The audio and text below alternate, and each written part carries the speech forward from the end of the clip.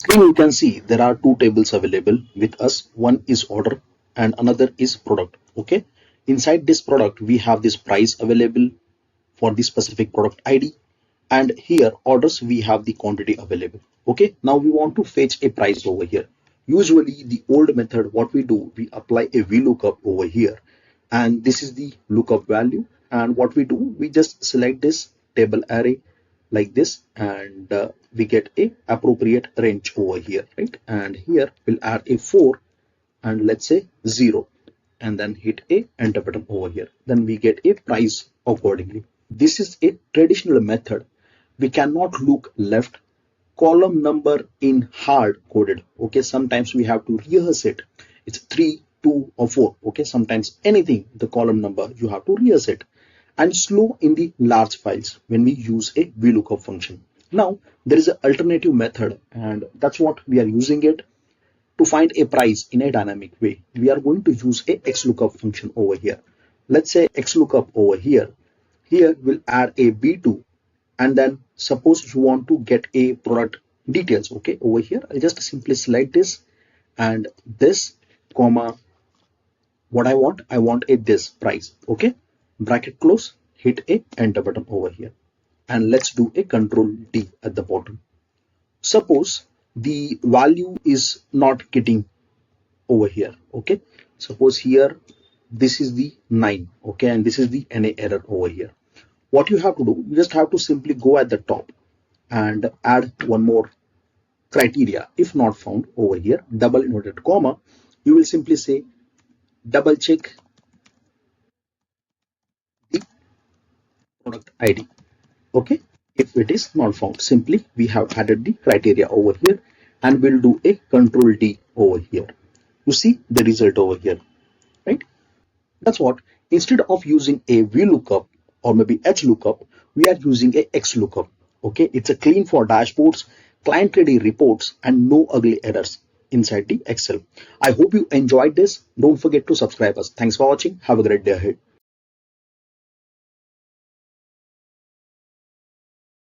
Usually, if in case you have the sales amount data, what you do here is equal to sales amount divided by your units. Okay, and then you get a appropriate result over here.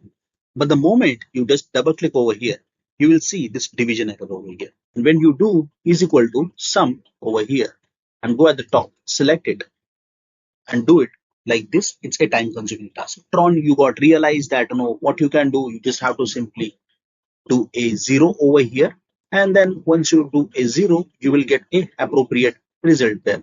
Okay, but it is a very time consuming task, and this is very unproductive task, and your client can be escalate this, okay, to your manager. So avoid this kind of an error. What you can do easily, let me show you. With this 3 step you can do it. Okay, first you have to simply use a formula over here. If error, okay, this is one method over here. If error this,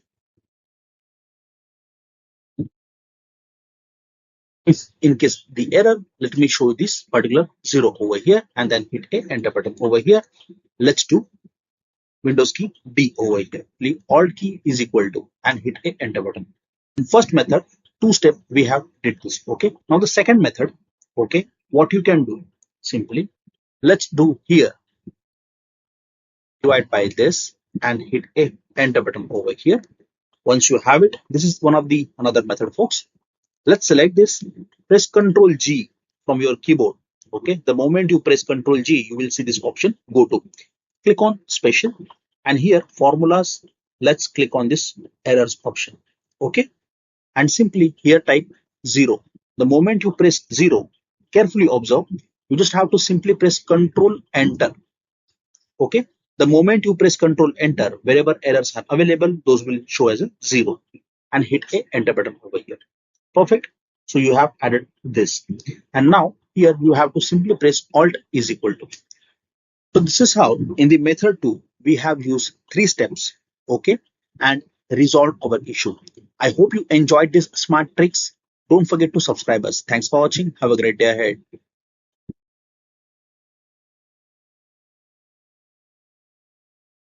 Watch this. When I change a department, the entire row changes color automatically.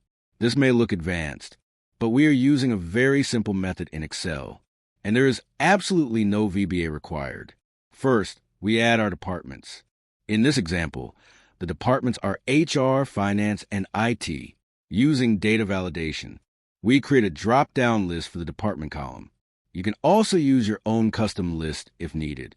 Now, once the drop-down is ready, we select the entire data range. This step is important because we want the full row to respond to changes. Next, we go to Home, click Conditional Formatting, and then select New Rule. Here we choose Use a formula to determine which cells to format. We enter the conditional formatting formula that you can see on the screen. Because we have 3 departments, we repeat the step 3 times. 1 rule for HR, 1 rule for Finance, and 1 rule for IT. For each rule, we choose a different color and click OK. Now watch what happens. When we change the department value, the entire row color updates automatically. The formatting is dynamic, easy to maintain, and very effective. This solution is simple, powerful, and uses no VBA at all. And that's it. Don't forget to subscribe to Discover Talent for more Excel tips and tricks.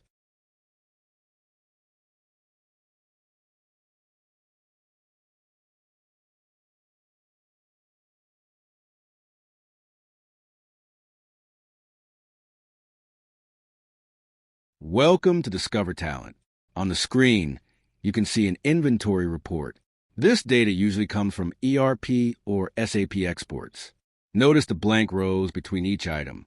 Deleting these rows manually is a slow and unproductive task.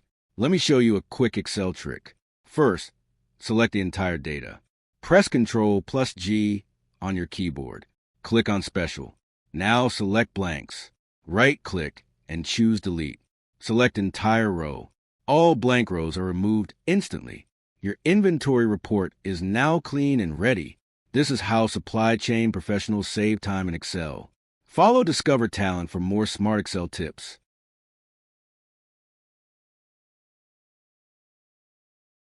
Welcome to Discover Talent. On the screen, you're looking at a real business sales report. First, I select the data and convert it into a table. After converting the data into a table, I go to the Home ribbon and open Excel Copilot. Now, I tell Copilot exactly what I need. I'm preparing a sales report. Create an Excel formula to calculate average selling price. Ignore blank values and handle division by 0. Copilot generates the formula instantly.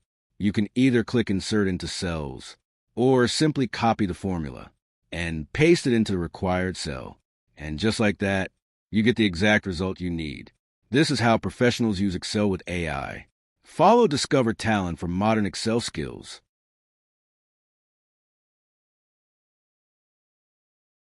Activity. We see it's kind of a products we have, and we have the expenses available. Where the requirement is that what you have to do, you have to always do like this. Okay, insert this and do a sum. Okay, adding this, you get a appropriate result in this specific row, right? And then later on you do as a bold. Okay, likewise, if in case this specific product you want to do it, we do it with this kind of case. Again, insert a row like this and apply a same formula which we applied at the top.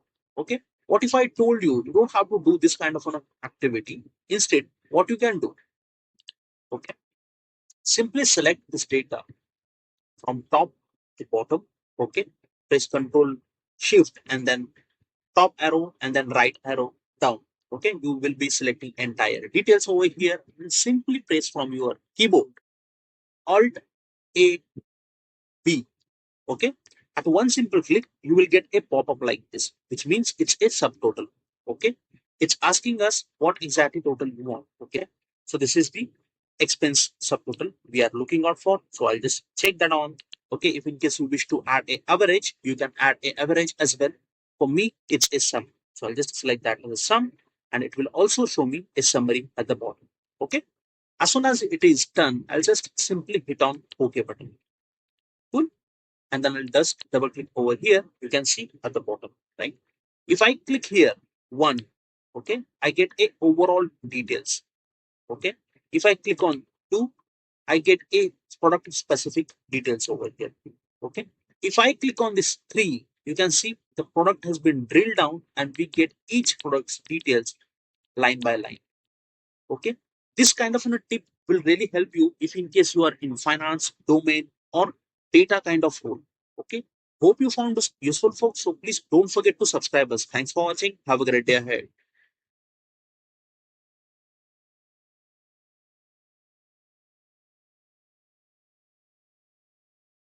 How to use scenario manager in Excel step by step. Okay. Ever wonder how to test different outcomes in Excel, like best case, worst case, or most likely without constantly changing your existing data, which is this.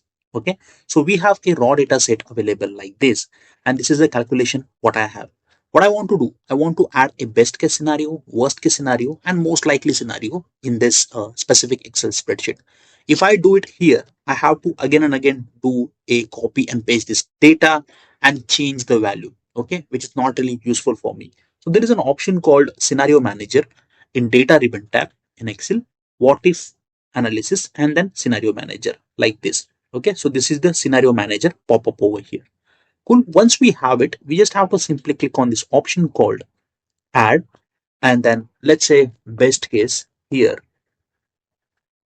And what I'm going to do over here is I will just simply type this B2 like this, B2 comma B3, okay, and B4, which is your backdated value over here, right? So you can change it later on part. So once we have it, we just have to click on this OK button over here. Cool. And here you can just add a best case scenario, what value you want to put in, right? So here I will simply add a 600, and then in my best case scenario, this will be the values. Okay. So suppose here I will say this 8, and then once it is done, I'll hit a OK button. So one case is ready. I will again add a worst case scenario where I will say this as a worst case scenario. Since the selection is already made, I will hit a OK button again. And here, suppose if it is worst case scenario, then we should add a list value, which is 400. Okay, or maybe you can just reduce it, complete your call, how you want to keep it. Okay, and here I will say 13, and I'll hit a OK button over here. And if in case you wish to add more scenarios, you can add more scenarios like this as well. So I will say most likely, and in the most likely, I will keep the same number and then hit a OK button. So now magic begins. Simply just hit a summary option. Okay, here you will get a selection B6 and click on this OK button, and boom, you see the magic over here. You can see at one simple snapshot, you can see the current value, best case scenario, if you have it, the worst case scenario, what exactly the result you will get it, and the most likely. If in case you want to see the commentaries, you can see the commentaries as well. Just simply click on that plus option and you can see the commentaries like this. In this option off, you just see the basic values over here.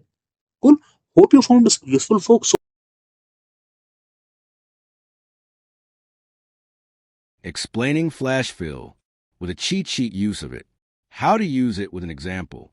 Simply type one value, then press Ctrl plus E, and Excel fills the rest automatically.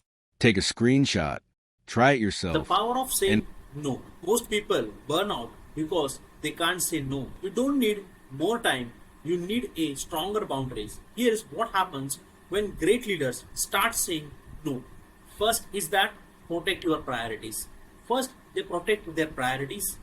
Every no keeps their focus on what really matters. Let's take an example.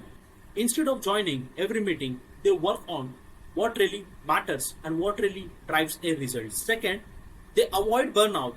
Guiding your time is not a selfish, it's a called leadership. Empower your team. Third, they empower others. Saying no gives a space to your other team member to step in. Example, delegate the reports. You don't need to be a hero at all time. Think strategically.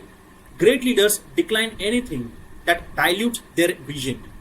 Every no sharpens their direction. Build respect. Okay, and the best part, clear boundaries earns respect. People trust leaders who mean their yes.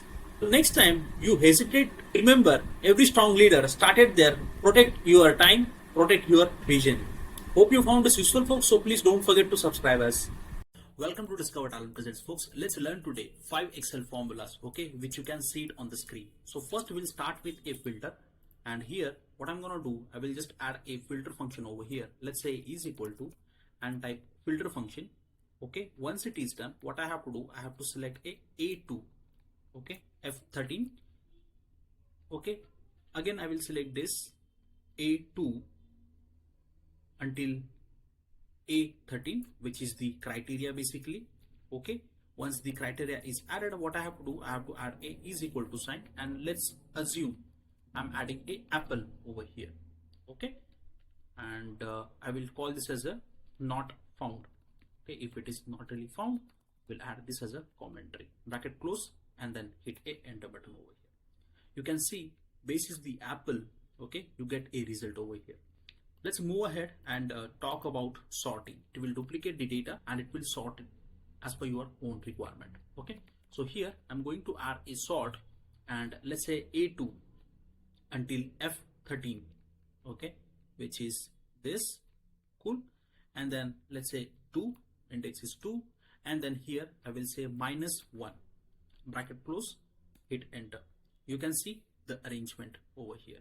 Tip number 3, unique. Turns your column into a distinct value. Simply type a unique over here, and this is my array, basically A2 until this.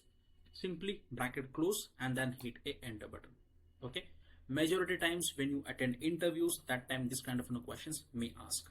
Text join here, and then I will add as a this as a delimiter, so I will get a comma. You can also add a pipe, okay, if in case really needed, whichever delimiter you wish to, right? So here I will select this as a delimiter, and then comma, let's say true, and let's select a range. Okay, so range is this, bracket close. You can check the formula and then hit a enter button over here. You can see the comma driven data you got at one simple click. We have heard about VLOOKUP, XLOOKUP, lookup function. Okay, this function is called XLOOKUP. Here I will say this as a apple. Since I'm keeping this as a static, if in case you want to keep it as a dynamic, just add as a range. Very simple. And then let's select this A2 until A13, which is this, comma. Now here you have to select a price because you want a price, right? So you want to keep this as a selection, found category over here. Okay, I'll hit a enter button and you can see the result over here. Hope these 5 Excel tips help you a lot. Comment your favorite one and don't forget to subscribe us. Thanks for watching. Have a great day ahead. See, in Excel, this kind of a background image has been added. Okay, sometimes you have to add your logos as well in the Excel worksheet. That time you can add this kind of images or maybe any other logos at the background. How to do it? It's a very simple task to do. First of all, you have to open an Excel workbook and then click on this page layout option. There is an option called background here, right? Just have to simply click here, and then you will get a pop-up like this. Simply click here, or maybe from picture if in case you have it. Aeroplane, suppose this is the plane I want to add it. I'll just simply hit enter button. Now I can see it's been inserted automatically in my Excel spreadsheet. Cool. So this is how beautifully you can add a background image in your Excel worksheet. Hope you found this useful, folks. So please don't forget to subscribe us.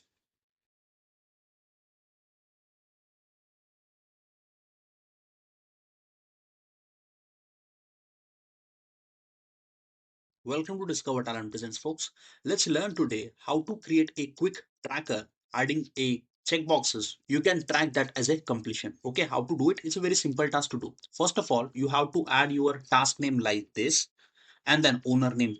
Okay, in the column C, we are going to add that status. So I will say this as a status. Okay, and we'll simply select this and go into a insert ribbon tab. At the top you can see the control options, right? Here you just have to simply click on this option, checkboxes. The moment you press checkboxes, you can see those checkboxes get added over here. Cool. Right now it's showing just a true false value. At the top you can see how to add a formula over here. Okay, so total task, basically I will call this as a total task, and here we'll simply add a is equal to count a. Okay, until this bracket close, hit enter. So total task is 5. Cool. So once we have this result, now what we want to calculate, we want to calculate a completed. So I will just simply type a completed over here, and here will say count if. Okay, and range would be this. Good. And then let's say criteria is true, bracket close, hit enter. Right now it's showing as a 0. The reason behind is, but check that on. Okay, so if I click on this option, you can see this check on, right? So completed is done. Now what we want a remaining. Now remaining, to calculate a remaining, we just have to simply select this and then minus your this. So this will be your remaining. Good. So we have done with this part, and now I'll just go at the top. Here, suppose I want to add any other entries, drag it like this. Okay. And here, what I'm gonna do, I will add a percentage of completion. Okay. So suppose you want to add a percentage of completion, that time we can add this. Great. So here, what I have to do, I have to simply select this count if. Okay. So count if, again, your range, which is this, comma true. Add a count a over here, and this time we will be selecting this entirely, bracket close. Okay, and hit enter button. Go at the top and click on this option called percentage over here. So 40%, okay, 60%, 80, and then this is my 100%.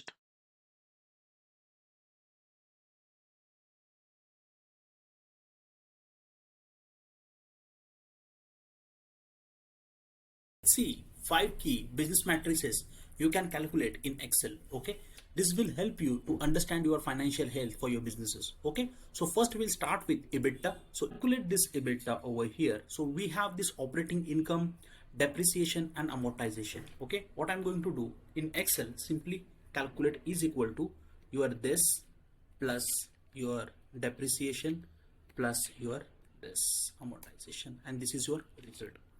Cool. So this is how you can calculate a EBITDA. Now if I go down, calculate a profit margin. In profit margin, we can calculate with a gross profit margin, or maybe we can do it in net profit margin. Okay, I will show you the quick two formulas over here. Okay, how to do it. That you have to simply press this, and then let's say add this minus your this cox, and then divide by your this value.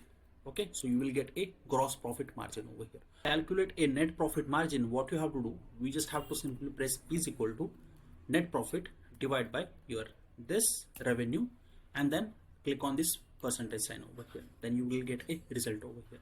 Let's go down and calculate return on advertising spend. Okay, every $1, right, spent on ads, you earn $5 higher rows, which is your return on advertising spend.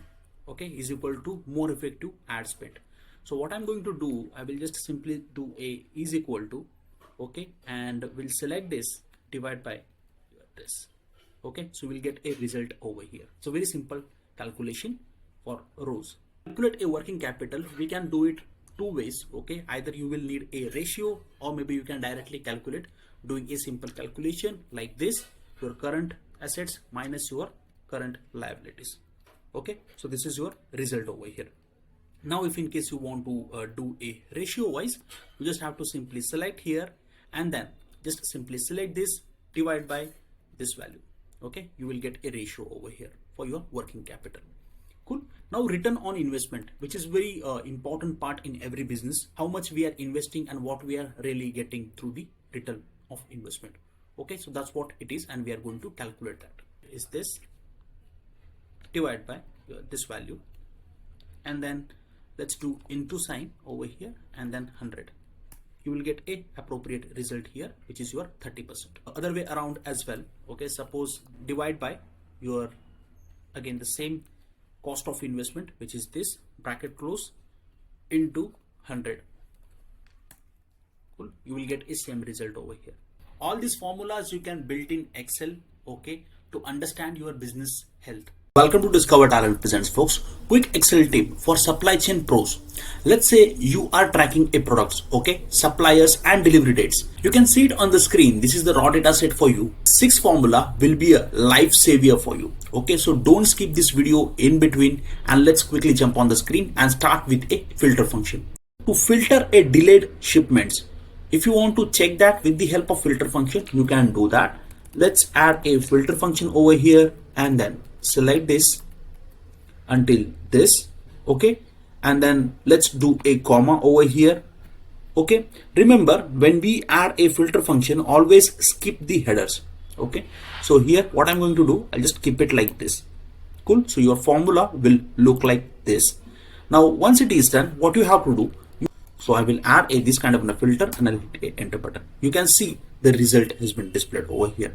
For this, you don't have to worry about it. You just have to simply select this, go at the top and then change the short date. Okay, we are using the XLOOKUP. So XLOOKUP will help you to look up lead time for each shipment. Okay, so I will just simply add a XLOOKUP over here. And then suppose this is the data selection for me, comma, I will select this, comma, here is the days and then bracket close, hit enter. Okay, so what is the delayed lead time? This is the 5 days. When you deal with the big data, that time this kind of a formula will really help you. Okay, so let's go ahead and suppose you want to create a series 1 2 3 4 5 6. That time you can create this. Let's type 30 and then hit a enter button. You can see this series has been automatically get added over here. Cool, we add this formula. Cool, then I will get a result then and there. Cool, this is what your days until expected arrival. Now what I'm going to do, I will add a supplier performance classification. To do that, and then if it is logically passed, then I will say this as a on time. Okay, otherwise I will say this as a late. So it's a very important formula. You can save it and I'll hit a enter button over here. Simply I got a result over here. Okay, and then you just have to simply drag basis the selection, you will get a result then and there. Suppose you want to build a product labels in your data set, that time you will use this kind of a function. Okay, comma and then underscore, or maybe just say dash. Don't do a underscore, that's completely fine. How you want to put your brand label. Okay, I will just say dash, comma, my B2 and then hit a enter button here. What you got? You got a label like this. So it's combined a 2 text basically, right? And that's how Excel saves your supply chain from chaos. Welcome to Discover Talent Presents, folks. In this series, we are going to cover how to create a weekly planner tracker. Okay, it's a very simple task to do. I will quickly show you in the MS Excel sheet. Okay, so first of all, you have to open Excel, okay, and meal planner, or maybe you can just simply type as a meal planner tracker. Okay, it's completely your call how you want to keep it. Once it is done, let's add a date cell and then here you will add a today as a formula and then hit a enter button. So whatever date is opening for that specific day, right, you will get the date added then and there. Just have to simply add a couple of entries over here like this: Sunday, Monday, Tuesday, so on and so forth, right? So I will just simply select this and drag it at the bottom. Cool, until Saturday. And here we'll simply add a what type of tracking we are doing over here, like breakfast, okay, and then snacks. Cool, suppose here would be lunch and then snacks 2. Okay, so snacks could be 2, and then here I will say this as a dinner, and the last one I will keep this as a again snacks if in case really needed, and list goes on if in case you wish to add more and more entries over here, right? So once you add the raw data over here, okay, we have to create a one more tab over here where you will have a list of items in which you will be creating a drop down over here. Okay, how to will use a this kind of a dummy data, okay, to save our time. So this dummy data will be a drop down for us. Add a in the this specific sheet, which is this. Okay, so to do that, what I have to do, I have to just simply select this first, and then in data ribbon tab there is an option called data validation. In the data validation, simply select this list and then select that value.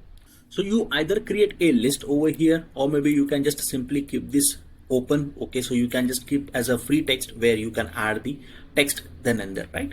So once it is done, what I'm gonna do, I will just arrange this. Okay, we'll select this and click on this option, merge in center. Okay, and here we'll click on this option again, and here we'll simply add this kind of a color over here, and let's say this as a this kind of a background, white color. Okay, and this is the color where we have this kind of details added over here, right? So this is the formula driven, so that's what I'm keeping this as it is. Let's select this and then keep this as a like this, and then just simply arrange your text like this. If you found this useful, folks, so please don't forget to subscribe us. Thanks for watching. Have a great day ahead. Hey everyone, welcome back to Discover Talent. Go to space for practical. Let's understand the real world data analytics skills at the Discover Talent. Today, I'm taking you inside something every supply chain professional should have in their toolkit. Complete step-by-step risk assessment template built directly inside the Excel. We are going to start literally from the moment you open an Excel. How to set up the sheet, okay, merge and format the cells, build the risk tables, also apply a conditional formatting, visualize risk using a charts, okay, which is available inside the Excel, and finally automate the entire workflow so you can reuse it anytime.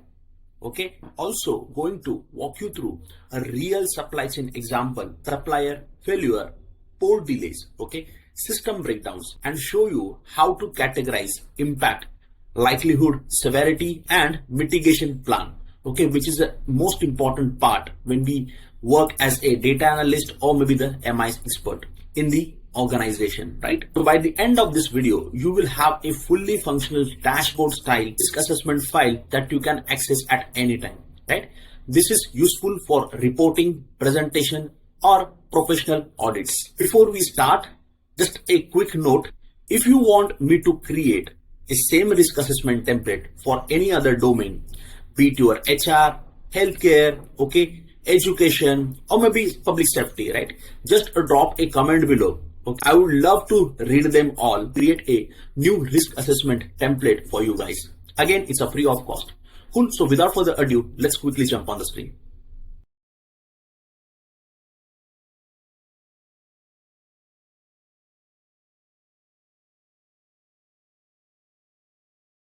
Hey everyone, welcome to Discover Talent. Last tutorial, you have seen how to use a automate option inside the Excel, right? At the top, you can see this automate ribbon tab, and with the help of this scripts, we can create a automation inside the Excel. However, now with the help of Copilot, we can draft that script by giving a prompt. We can create a amazing automation inside the Excel. How to do it? It's a very simple task to do. Let's click on this option, draft using AI preview. Okay, so I will be simply typing a draft over here, will format, and headline should be in bold. So this is the basic English I have typed over here. Okay, and then we'll click on this option. So it will take some time. Your script is being generated like this. Good. You don't have to do any kind of coding over here or maybe record and do actions. Your prompt will act for you. Cool. So let's wait for it and check what exactly the result we get it. Okay. And it is writing a code for us. Cool. Your script has been generated successfully. To test that, what we can do, we can just say this as a keep, and then let's say this as a run. But before we hit run button, we just have to simply rename it. Okay. AI bot. So I will just say this as a bot. You can rename it anything, whatever you wish to.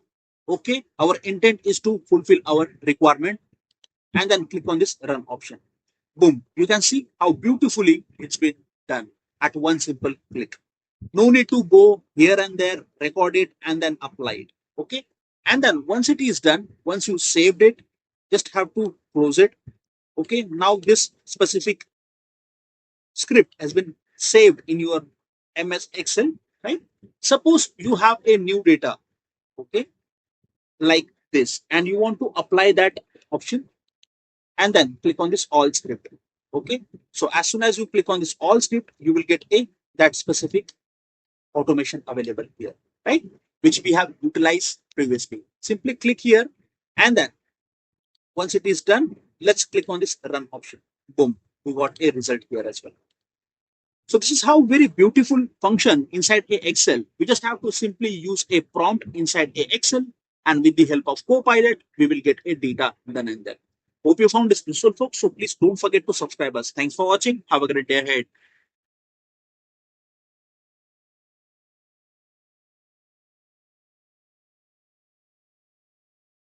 Now, let's get the total count of achievers.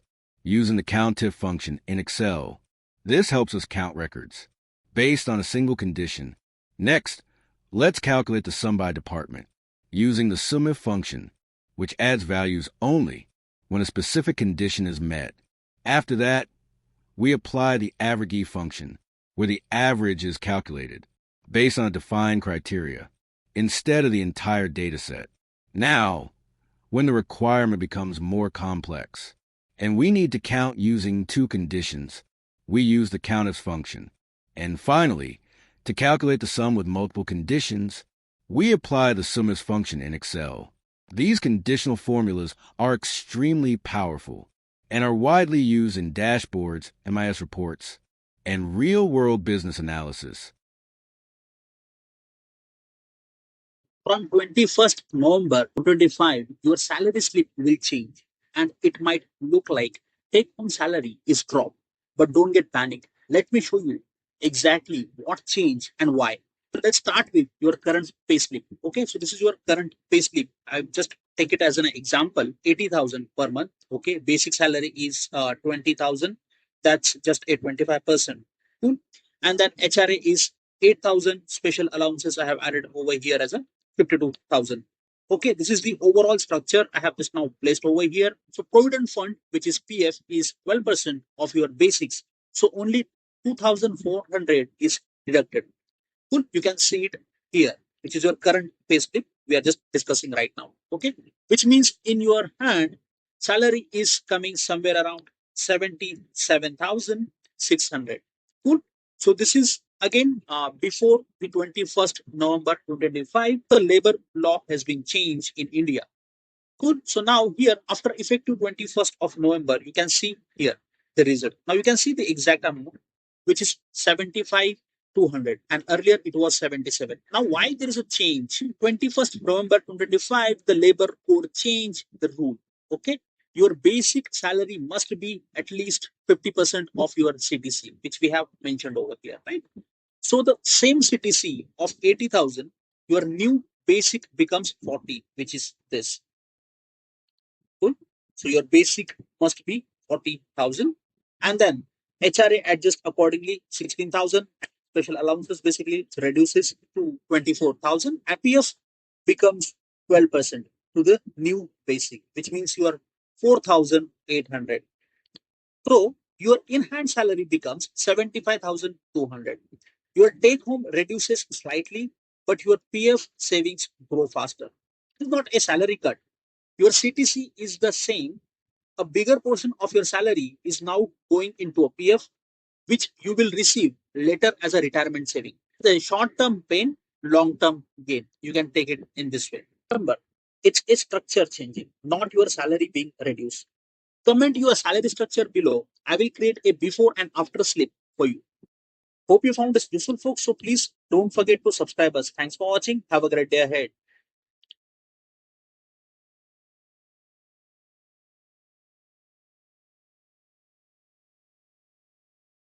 Let's take a quick Excel tip to calculate some important statistical measures. First, to calculate the mean, we use the average function in Excel. Next, let's calculate the median using the median function, which returns the middle value when the data is sorted. Now, let's move to variance. To calculate variance for the entire population, we use the var.p function, And for variance based on a sample, we apply the var.s function. In the same way, to calculate standard deviation, we use stdv.p for population data and stdv.s for sample data. Finally, to calculate the range of the dataset, we simply subtract the minimum value from the maximum value. This gives us the final range and helps us understand how widely the data is spread. Welcome to Discover Talent, your hub for data analytics skills in 30 seconds. Let's fix one thing beginners always struggle with in Excel: typing formulas. Here's a secret. Excel can actually finish your formulas for you if you turn on Formula Autocomplete. Watch this. Go to File, Options, Formulas, and check Enable Formula Autocomplete. Boom! Now type an equal sign, start typing S, and Excel instantly suggests SUM, subtotal, SQRT, everything you need. Just hit Tab, and Excel completes the function for you. Faster formulas, zero mistakes. If you want to level up your data skills in minutes, follow Discover Talent. More Excel hacks coming up. Welcome to Discover Talent, the hub of data analytics. Let's learn something useful in Excel. Today, we're looking at how to disable error checking pop-ups, those little green triangles and warnings that interrupt your workflow. Step 1. Open Excel, go to File, then Options. Step 2. Select Formulas on the left panel. Step 3. Under Error Checking, uncheck Enable Background Error Checking. This stops Excel from showing pop-ups like number stored as text, inconsistent formula, or formula refers to empty cells. So what exactly does this change? With error checking turned on, Excel displays green triangles and small warning icons whenever it detects something unusual in your formulas or data. With it turned off, Excel still calculates everything normally, but it no longer shows those warning messages. This gives you a cleaner workspace and fewer interruptions, especially when working with imported or messy data. Use this setting when you want a smooth, distraction-free experience in Excel. Thanks for watching. Stay tuned with Discover Talent for more quick Excel tips. Hey everyone, welcome to Discover Talent, your spot for all things data. All right, check this out. Excel has this little feature people totally forget about, but it makes your sheet look so good. Just go to Insert and hit Spark Lines. Watch this. The line spark line gives you a nice clean trend. Now let's switch to column. You can see it shows all your ups and downs. And finally, win, loss. Perfect when it's just simple yes or no data. Boom. Mini chart right inside the spreadsheet. Super quick, super clean. If this helped you out, don't forget to subscribe for more analytics tips.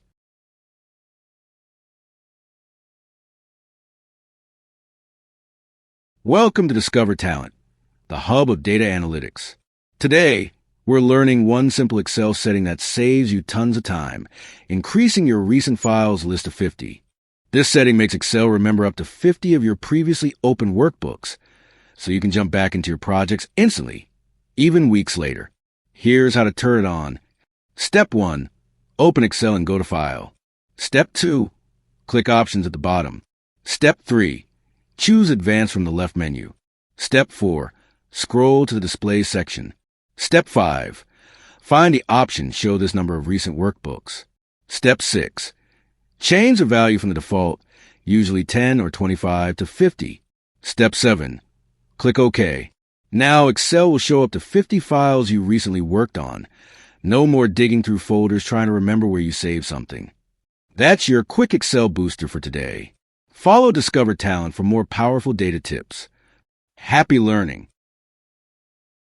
Welcome to Discover Talent, the hub of data analytics. Today, we are learning a simple Excel trick that saves you a ton of clicks.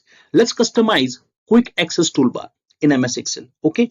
In this example, what I have added a raw dump over here. Quick access toolbar is that tiny bar at the very top of the Excel. It will reflect it over here. Usually default shows as a save, undo and redo kind of button. Okay. Right now it is not really available. Okay, to turn that on, what we have to do, just simply go here, File, and then click on More. There is an option called here, Options. So option called Quick Access Toolbar. When you click this quick access toolbar, there is an option, okay, show quick access toolbar. Just click on this option where you want to reflect. Just click here above the ribbon, custom format. I will just select this and click on this option called add. I don't really require this, so I will just remove this. Even I don't really require this. I'll keep it very simple, okay. And then suppose this is what we need, conditional formatting as well. I will add that. Let's scroll it down, and suppose we want to add insert a table. Just click that. Whatever task you perform in your daily resume activity, that you have to just simply add it, customize access toolbar.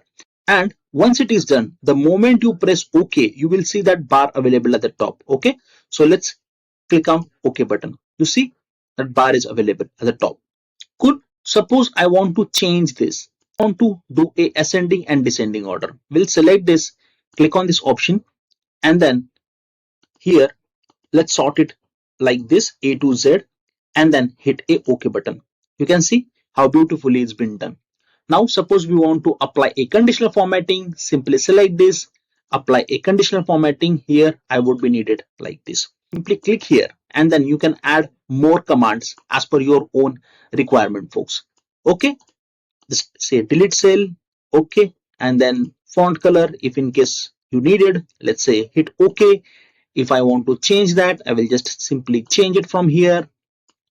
And then suppose I want to delete this, I will just simply select this and an entire row. Likewise, imagine you are cleaning a data with duplicate names or messy cells number. You keep using format painter, paste as a values, sort or remove duplicates. Instead of hunting the menus every time, let's bring these tools right to the top. Your favorite tools are now one click away. Faster cleaning, faster formatting, faster everything. Try it out and level up your Excel workflow. Follow Discover Talent for more data smart tips. Thanks for watching. Have a great day ahead.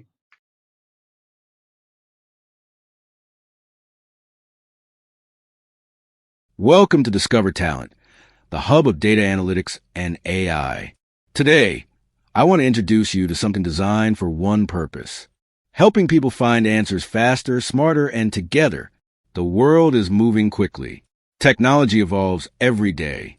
And whether you're a student, a professional, or someone exploring analytics for the first time, one thing is certain: you will always have questions.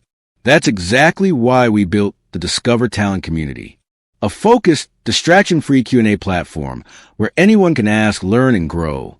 No noise, no confusion, just clear solutions from people who understand what you're trying to achieve.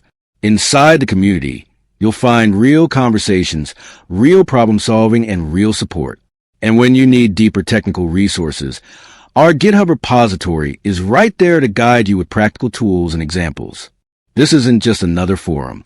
It's a place where knowledge becomes accessible, where collaboration becomes effortless, and where every question has a potential to inspire someone else's breakthrough. So if you're ready to learn with a community that values clarity, growth, and innovation, I invite you to join us at community at discover-talent-presents.com. Discover Talent, where questions lead to progress, and progress leads opportunity. Guys, I just discovered one of the best GitHub repos for learning AI in 2025 and 2026. It's packed with LLM racks, AI agent projects. It's all including step-by-step guide with super practical, no fluff, no boring theory, just real-world stuff. You can actually build AI agents for yourself. Okay, folks, if you want the link, just comment on YouTube, GitHub, plus your email ID, and I will send you a free GitHub link for you.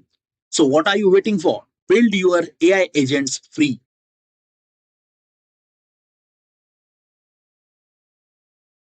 Welcome to Discover Talent, the hub of data analytics. Today, we are learning a simple Excel trick that saves time and storage. Let's talk about setting your default file format to SLSX instead of SLS. So here's why really matters. So when we change the extension SLSX, files are smaller, faster, and far more compatible with modern Excel and Power BI. They support larger data sets, more formulas, and advanced features. In short, your work becomes smoother and more efficient. In Excel, very simple task to do. First, you have to open a Excel and then file, more, and then in more, you just have to simply click on this option, options. Okay, left hand side, if you could see, there is an option called save. This option in save workbook section, there is an option called save file in this format, right? Simply select this and then change this and then hit a OK button. As and when you save this file wherever at the location, right, it will automatically get changed with a appropriate version. So I will say this file is safe. Go here. Let's check the file.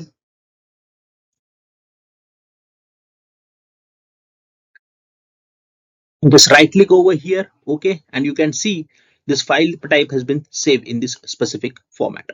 Cool. So every time you don't have to go there and change the file type again and again. At one simple click, you can save a ton of time.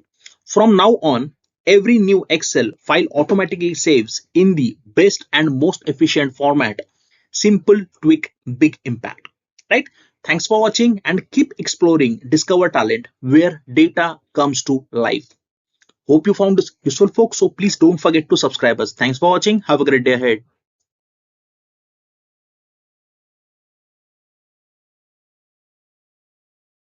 Hey everyone, welcome to Discover Talent, your spot for all things data.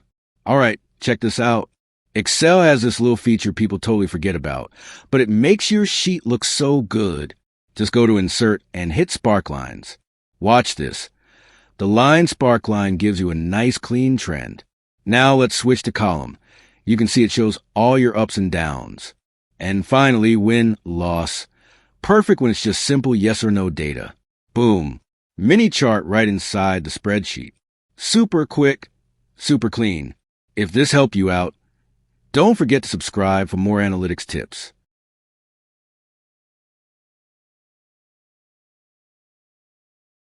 Welcome to Discover Talent, the ultimate hub of data analytics.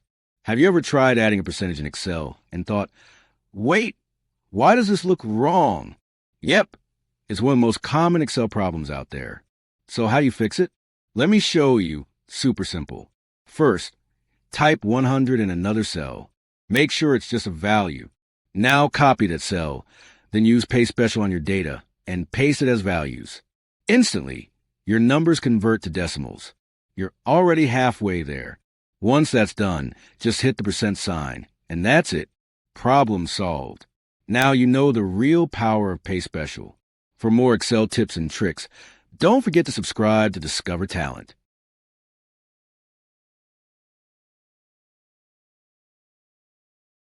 Welcome to Discover Talent, the hub of data analytics. Today, we are learning a tiny Excel setting that can seriously speed up your data entry. Okay, so in Excel, when you press enter like this, okay, your cursor goes down. If in case you wish to change the direction left, you can click enter and your cursor will go like left or maybe right, whatever direction you wish to choose it. Why we are doing this? So improvising our data entry activity. Okay, if in case you are in a data entry role, if you want to change this setting in MS Excel, you can do it really quickly. Okay, no need to add any kind of a VBA code inside the Excel. You can do it. Let me quickly show you how. Click on this option file and then more. There is an option called this options. Okay, just simply click here and then there is an option called advanced. Simply click on the advanced option. Here, if you could carefully observe, in editing options, there is an option called after pressing enter move selection. Okay, and here direction is given down. You can keep it as a right and then once it is done, as a demo purpose, we are selecting that and then hit a OK button. Suppose you have added a 67 over here and you have pressed a enter over here. You can see the direction is moving to right. If in case you wish to change this direction, you can simply do that. Okay, let me keep this direction up and then hit a OK button. Suppose I have added a 90 and I hit a enter button. As soon as I hit a enter button, you can see the direction getting changed. These tiny tricks can save you a lot of time. Okay, if in case you know anyone who is struggling to get to know how to set this up, okay, feel free to tag them in the below comment section. Try it out. It's a tiny tweak that makes a big difference in your Excel workflow. Hope you found this useful, folks. So please don't forget to subscribe us. Thanks for watching. Have a great day ahead.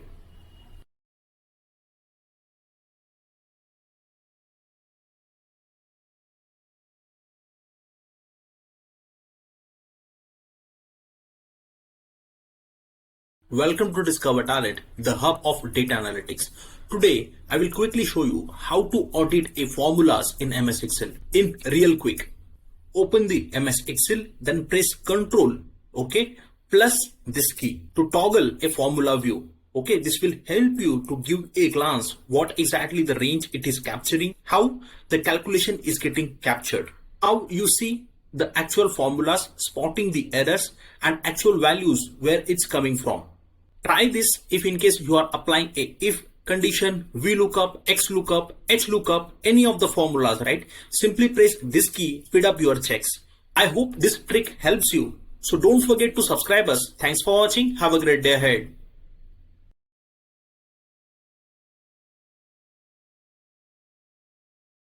Welcome to Discover Talent, the hub of data analytics.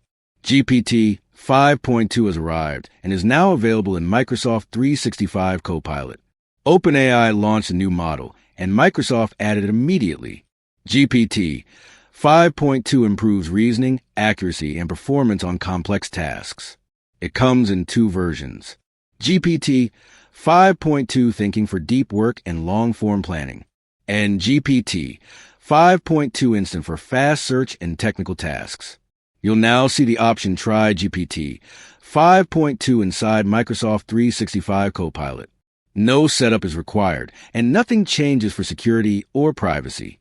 Don't forget to subscribe to Discover Talent. Welcome to Discover Talent, the hub of data analytics. Let's learn something powerful today. Stop typing Excel formulas manually. In Office 365, Excel has AI that writes formulas for you. Watch this. I enter my data. Now I just tell Excel what I want. Calculate 10% bonus if sales are above 100,000, otherwise 5%. And boom, Excel creates a formula automatically. This is Excel with AI. Follow Discover Talent for real data analytic skills.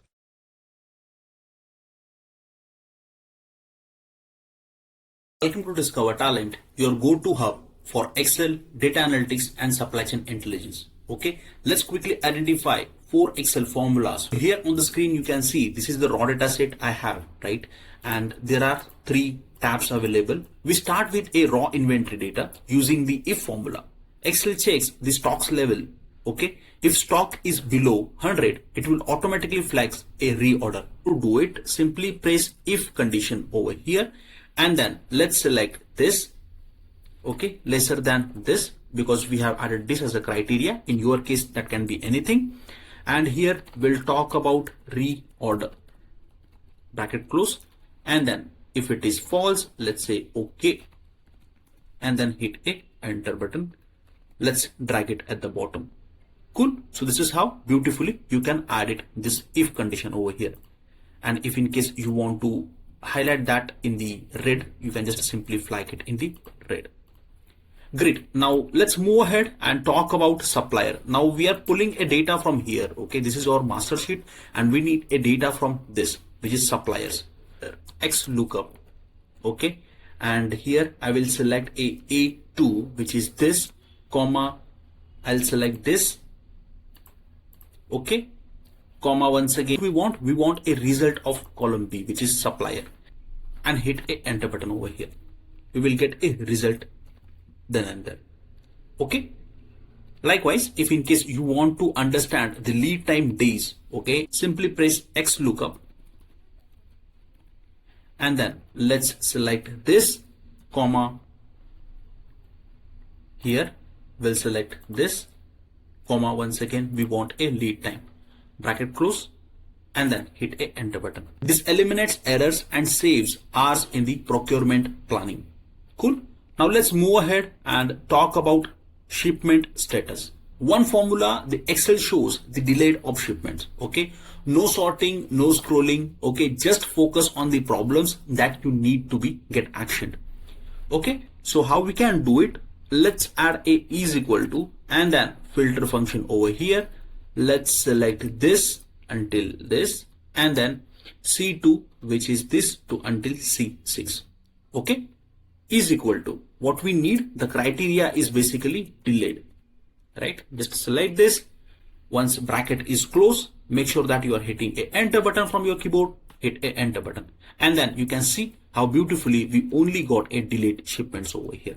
And just like that, raw data will become a actionable intelligence. Excel formulas, tips and tricks. Don't forget to subscribe, Discover Talent. Thanks for watching. Have a great day ahead. Welcome to Discover Talent, the hub of data analytics. In this video, we're working with a simple Excel table and building logic step by step. First, we calculate totals using the sum formula. We select the monthly values and apply sum to get the total instantly.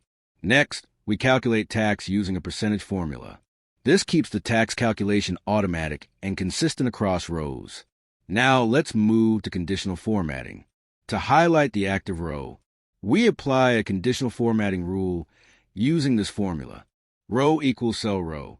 This formula checks the currently selected row and applies formatting to that entire row. However, after applying conditional formatting, the highlight becomes static. That's because Excel does not recalculate when the selection changes. To fix this, we use a VBA code that is already available on the screen. Simply paste that code into the worksheet module. Now watch this. Every time we select a different row, the highlight updates instantly. This is how SUM, tax calculations, conditional formatting, and VBA work together to improve Excel usability. Follow Discover Talent for practical Excel and data analytics skills.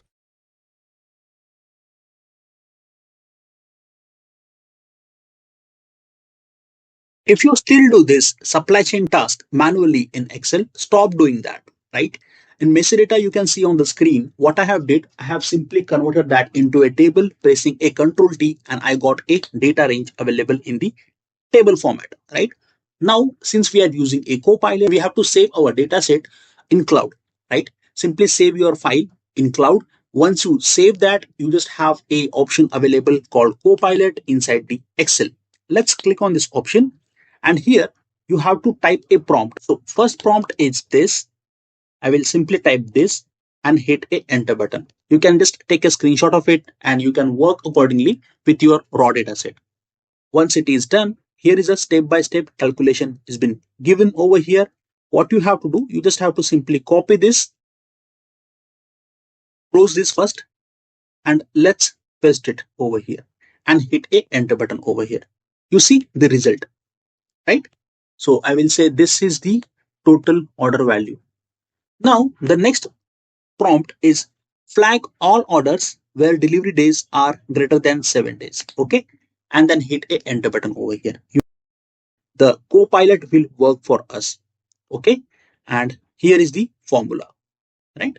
Simply copy this, close this, and here we'll paste that formula. Okay. Again, it will give you the step-by-step guide. Okay, folks, if you are not really sure what exactly and where we have to apply that formula, the stepwise guide has been provided. Let's move ahead and talk about average delivery days. Okay, and then hit a enter button over here.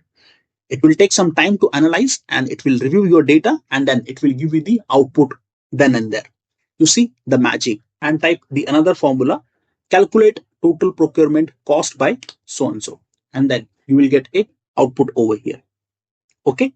Again, just simple prompts, you have to use it, and what type of insights you want, you just have to make sure that English and the perfect range you will be providing to Copilot, and Copilot can analyze your data, give you the output correctly. Okay. And then this is the result over here. Since we have covered flag delayed shipments, supplier performance analysis, cost analysis by category. Okay, the last one we will cover management summary. Okay, and it's a wow moment. Basically, this is the prompt which we are going to use it over here. Okay, and then hit a enter button over here. This used to take a hours, now it takes seconds, right?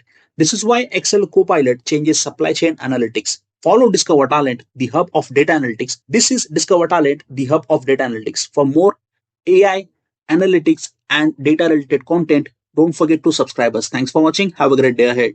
Let's calculate sales commission in Excel right away. Okay, I have one table with sales. You can see it on the screen, sales table, and another table is called commission rate, right? You can see on the screen. Question is, how do we connect them?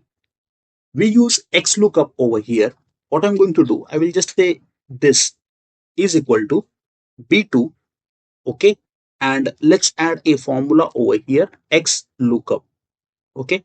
Once you add that, let's select this, comma, let's add a commission rate from the next sheet. Okay, I'll simply select rate over here and we'll select this entirely, comma.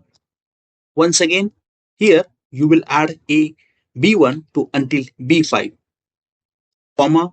Ensure that you will once again add a comma if not found, and then at the end, let's say -1 over here.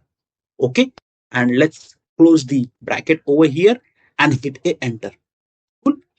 Let's drag it at the bottom and you will get a result over here.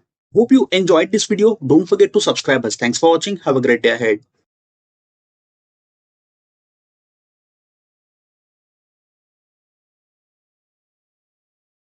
Never use merge and center in Excel. It breaks sorting, it breaks copying, it breaks overall context, and it breaks your workflow. Here's what professionals use instead. Select the cells. Press Ctrl +1. Alignment. Center across selection. Same look. No problems. Follow Discover Talent for smart Excel tips.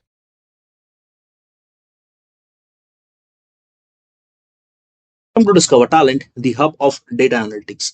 HR teams spend hours manually calculating turnover rates, but Excel can automate this. Do it. It's a very simple task to do. On the screen, you can see this is the raw data set I have. What I have did, I have added a headers over here, and this is the employee ID, department, hire date, exit date, and statuses. Okay, I have simply converted this all into a table, pressing a control T. Add a helper column over here, okay, which is called exited line. Okay, and here what I'm going to do, I will apply a formula if, okay, here E2, which is this,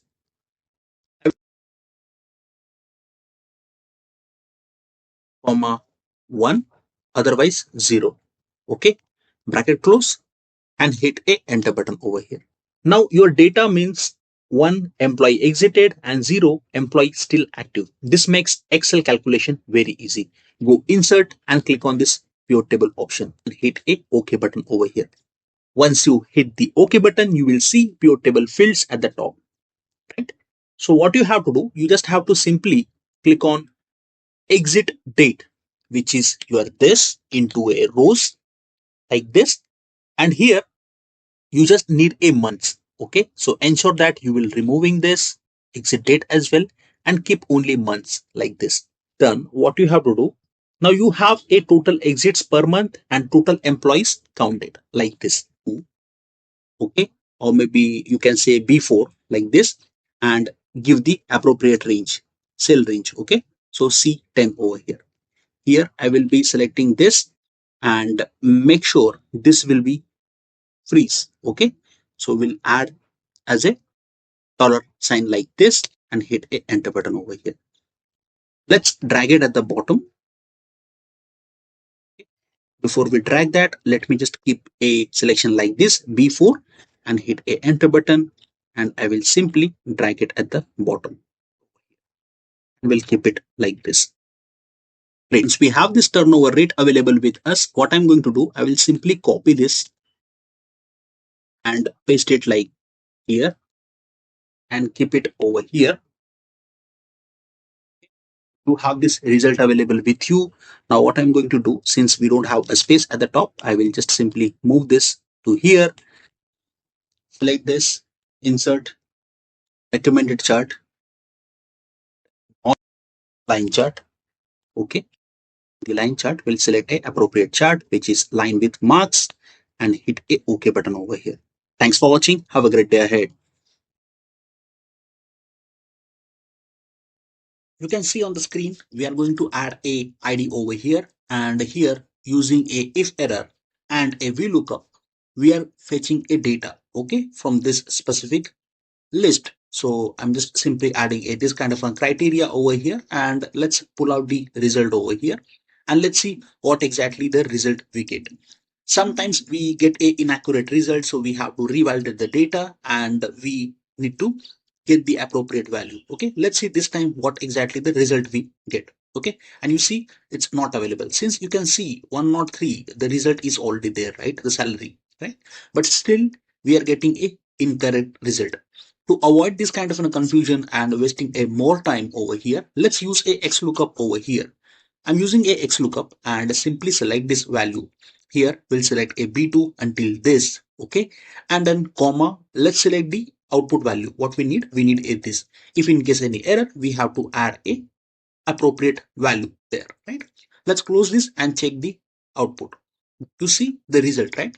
That's why XLOOKUP is more efficient formula than index match, VLOOKUP, HLOOKUP, or maybe any other lookups. I hope you enjoyed this video. Don't forget to subscribe us. Thanks for watching. Have a great day ahead.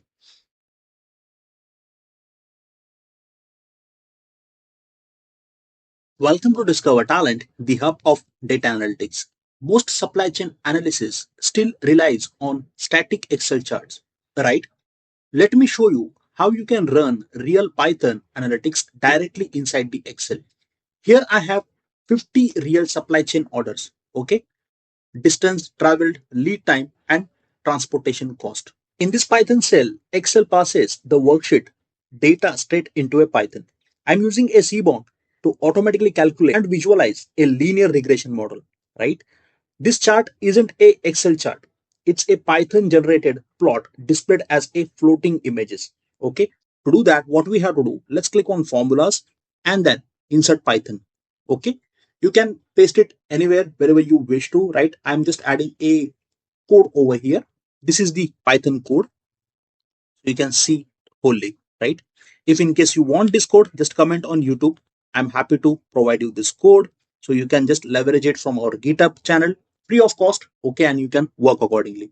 Once it is done, to execute this code, there is an option control plus enter. Okay, so we will just simply press control plus enter and we see the server is getting busy and we got this result over here. Okay, simply click on this option and you see this result, right? We just keep it like this so you can see it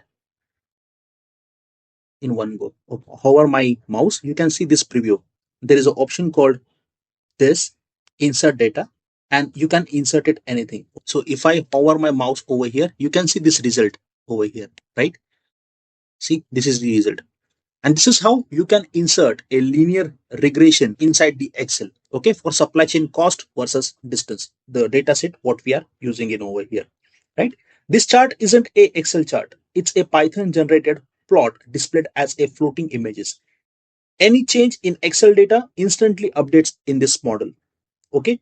We can clearly see the transportation cost increasing with distance, and this regression line quantifies that relationship. Python analytics inside Excel, no external tools required. This is what modern supply chain analytics looks like. Python powered insights running natively inside the Excel. I hope you enjoyed this tutorial. Don't forget to subscribe us. Thanks for watching. Have a great day ahead.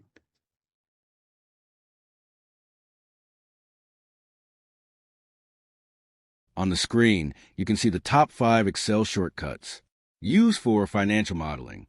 Next, we have 5 data navigation shortcuts, which help you move quickly across large datasets in Excel. After that, you'll see 5 shortcuts for reporting and presentation, commonly used to format data and create clean, professional reports. And finally, we have 5 shortcuts for formulas and auditing in Excel, which help you write formulas faster. Excel can autofill this for you if you know this trick. Watch this I type one example, then press Control plus E. That's it. Excel understands the pattern and fills the rest automatically. It's called flash fill. No formulas. No setup. Follow Discover Talent for simple Excel tricks.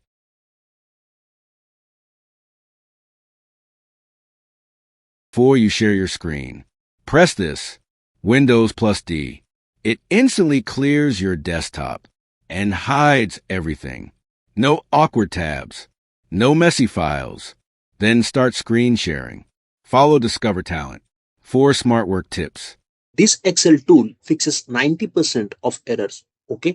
On the screen, you can see there is a raw data set I have. In column A, I have revenue. Column B, I have a units sold. So here I'm going to add this A2 divided by B2. Okay. And then once it is done, what I'm going to do, I'll just simply drag it, this formula. But look, when units sold is 0, Excel shows an error. This breaks reports and dashboards. To avoid this kind of an error, which is division or maybe num error, value error, any kind of an errors inside the Excel, what we can do, we can use a formula called if error over here. Okay. When we select this, let's close this bracket, adding a double inverted comma and hit a enter button over here. Let's do a control D over here. Now I wrap the formula with if error. If Excel finds an error, it shows a blank instead. No errors, clean numbers. This is exactly how finance teams clean Excel reports. Cool. This is how we solved the division error. Let me just scroll it down at the bottom. Okay. Here I have the another example, customer IDs and amount. Okay. Suppose you are using a VLOOKUP over here. Okay. And while using a VLOOKUP, we are getting a NA's value like this. Okay. To resolve this kind of an NA error, what we can do, we can use a if error over here. Okay. Now how we can add a if error over here? It's a very simple task to do. Okay. Simply click here and let's type if error over here. Okay. Once you add that, let's do a comma over here and add a 0 and let's close this bracket at the end and hit a enter button over here. Let's drag it at the bottom. Okay. If error replaces missing values with 0, perfect for finance reports. I hope you found this two example very useful. This is why if error fixes most Excel errors. Use it, clean formulas, dashboards, and finance models. Save this and follow Discover Talent for Excel finance skills. Don't forget to subscribe us. Thanks for watching. Have a great day ahead.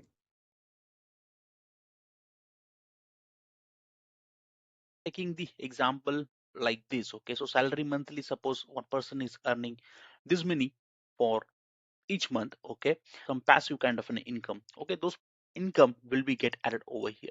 Second, basically, and then EMI, internet, mobile, insurance, subscription, and these are the total expenses for him. Okay, then variable expenses, savings would be this, so savings or maybe mutual funds, PPF, okay, FD, RD, emergency funds, he kept it reserved. So overall saving is like 20,000. Let me just design it. Now what I'm going to do, I will simply add worksheet here. We'll say dashboard, we'll say this is equal to my total income is this. So I'll do a this total income. So we'll just simply drag and drop these values over here. Very simple. So this is your remaining balance. Simply select this, apply the formatting like this, apply formatting. Perfect. So let's align this, go into a insert, recommended chart, and here we'll simply select this option pie and hit OK button over here. Let's do a control X and paste it over here. Percentage. Okay, we don't need a value because value is ambiguous. We are seeing it at the top, right? So here we'll call this as a expense split. Personal tracker for you as a budget friendly. So that's what we are doing this.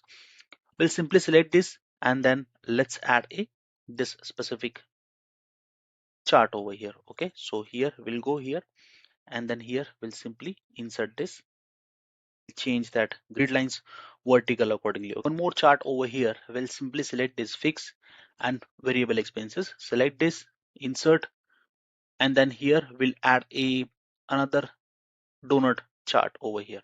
Here we'll simply add a title, fixed versus variable, which is the most important. Let's ensure that you will be adding a shape over here, a centrally align, and increase the size, keep it bold like this. Changes in terms of your theme, whatever themes you want to keep it, okay, to make your personal budget tracker more visually appealing like this. That's it. You now have a complete personal budget tracker with a professional Excel dashboard. This setup helps you to track income, control expenses, and grow your savings with clarity. If you found this useful, hit that like button and share it with someone who needs better money control. And subscribe for more practical Excel and productivity tips. Thanks for watching. See you in the next video. Let's learn today, without using a delimited or maybe comma separate values, how we can separate this value. You don't have to use any kind of formulas over here. Very simple task to do. What you can do, first select this and convert this into a table. Once you convert that into a table, simply go in data ribbon tab. There is an option called this. Okay, from table range. Simply hit that option, take some time and load into a Power Query. Okay, once it's loaded into a Power Query, what you have to do, at the top you can see there is an option, right? Split column. Simply click on this option, lower to uppercase. Simply hit that button over here. Option, close and load option. If in case you want this result to be displayed there, let's do Control X and paste it over here. To paste that, now you don't really need this. Simply right click this and delete it. To enjoy this series, thanks for watching. Have a great day ahead. Still running out of stock unexpectedly. In this next 3 minutes, I will show you how to build automated inventory forecasting tool in Excel. No macros, no Power BI. Most small businesses track inventory manually. The problem? No clear reorder point. So you either overstock or miss sales.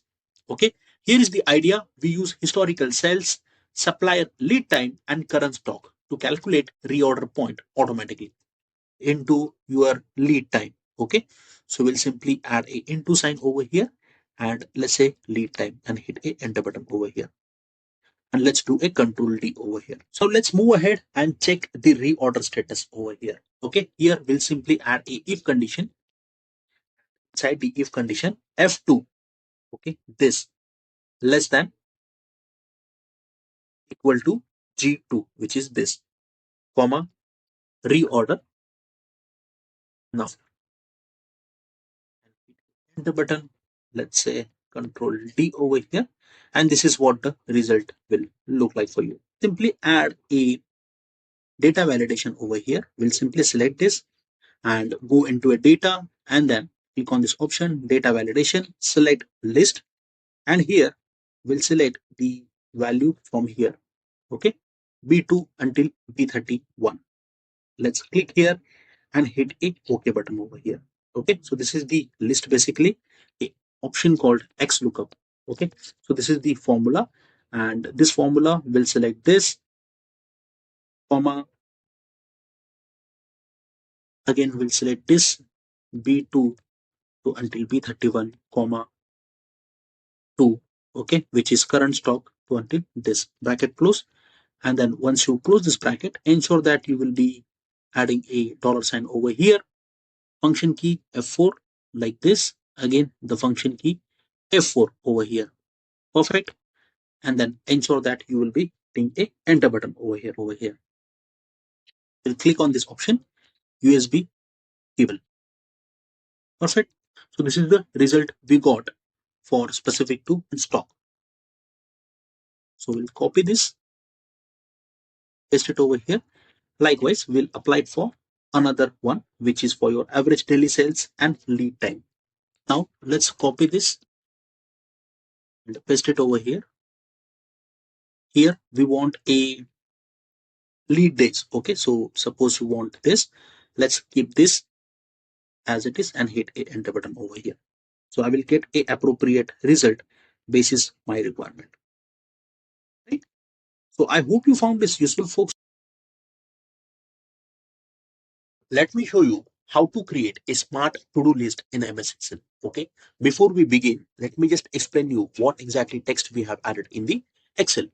So simply we have added a title over here and then here business. Okay. If in case you are from supply chain, let's add a supply chain. If in case you are from finance, accounting, those kind of businesses, you just have to simply add the businesses domain over here. Okay. Now task name. Basically the task name is that what type of task you want to add it over here. And this is the priority, high, medium, low, right? You can apply a conditional formatting from here. Let's select this and click on this option. And once again, I will click on this option here. Suppose I want a low, okay, and this one I want to showcase as a green. And suppose this one, okay, the medium one. We'll select this again. Text contents. Let's type medium, and here we'll keep it as a yellow. Hit a OK button. So this is how your priority look like. Add a checkboxes over here. Okay, you either go into a developer ribbon tab and you can simply add it from here. This one is a individual task, so I will not prefer this. Here in the insert, there is an option called checkboxes. I will simply select this and click on this option called checkboxes. The moment I press this, okay, you see there is a nothing is changing, right? Because we haven't added the formula yet. Now here, I will simply add a formula. Okay, so simply is equal to if error over here. And let's say count if and B6 is this. Let's say it's a true, close, and then divide by B15, which is this. Okay, so this is the overall selection. Let's close this, comma, 0, and then hit it. Now you are seeing this result over here. Let's go here, home, and then add the percentage sign over here. Let's increase this. Here, let's add another formula, count A. Right? Let's say B6 till B15. At close, hit a enter button over here. Now the pending one, you want to understand the pending. If false, and hit a enter button over here. Let's copy this and paste it over here. We'll add a true. Let's have to select it like this and hit a enter button over here. Now the moment I check this on, you see the result over here. So this is how it is dynamically changing the entire data over here. This Excel to-do list tracks your work automatically. It shows total task, pending task, completed task, and progress, all using a simple formulas. Follow Discover Talent to learn Excel step by step. Thanks for watching. Have a great day ahead. Watch this. When I change a department, the entire row changes color automatically. This may look advanced, but we are using a very simple method in Excel, and there is absolutely no VBA required. First, we add our departments. In this example, the departments are HR, Finance, and IT. Using data validation, we create a drop-down list for the department column. You can also use your own custom list if needed. Now, once the drop-down is ready, we select the entire data range. This step is important because we want the full row to respond to changes. Next, we go to Home, click Conditional Formatting, and then select New Rule. Here we choose Use a formula to determine which cells to format. We enter the conditional formatting formula that you can see on the screen. Because we have 3 departments, we repeat the step 3 times. 1 rule for HR, 1 rule for Finance, and 1 rule for IT. For each rule, we choose a different color and click OK. Now watch what happens. When we change the department value, the entire row color updates automatically. The formatting is dynamic, easy to maintain, and very effective. This solution is simple, powerful, and uses no VBA at all. And that's it. Don't forget to subscribe to Discover Talent for more Excel tips and tricks.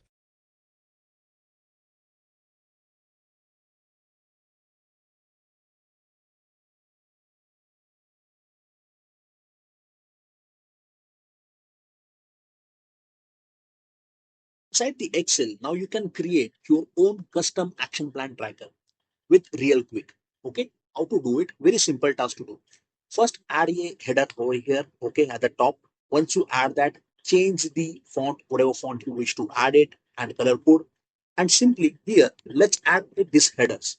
Okay, what are the headers? Let me just adjust this and show you what exactly it is. Okay, let me just adjust this like it. Okay, this is the action ID. Now we have a project name, and then we have action item. Accordingly, we have priority, owner, due date, and status over here. You can call this as a completion percentage. For now, I have kept it this as a percentage. Okay, you can just select this, simply press Control 1 over here, and then from here you can just rotate it like this for 90 degree from alignment section. Once it is done, so this is how it looks for you. Perfect. Once it is done, let's select this, go here and change the another color from here. Okay, in my case I will keep simply. Okay, so this is the overall designing I have kept over here. Now what I'm going to do, I will just go into my raw data set. This is the raw data set entry for me. To save our time, let's copy this and simply paste it over here. Okay, and hit a paste special over here. Now the moment I paste it, I got this kind of a red, yellow, and green. How we have applied this? It's a very simple task.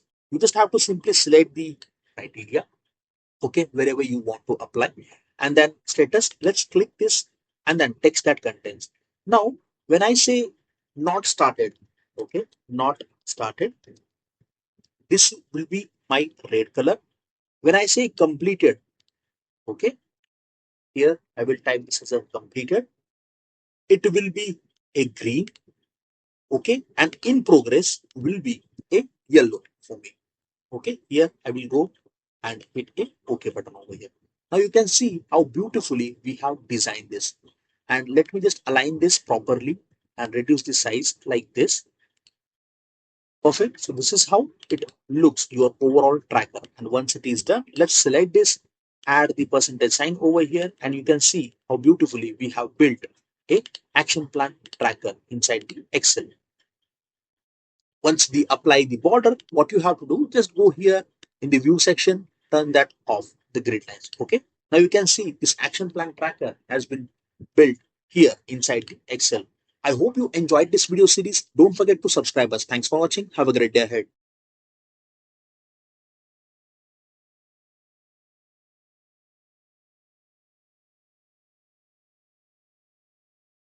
All right, welcome back to the screen, folks. If you have ever opened Excel and immediately felt confused, overwhelmed, and scared to touch anything, okay, this session is for you. I will teach you Excel starting from how to open it, and I will end how to safely close it. Okay, no experience is required. I will explain everything step by step, exactly as I wish someone had explained it to me. By the end of this session, Excel will stop feeling scary, and this will become the foundation for dashboards, automation, and even AI tools later in this series. Okay, if you are learning Excel for the first time, stay with me and follow along. To open a Excel using a start menu, what you have to do is, let's start from very beginning. Okay, first I will show you the most common way to open a Excel. Look at the bottom right left corner of your screen, click on the start option, and now you will start typing a word called Excel over here. Okay, Excel over here like this, and you can see this app is available over here. Simply hit the open button over here, right? You can see this option available over here, right? There's a sections like new, okay, home, new, open, okay. Left hand side you can see the account, feedback, options, okay. These are the recent Excel which you have opened over here. And then favorites, basically if in case you have saved this any of the file, right, as a favorites, okay. To do template, suppose I have saved it and I want to see that, so I can see that in the to do list template over here in the favorite section. Shared with me, if somebody has shared any file with me, that will be reflecting in the under shared with me section over here. Okay, if in case you have a lot of file available over here, simply press here, type the name. Okay, if in case you want to check the task, let's search a task, and you can see the file has been got searched over here, right? Likewise you can do it for the rest of the others. If in case you want to import any kind of a template, predefined templates are ample amounts of templates are available over here inside the Excel. You can just simply click on this option, more templates. Okay, you can see here business. If I go to the business, I will get a multiple templates over here. Right? Online sales tracker, small business income, inventory list, right? Small businesses, so on and so forth. Okay, and these are the daily resume activity where we use it in our businesses, marketing project planner, check register ledger, so on and so forth. Okay, so now you can see there are n numbers of templates available. Okay, you don't have to be a dependent on anyone, right? To get the template for yourself, you can directly use it inside the Excel itself, right? If in case you don't want a business specific template, you can simply click on this personal one and you can see the rest of the others, right? Personal expenses, household to do, personal mileage tracker, okay? Even the wedding expense budget over here, right? And then so on and so forth. Okay, and click on this option as well, calendars. Okay, if in case you want to see the calendars, you will get the calendars as well. Okay, these are various ways to check the details what we have available inside the Excel. Okay, now we are just simply clicking on this option called blank workbook. You just have to simply click blank workbook and you can see this Excel has been open up for you. Right? This is the one-way method, right? Where we are opening up the Excel over here. Now I will show you another simple way to open a Excel. Look at your desktop. Okay, simply I'm pressing a Windows key and D, and when I press that, I can see this desktop available in front of me, right? And I will simply click on this option, right click over here. Okay, here, new, and then I can simply open a Excel worksheet over here, right? And if I double click over here, I can see the same Excel has been open over here. You can do it in this way as well. Okay, complete your call how you want to do it. Okay, but it's a traditional method which we follow, right? Start and then we just click on this option Excel and then we just simply open it. Now I will show you the third way to open Excel, which is by opening an existing file. Okay, go to any folder on your computer. Okay, that can be in your downloads. Majority times we see the files available inside the downloads, or sometimes it is in documents. Okay, look at for the file which is available .slsx. Okay, which means it is a extension. So how we can check that? Suppose if I go here in download section, I can see this to-do list over here. I'll just double click over here, and as soon as I click on that option, I can see this template available for me, right? And this is how I can open the existing Excel over here. Notice that Excel opens automatically along with the file. That is commonly used when someone sends you an Excel file by email, or you are leveraging through a Microsoft Teams, okay, Slack by any chance, or maybe on SharePoint, you are just downloading that Excel file, right? So remember, you can open Excel directly or Excel can open automatically when you open a file. Now that Excel is open, this is the first screen you will see. Okay, this is called Excel start screen. Okay, since this data is already there, don't want me to make you confuse more. I'll just do a Control N over here, which is a shortcut key for new workbook, which I have did just now. And this is the blank workbook. Now that the Excel is open, okay, this is the first screen you will see. This is called Excel start screen. Okay, do not worry if this looks confusing. I will explain only what you need right now. Now I will simply click on this option called file over here. Okay, on the left hand side you may see the recent files, which is this, right, which we have already discussed. These are the Excel files you opened earlier. In this is the blank workbook over here. This is what we use. We want to start afresh. Okay, you may also see some sort of templates which we have seen over here. We will ignore templates for now, okay, because we have already explained that particular template over. You are pretty much new, okay, you are not really sure how to do it. You can watch my previous video which we have already posted on YouTube, and we got a amazing responses there, right? People loved it and they really appraised that, and more than 5k views we got that particular video. Now this screen you are looking at is called worksheet. Okay, this is the worksheet. Basically everything we do Excel happens here. Okay, I will explain this slowly because this is the most important part of Excel. These numbers left side are called rows. You can see these numbers. Okay, 1, 2, 3, 4, 5, 6. Right? These are the numbers which are in horizontal. Right? This is to be called as a rows. Talk about column. Okay. Letters, right? You see here A, B, C, D. Okay, these are the vertical letters, which means these are our columns over here. Okay, in column and row meets, we call this as a cell. So this is the cell, and how we call this as a name over here? D7. This is the cell address. We call it as. Now I will show you where the Excel shows what you type. Okay, this is the area called formula bar. Here we type the formulas. Whenever you click in a cell, the content of cell appears in the formula bar. This is very useful when you want to check or edit any data. I will now type some data over here. Okay, suppose I have pressed 100 over here and hit a enter button over here. You can see the entry over here. Now I will type a Excel basics. Yes, I will say Excel basics over here. This is how I have typed the Excel basics over here. Also check the date as well. If in case you want to add any date, right, you can just add the date as well over here. And here just I'm simply typing the date over here, month and year. You can see, and it will automatically get change the date over here. You can see the top, right? Excel automatically understands whether you are typing a text, okay, here, or number, okay, or maybe the date. You can see it here. Now let me show you how Excel organizes work using a sheets. Okay.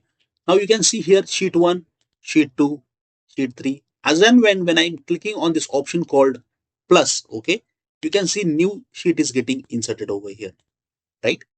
So suppose I will just right click over here and here, and I will add a practice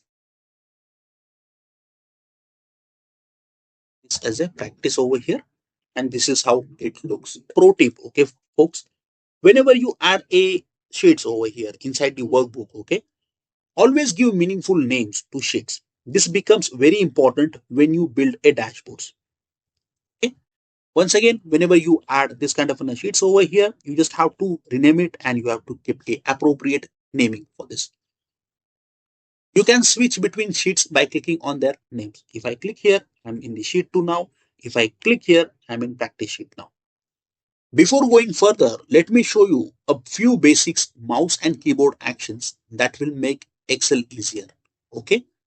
A single click cell selects the cell. Okay. If I click on this option, okay, it will select the cell. Double click allows you to edit inside. If I double click over here, it will give me the edit option and I can change that. If I right click over here, okay, I will get a ample amount of options over here. If I select this and drag it at the bottom, I can get the dates change, month change, likewise, right? When you press enter, Excel moves down. See, if I click enter, you see it's going down at the bottom. When you press tab, you see it's been going right hand side. Excel moves to the right.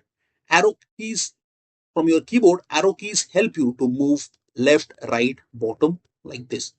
This is one of the most important, and you have heard multiple times. If you make a mistake, okay, suppose this is the mistake you have made, you have added this kind of a text over here, or maybe you are forget what type of action you performed. Okay, that time you can use this option called Control Z.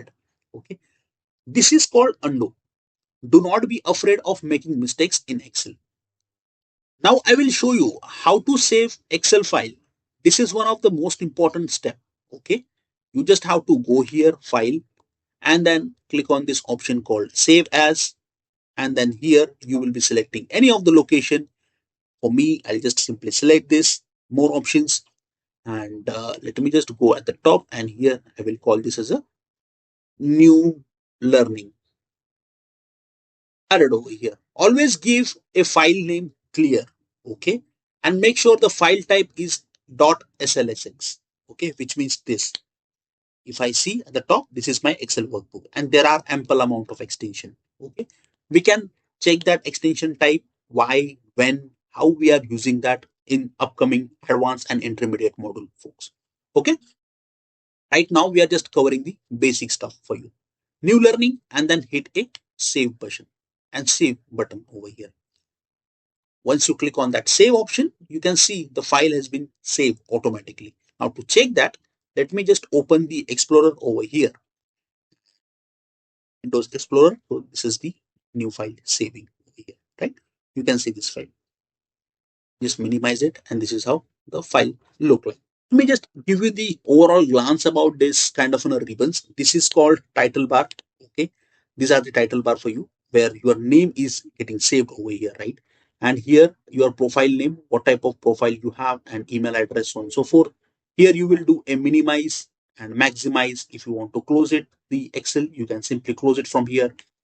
Suppose you are working with the MNCs, you are working with the any of the college project, okay, and you want to work collaboratively. That time you will use this option called share, and you will share this Excel workbook to other person, and they can parallelly work on this. Okay.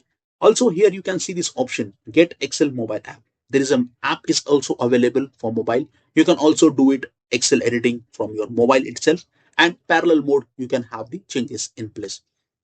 This is called ribbon, file, home, insert, draw, page layout, formulas, okay, so on and so forth. Okay. Each step I have explained in my previous video series, which is we have already spent 8 hours there, right? You can just go through it and just understand what exactly it is and how it works. So since you have joined this series, right, in the intermediate and the advanced level, we are covering the dashboard section, okay, where we will be covering this particular part in depth, where you will get to know what exactly and how we are using this home, insert, draw, page layout, so on and so forth, and what is the use of it, right? Here, you mean zoom out your Excel workbook like this, and if in case you have this vertical, you can just click on this option, vertical, and then this is the horizontal bar, okay? You can just simply select that, and you can just check it, okay?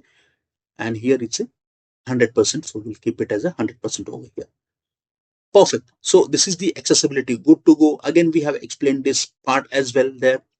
Here we always talk about automation, right? So here called developer ribbon tab. In your screen, in your Excel, this option might not be available. How to turn that on? Even those kind of shorts we have maintained in our 300 pack video series, where you can get to know that how to enable this developer ribbon. Okay, where you will do a automation for your team, for your projects, wherever you are working with, or maybe your startups. Okay, now I will show you how to close Excel properly. Okay, you either go here, file, and then close on this particular option, or maybe simply click on this option, close, and you can just simply close this Excel workbook over here, right? You just simply click on this option. Majority times people don't follow this close, okay? So you can just disregard this part. You will just go here and just have the habit available for you. Just have to simply click here. Pro tip over here again, if Excel asks you to save changes, always click save whenever it's required. Okay, sometimes we work so hard and we forget to save our files. Okay, and that time our data may lose. Okay, so final wrap up, you have just learned Excel from the absolute beginning. You now know how to open Excel, understand the screen, enter the data, save Excel workbook, and close Excel properly. This foundation is very important. In the next sessions, we will move into formulas, data analysis, reporting, automation, AI, dashboards, and step-by-step guide. If you are serious about mastering Excel, the right way to stay connected with this series.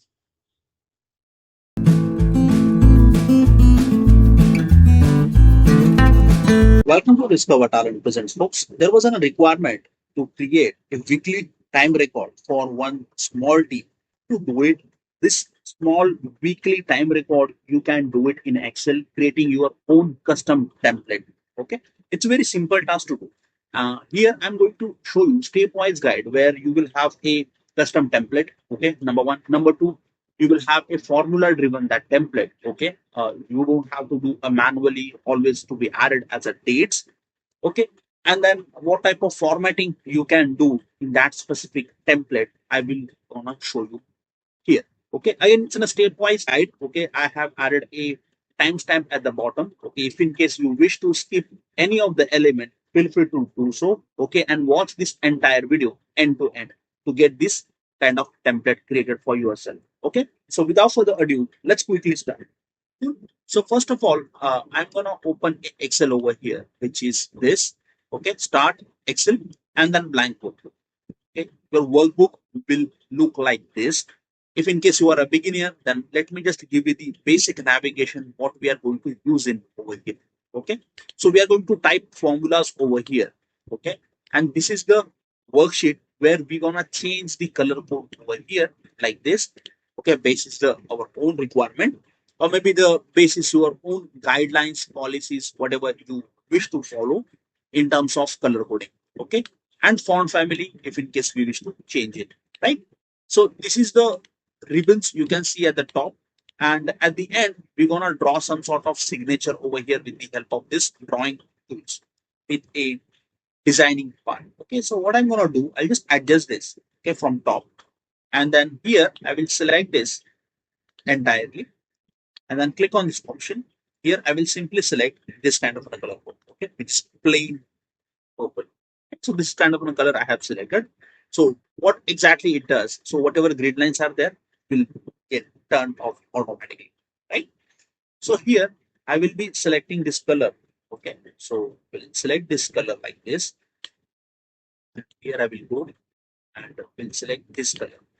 Okay, and again if I go at the bottom, here we'll select this. Okay, so normal row, and then just change the other color, which is this. And then once it is done, drag it like this, okay, at the bottom. And we are put there, right? So what we want a logo, suppose. Okay, so here insert illustration, click on the icon section. And in icon section, now you can select any of the logo, okay, whatever logo you wish to. So for now, I'm gonna select a this kind of a logo. Okay, so this has been inserted over here. Now here, what I'm gonna do, I will just add a couple of text over here. What can be? So it is weekly time record sheet. Okay, or maybe tracker. Okay, you can call it as a tracker. Just click here. Click on this option, alignment center. Okay, click on this option, alignment middle. Okay, basis the your logo position, you have to align your text over here. Okay, I will just increase a font size over here. Now you can see my text is getting left hand side. Okay, which means this kind of an alignment will not really suit for my text. So what I'm gonna do, I'll just simply select on this option. Okay, the moment I press this, you can see the text is going to get arranged at the left hand side, and then we'll reduce the size like this. Okay, so this is the weekly time record tracker available for me. Now you can just simply click here and click on this bold option. This will look like this. Okay, so now here what I'm gonna do, I will just add a couple of entries over here. Okay, so here I will just first select this entirely. We'll click on this option, and in the border section, and there is an option called top and bottom border, right? So we want just a bottom border. So I'll just simply click here, bottom border, and then here we'll type as a employee name. Okay, likewise, what I'm gonna do, I will just add a manager's name as well. Okay, so we will select this, and we'll apply the same border like this, and here we'll call this as a manager. Okay, likewise, we'll apply the same logic at the bottom, and here we'll add a employee address if in case you wish to add as an address. Okay, and then here consecutively just select this and this underline border, basically, right? Contact details, so you will be adding a contact details over here. Okay, so this is the contact details. So once it is done, just make sure that you are selecting this entirely. Okay, and making this bold and increasing a size like this. Okay, so this is how it looks. At the end, you can also change the overall pattern as well. I'll show you that as well. Okay, so for now we have added this couple of entries over here, and then in this kind of an entry, suppose I will say this as a Robin Hood. So this is my employee name, and I will this my Ravi Sharma. This is the manager instance, and then we'll call this as a 212. Okay, um, Nathpai Road. Okay, and this is the address. Let's say Albany, NY, and this is kind of a pin code I have randomly added. And suppose you want to add a contact details, let's say this as a 123 and then 456789110. Okay, randomly I have just added this kind of a number over here. And if in case you have a email ID, you just have to paste a robin.h@gmail.com or maybe the example.com for an instance. Okay, just entry I have pasted over here. Cool. So we are good there. And what we have did so far, we have just inserted a Excel spreadsheet, and in the Excel spreadsheet now we are adding entries. Okay. So here, what I'm gonna do, I will just make sure that this week ending will help me to show a days. Okay. So this will be a formula driven. Okay, folks. To add a formula, what I have to do, I have to first add a week ending as a header over here. Okay, this is my header now. And we'll do a control B over here, or maybe you can just simply click on this option, bold, like this. Okay, since you are adding a formula over here, I will just select this. Okay, and we're gonna use the formula. Again, the formula section, we're gonna cover later on part what type of formula we're gonna use it. For now, we are just adding an entry over here. Okay, so here I'm just selecting a day for an instance. Okay, so let's say this is day, and if I go ahead, okay, we'll call this as a regular hours. Okay, let's say overtime hours. Then next is sick leave. Here, suppose the person have taken a vacation, and this is the total. So overall calculation, I will get it over here. Cool. So you know you can keep the spaces as well. That's completely your call how you want to keep it. So here, likewise, you can keep it like this. Okay, and then later on you can arrange it if in case really need. Okay. So for now, I have made it like this. I'll select this, make it central alignment like this. Will again select this entire selection like this, and then we'll go at the top. We'll select a color like this, make it bold, center alignment, and then increase the size. Okay, so this is how the tracker will look like. Okay, so if in case your is getting broken, okay, like this, you just have to arrange the alignment. Even if you are not really happy with the alignment, you have a workaround to do. Okay, simply select this entirely, control shift, and then just entire selection, press control 1. Okay, there is an alignment option, and you can just align your text like this. Okay, for now, in this specific tracker, we are getting this text arranged. So I'm not going to use that as a 90-degree alignment. I'm okay with it. Okay, so simply add a couple of entries over here, like Monday, okay, Tuesday, and then so on and so forth, right? So this is the basic our day starts with, like our office day starts with. So I'll just select this and drag it at the bottom until Sunday. Okay, so this is my overall days. So what I'm going to do, I will not select this kind of a selection over here. Instead, I'll just arrange this column. Okay, just click on this, arrange it like this, and here we'll add a formula. Okay, so this formula again we're gonna cover it in the next section. Okay, so we'll just highlight this. Okay, here we are going to add it as a formula. So once it is done, okay, suppose your regular hours works in the 8 hours. Okay, sometimes it can be 10 hours as well. Okay, you based on your location, where are you working with. Majority countries I have seen that they works for 8 hours. Okay, majority countries I have seen that they are works for 10 hours. I'm not really sure which country you are based in. If in case you can comment on the below section which country you are based in, I'm happy to know that, know what type of regular hours you work with. Okay, so okay, now come to the topic. Regular hours working are 8 over here. What I'm gonna do, I'll just select this and do a control D over here. Okay, so it is not that always people will work for 8 hours in this specific example. Okay, so what I'm gonna do, I will just do a 6 over here. Okay, and what happened, 2 hours, where is the 2 hours? So 2 hours is basically he's got a sick. That's what the 2 hours is here. Okay, very simple.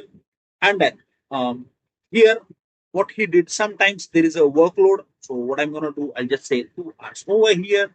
Okay, like this. Or maybe you can consider as a Saturday Sunday work, right? So you can just keep the similar fashion, you can keep it over here instead of this. Okay, so once it is done, what you have to do, you have to add a, if in case any vacations to be delivered, then definitely it should be a 0 and your vacations will be added over here. But we are not going to consider vacations over here. We are simply adding a total over here. Okay, so to do that, again, we have to use a formula over here. So again, the same method, formula will cover here. Cool. So intentionally, I'm highlighting this as a in a blue color, blue shade where the formula reside. Okay. So once it is done, simply let's select this entirely. Let's go at the top and click on this option called all border. Okay.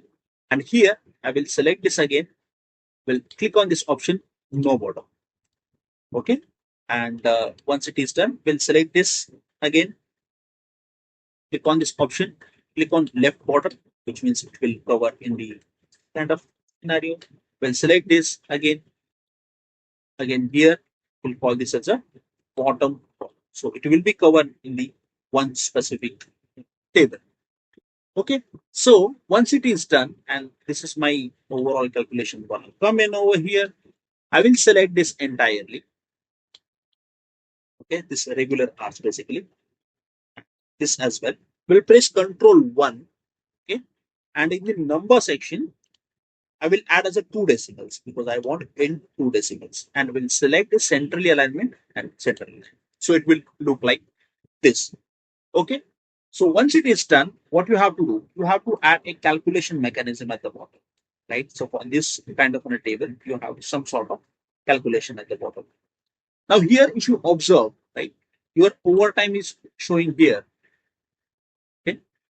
Your regular hours showing here and your overtime is shown here. Okay. So in this case, what you can do, just select this central alignment like this, central alignment. Good. And this is how it looks. So you can either central alignment like this, do it. Okay, and likewise you will do the same steps at the bottom as well. Is click on this option and then apply it at the bottom. Okay, so you will get a like alignment like this. Okay, similar fashion, just select this merge and center and click on this option. Select this entirely. The format painter will really help you to arrange these spaces. Right? So I will just select this again, click on this option, click on the format painter and arrange this. Okay. Again, the format painter, select this entirely and it will do it manage like this. Cool. So we are done with this. Arrange this.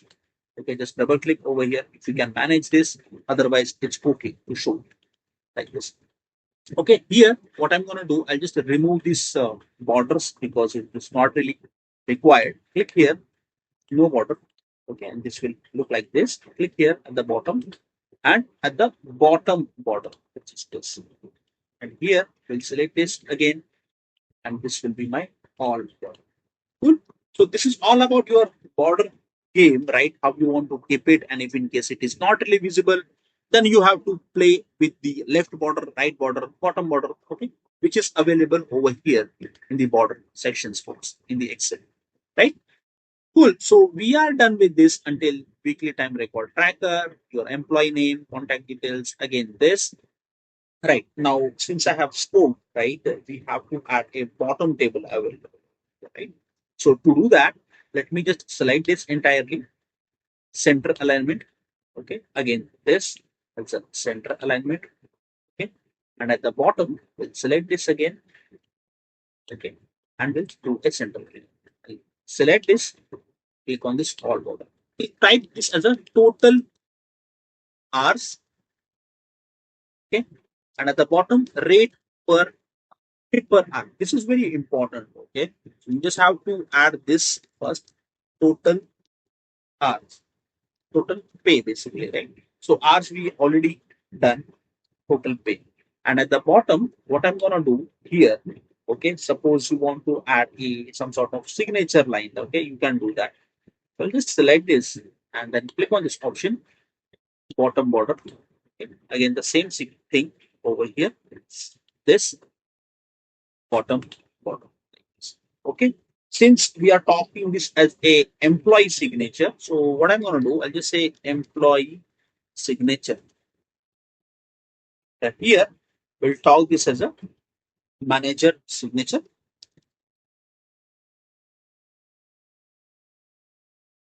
This is how it is done.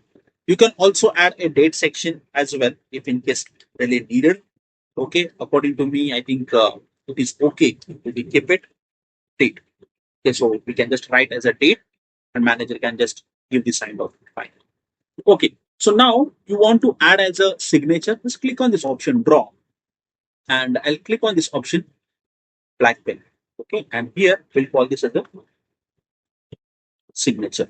Okay, and this is my, again, if in case I want my manager signatures to be shown in a different format, you can select the any other color. If in case you want to keep it as it is, keep it as it is. Let's say this my boss's signature, and once it is done, I just select this, click on this outside. Great. So we have added a weekly tracker over here where we have a signature also added and this kind of data over here. Good. So once it is done, now we are pending with adding a couple of entries over here, which is this, right? You are good with it, and then now regular hours. Okay. So what you have to do, you just have to simply select this, okay, regular hours.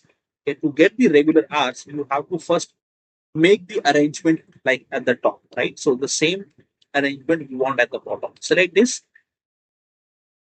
add the couple of formulas over here. So we'll keep this as it is for now.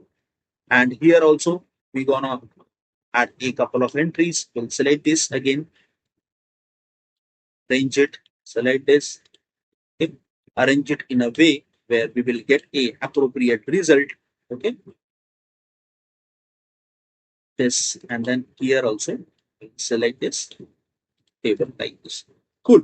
So we are done with this, and here we'll call this as a bold, okay, because it's a total hours, and you can select this and you can keep this as a italic. That is completely fine. Okay, it will look like this.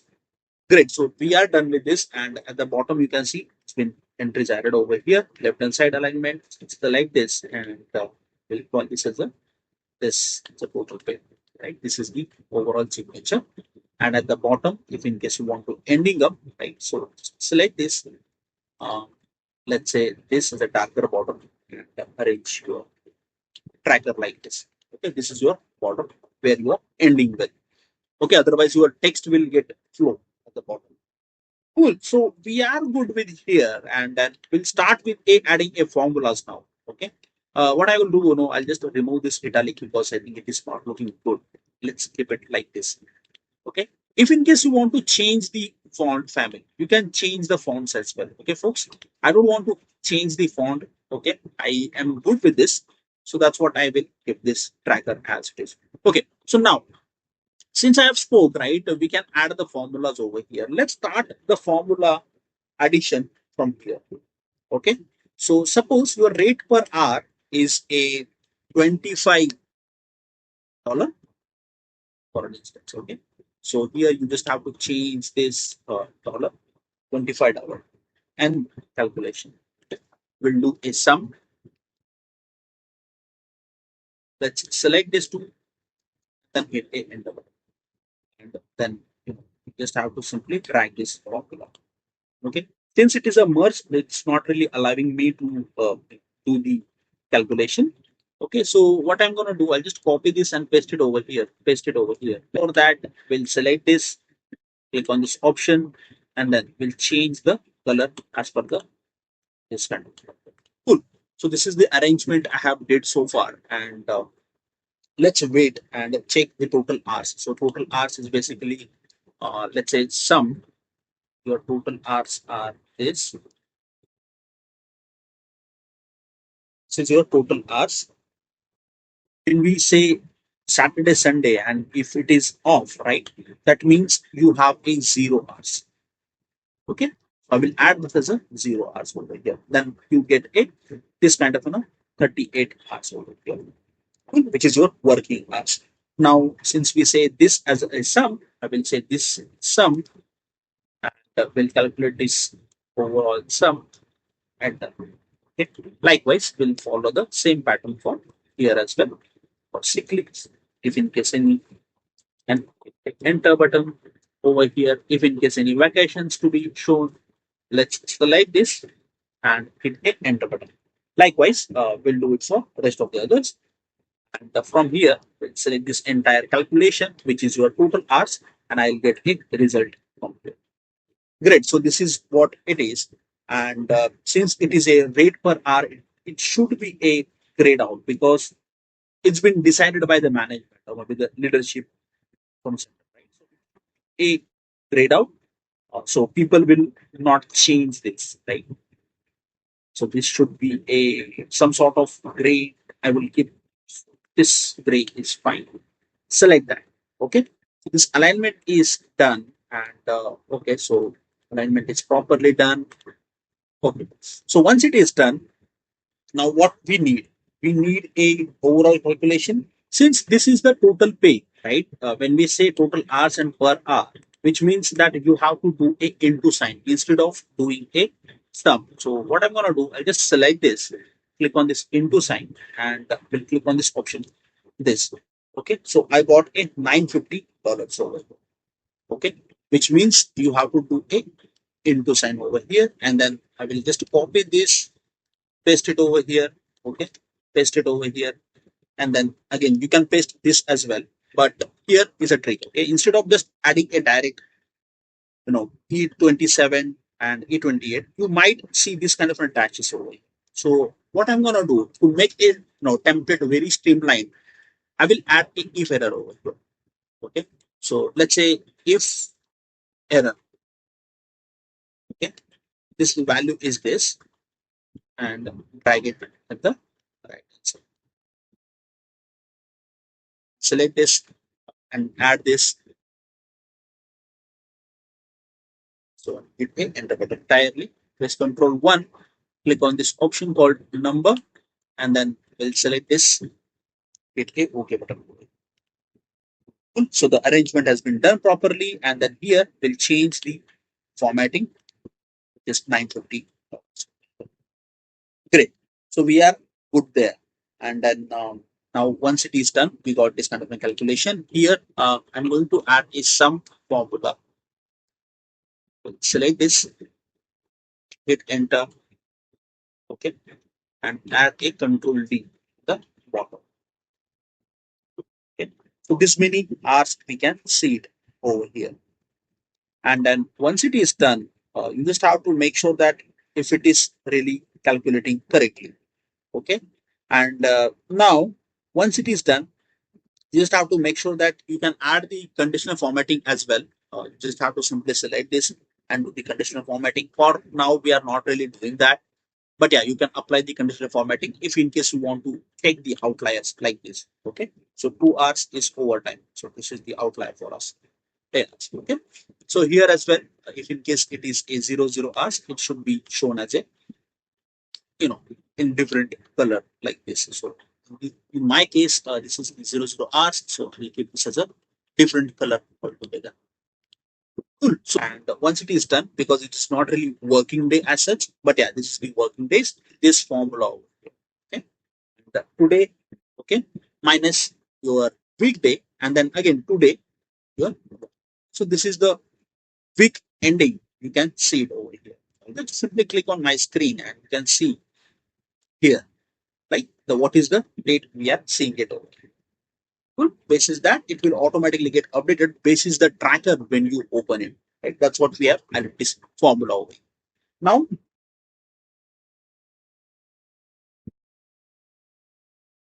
so very simple task to do. Now in the Monday, no, D19, you have to add a this kind of a formula over here. Okay. Again, it is taking a value from your D15. Okay, D15 is equal to 0. Okay, so show me a blank. Otherwise, show me the -6. Okay, so this is the date range what we are getting the as per the dates. So to a control D over here. And then since we are seeing this kind of values over here, no need to worry. Paste control 1 over here and then click on this option called date. Okay. Here you just have to simply select this. Okay.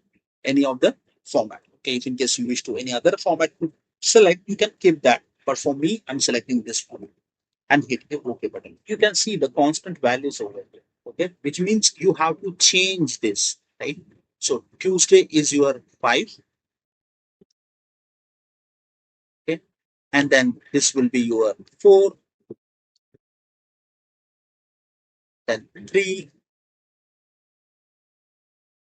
2, and then once it is done, let's say 1, okay, and then this is your 0. Great. This is the pattern what we have followed while we are adding this kind of a template over here. We are done with this. Now let's revalidate the formulas whatever we have added in the tracker over here. Okay, folks. So first of all, what I'm gonna do, I'll just select this. Okay, I'll change the color. I will keep this as a color even for this because it is really going in a different angle altogether. So I'll just select this and change the color code because it will look like a very best theme for me. And then we'll select this and click on this option and change the couple of color code like this. We'll ensure that we'll select the color code like this as well. And then keep it very light color like this. And at the bottom, this layer, the bottom border is pending. So this bottom I have added over here. Great. And if in case we really need the borders over here, we'll keep it. Otherwise, the alignment is fine. Cool. The final touch up basically. So the calculation, if you want to keep it sum like this, we can keep it. Otherwise, you can just simply do a sum from here as well, right? So this is the if error value, which is taking a overall value, which is not really making a sense over here. So what I'm gonna do, I will just do a sum over here, and from here we'll select this entire values, bracket close, hit enter. So this is my final value, which is this.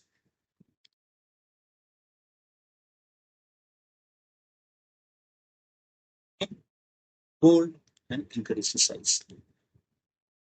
Great. So this is how the value looks like. And with this case, okay, you can see how beautifully we have made a weekly time record tracker. Okay. So likewise, if in case you want to make it more professional, okay, you just have to simply select here, add the tab over here color, and then just change the tab color from here. And what else you can do? You can just simply click here if in case you want to print this. Click on this option and arrange this.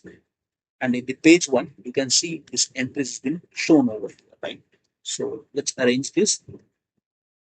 Great. And I'll click here again. You can see the distorted lines, right? Red lines. Okay, which means the page is getting break from there. If I press Control P over here, my entire weekly schedule getting printed in one page only, right? You can do the PDF as well. If in case you wish to export into a PDF, just simply click on this print option. Okay, you can see, this print getting added over here. So we'll just generate a print over here, and at one simple click, you just have to simply press Control P, and then this PDF is generated from Excel.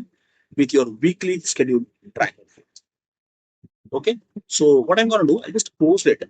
And once it is done, okay, so you just have to double check, you know, at the top. It's a very beautiful function from Excel. For in page layout, you can see different color scales over here, how it looks. More professional, more elegant, right? So yeah, we can say so beautiful, so elegant, just looking like a wow. Yeah, that's completely a call. Okay, you can take it from there. And then yeah, this is how the template will look like, and you can just play with your data and the amazing templates you can create in MS Excel. Okay. So suppose I want to keep this in the orange, I can keep this in orange, right? You can again change any of the color code, whatever you wish to complete your call. And in the theme section, if in case you want to change a appropriate theme, you can just play with this theme and you can just apply it. Okay. For me, I will go with the colors only. Okay, because I have did the arrangement already with my font, okay, selection and so on and so forth. Only a color section part is pending for me. That's what the color section part I will select this Mercury. Okay, and this is it. Great. Okay, if in case you want to add a borders, okay, just select this entirely. Go into a home ribbon tab, click on this option, and click on click outside border. Okay. The moment you press Control P, now you can see these borders, right? Initially, the border was not there. If you observed over here, right? The border was not there in the PDF. Okay, now the borders are applicable. So this is how amazingly you can generate any template, any tracker in MS Excel. This is your own requirement. If you find this video helpful, don't forget to subscribe us.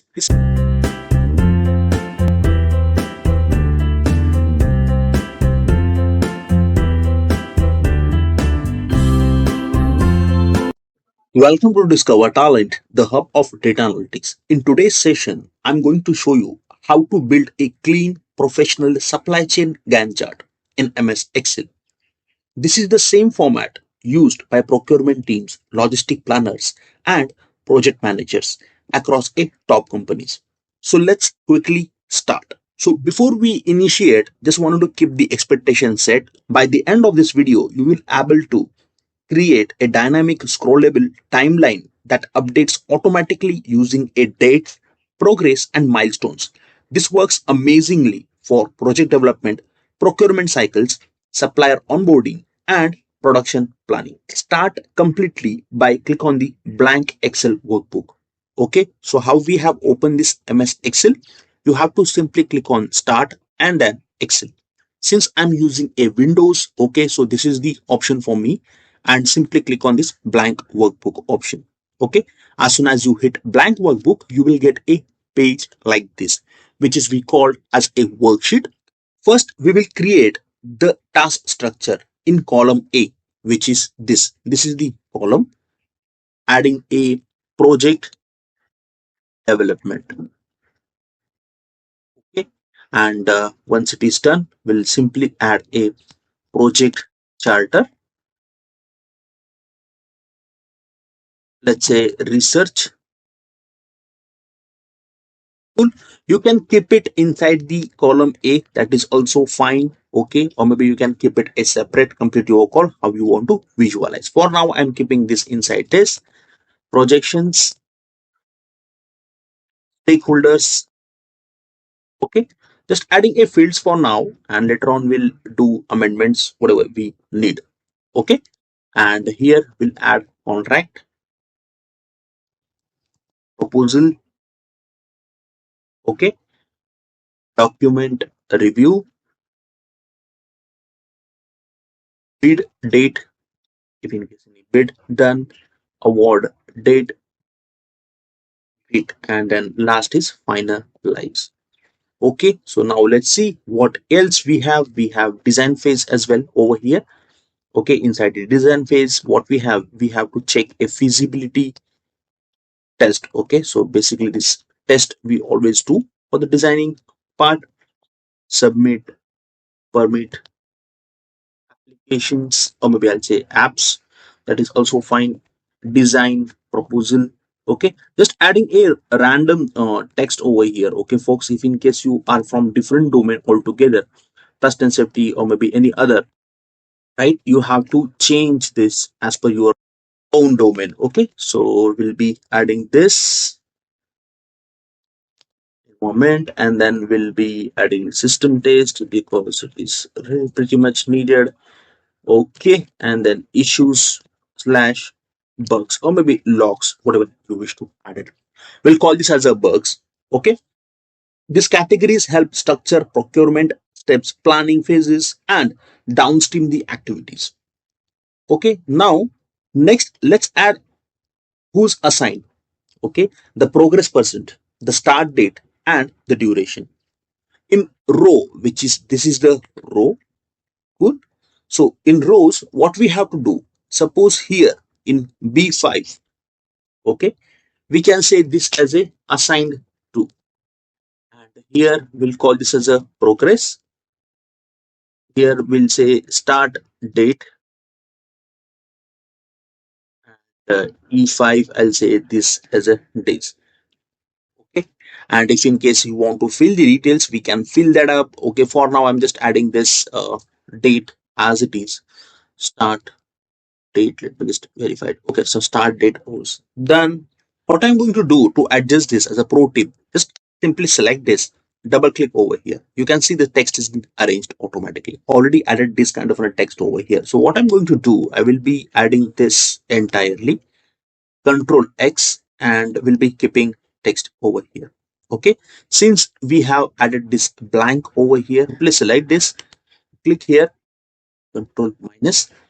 Let's say this as a bold because those are the headers for us. Let's say this is the bold, control B, select and keep it like this. Great. So we have added this kind of details over here. And what we have to do at the top, okay, so suppose you have a specific project. Okay, so you will add a project name over here. Okay, so whatever project is that, and the project sponsor or maybe manager, you can say, that is also fine. Project manager, and project start date. So we will be adding this simply, and here we'll call this as a milestone if in case it's really needed. Okay, we'll not really look at this, but we'll just add this as it is for now. Okay, if in case we really need it milestone, we can just simply select this and then we will get a visualization at the bottom. Okay, for now we have just added this kind of fields over here. Now since this is the overall text over here, so we'll be call this as a description. Okay, and we'll keep this as it is and select this. Let's keep it this as a bold. Great. So we have added this kind of details over here. Select a column C over here. Okay, and go to the conditional formatting. Is data bars solid fill. Data bar solid fill, and here we'll select any of the solid fill color over here. Okay, so for now I have selected as a green color over here. And for an instance, if I add 89, okay, 56, 90, okay, so this is how the range look like. Okay, for now, since we are working with the very basic environment, look like this. Okay, suppose review, if you want to add a 10, okay, as soon as you add the completion percentage, you can see these bars getting automatically changed, right? So here let me just change this spelling. Okay, that's it. Typo, whenever we do manual task like this, typo always be there. Cool. So this is how I have built so far, and this is the 33% for me. Great. So this is the progress bar I have added over here. Now what I have to do, I have to simply select this, centrally align like this. Okay, if in case you can check this option, if it is really giving you the option, okay, to showcase a percentage, it is good. If it is not, that is also fine. Let's do it this, and here if you could do like this 0.25, okay, and if I click on this option, I will get a 25%. Okay, likewise, I have to do it for rest of the others. Cool. 0.50. Okay, same 0.10, 0.60. Okay, so you can see, why we are doing this, because to get that added that percentage sign. So that's what we are doing this. 0.50. Okay, and then 0.33. Great. So we have added this, and once we are good with it, just simply select this entirely, click on this option. Okay, so you will get a appropriate percentage sign then and there. Great. So we are good with this, and then now what I'm going to do over here. Now let's create the calendar that our Gantt bars will sit on. Okay, click on the F4, which is this. Okay, here we'll type the project start date. For instance, I will be selecting this, and we'll call this as a 11 this. Okay, so what I have pressed control semicolon. So this, I'm giving you in between the pro tips of Excel. Okay, this will help you to understand how we can quickly work. So what I have typed control semicolon, which gives me the today's date. However, the video is preparing for this date. Okay, so if it is this date and our start date for project is this, so we have to just modify that date and we can keep it like this. Okay, delete it. So now this is the date for me as a project start date.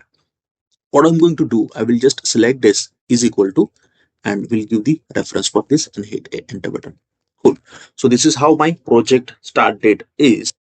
Click this and then select this plus one. Okay, what you will get a second of that specific project start date. Okay, so we are just adding a plus one over here. Great. And now what I'm going to do, I will just simply drag it like this. Since you are seeing this hash, pro tip again for Excel, if you are seeing this kind of a hash, just ensure that you're selecting this entirely and double click. Okay, are we getting a correct result? So answer is yes. So let's go next and then drag it again. Good. Let's double check 25th. Okay, I want this. So since the value is not really visible, we'll select this. Okay, arrange it 15th, 16th, 17th. Okay, we'll drag it again until this. We'll just double check if the result is showing properly. Cool. We see that, few of the months like Jan. Okay, Feb, if you exclude that Feb, right? March again. Okay, we have the 31st. Okay, and then rest of the other months are 30th, sometimes it's 28, so on and so forth. So ensure that you are keeping this until next month first day. Okay, so this is how we have added this as a dates. So now we have added this, and then what I'm going to do over here is we'll simply adding a this. Okay, press Control 1. And here, since we want only a dates over here, so we'll delete this and we'll simply select like this and OK. And once it is done, let's select this again entirely from top, double click over here, and you can see the arrangement here. Isn't that great? Okay, if in case you found it very difficult, no need to worry. Okay, you can just rewind this video and play it again. And if in case you are stuck, just comment on the below section. We'll explain you once again. Okay, no need to worry. Now here we have already added this. Now suppose the date wise we are not able to gauge it. Okay, sometimes we want to understand. Okay, so what was the day? So suppose this is the 1st of November. Okay, this first, and then I want to get it this Saturday. How I can get that? So to get that, what I have to do, I have to simply select this and then add a text option. Select this comma, and then we'll add this triple D over here. Hit a enter button, and then we'll do a similar fashion. We'll just drag it here, and we'll see if the result comes properly. Select this, arrange it. Cool. So we are getting this kind of numbers over here. We'll ensure that all will be centrally aligned. Yeah. because this alignment is really important. Suppose randomly I'm just checking this 8 and 9 is Saturday, Sunday. We'll select this. Okay, 8 and 9, it is Saturday, Sunday. Saturday, this, and this is the Sunday. Cool. So we just have to double verify whatever we are creating the template, okay? Because at the end of the day, whatever template we are preparing, right, those gonna be utilized power management. So we'll select this and then change this as a darker color, okay? Or maybe you can keep this as a color. I would recommend keep it very light, okay? So it can be helpful for others as well to check that details properly. Cool. So the darker color and bottom pretty light. Okay. And then here, once it is done, the part, simply select this as well. Go here, select this. Now the actual magic will start. Okay. Excel will automatically shade the cells that fall inside the each task of date range, which is this I'm talking about. Okay. These are the grids. So how to get that done? Okay. To understand that, what we have to do, we have to select this entirely first. Okay. We'll select this, go bottom, okay, extreme bottom, and then just check the text of ours, right? So what is the text basically? So this is until this 27th, right? So if I select this AJ27 F6 to until AJ27, right? So we'll select this, go to home, and here conditional formatting, click on the new rule option, okay? And here we have to add a formula that contains, okay? And what is the formula? Let's say is equal to and, okay? And here we'll add a this date range basically. So where is the date range? So we have a date range available in F4 here, which is this, right? So we have added that date over here.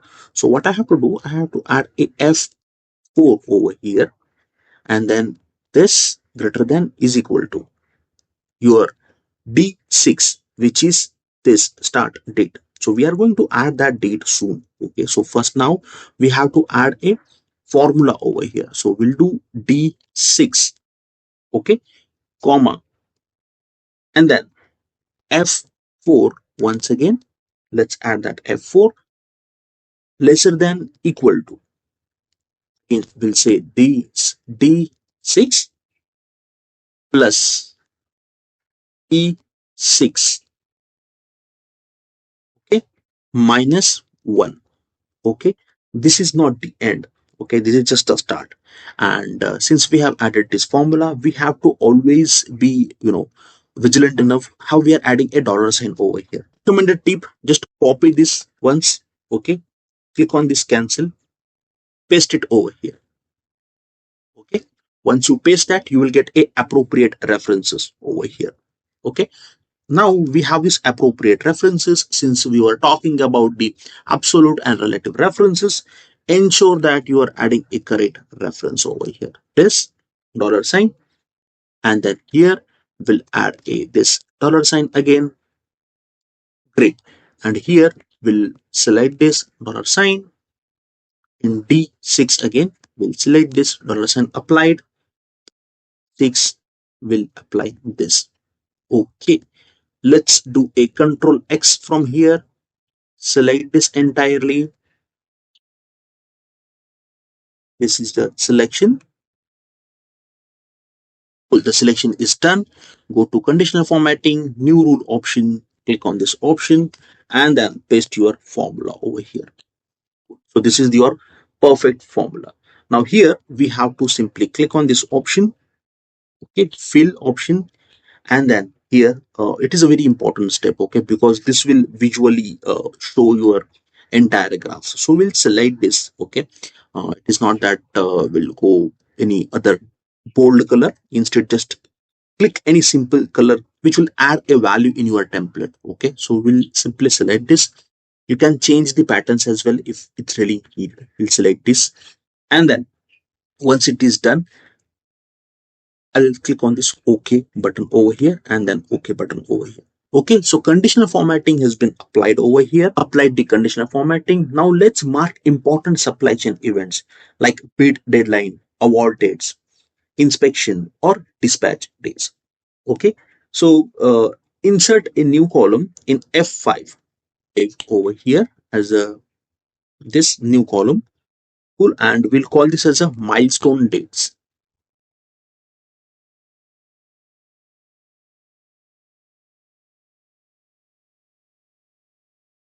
Again, it's a optional. Okay, it is not that mandate you have to always follow. It is just an optional, but we have to simply add it. Okay, so added this milestone dates over here. Now what we have to do simply, okay, add few dates in the this specific column. Since we are doing that in the later on part, that is okay. So now what I'm going to do will be selecting this entirely. Then in the conditional formatting, again click on new rule. Okay, here we'll be adding a different rule altogether. We'll say this F dollar sign and then 4, okay, is equal to, we'll say again dollar sign F6. Cool. And once it is done, what I'm going to do in the format section, click on this format, delete this and delete this. Okay, press Windows and dot key. Okay, then you will get emojis like this. Ensure that you are selecting appropriate emoji, whatever you wish to show it.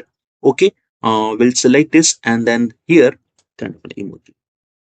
Okay, and once it is done, we'll ensure that we are selecting this as a proper color and then hit a OK button. You can select this or maybe any other color, brown or maybe something like that with OK, and then hit a OK button. Great. So we have added dates. Conditional formatting over here. If in case you are not really conditional formatting, manage rules and just double click over here. Change this fill color to your normal color or with no color and hit a OK button. Any which is you will get this emojis over here. Okay, and hit a OK here. Okay, so you got a milestone dates like this. Cool. So we'll go bottom. Okay, for long projects, let's add a scroll bar so we can move timeline left and right. Okay, so what we have to do, we have to just turn this option on in developer tab. Turn this option. Okay,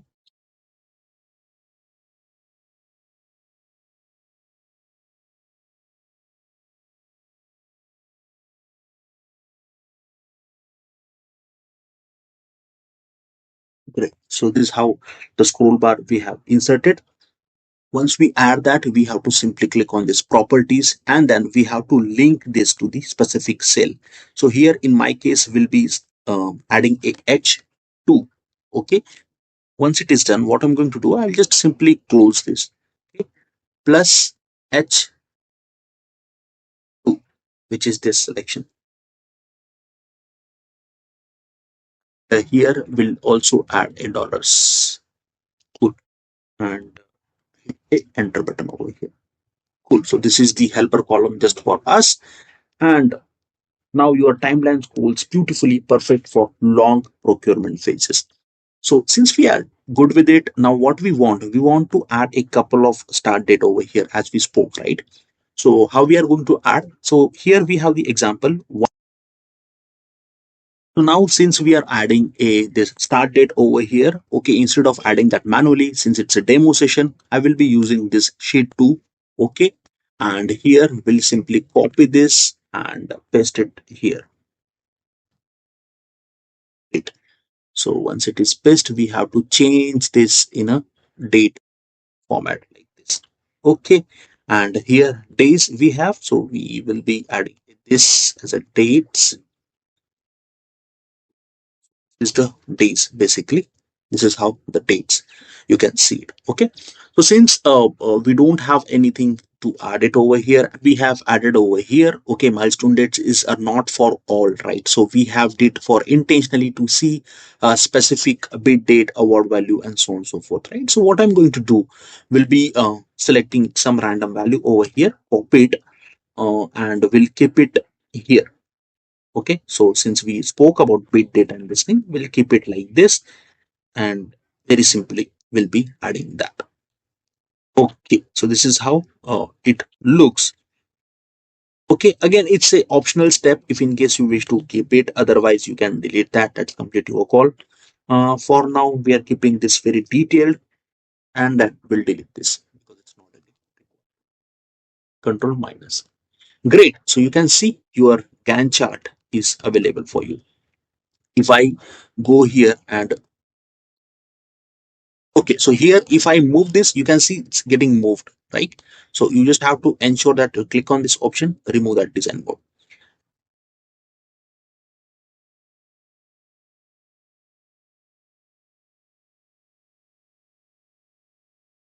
Bit like this. And if I change this, you can see the project end date. We can see it over here. This is how it is looks. Okay, folks. Now suppose you want to add the assign to names as well over here. Now in this case, what you can do, you can simply add the couple of entries over here. I have couple of entries over here. We'll select this, okay, randomly, copy this and paste it over here because this will help us to see our template fine. Okay, so that's what we are just adding this, and do control D over here. Okay, in your case your data can be different. Okay, you can do that and you can analyze that.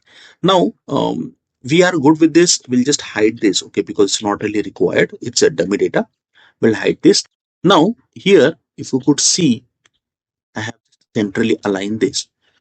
You just want to check a project development or maybe the contracts overall. Okay, so in this case you can simply select this and go to this view, go to this data option, click on this option, click on this group, okay, and click on this option minus. You can see only project development. Likewise, if in case you wish to only check for contracts, select this, click on this option group. Okay, likewise we'll select this data once again, group. Cool. So this will help you to save your time. Okay, instead of going and doing a drill down every time, okay, you just see the summary view by clicking on this option. Okay, and this is your summary view. Where are we in terms of the overall progresses? And if you click on this too, you will get a drill down of that data.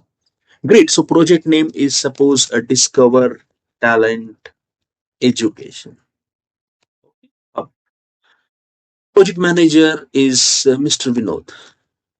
Okay, so this is added, and milestone will say this is the estimated timeline. If you have anything, right, we'll just copy that and keep it here. Okay, so this is how we have built a Gantt chart in MS Excel, folks. We'll rename this, let's say, project management Gantt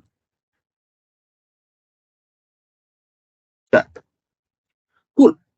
And if in case you wish to change the theme for this, okay, you can do that as well. Okay, folks, click on this. We'll just turn off this grid lines because it's absolutely not required for us. And here, if in case you really don't need it, we'll just select this and right click over here, click on this option delete. Okay, and here we'll simply adjust it like this. Great. So this is how the overall structure will look like for you. Great. And if in case I want to see only contacts design, I can see the entire view like this. Cool. So we'll click here, click here. Great. And if in case I want to change this, the overall progresses, I can see this progresses over here. And in a real time basis, I can get a Gantt chart uh, visualization added over here, folks.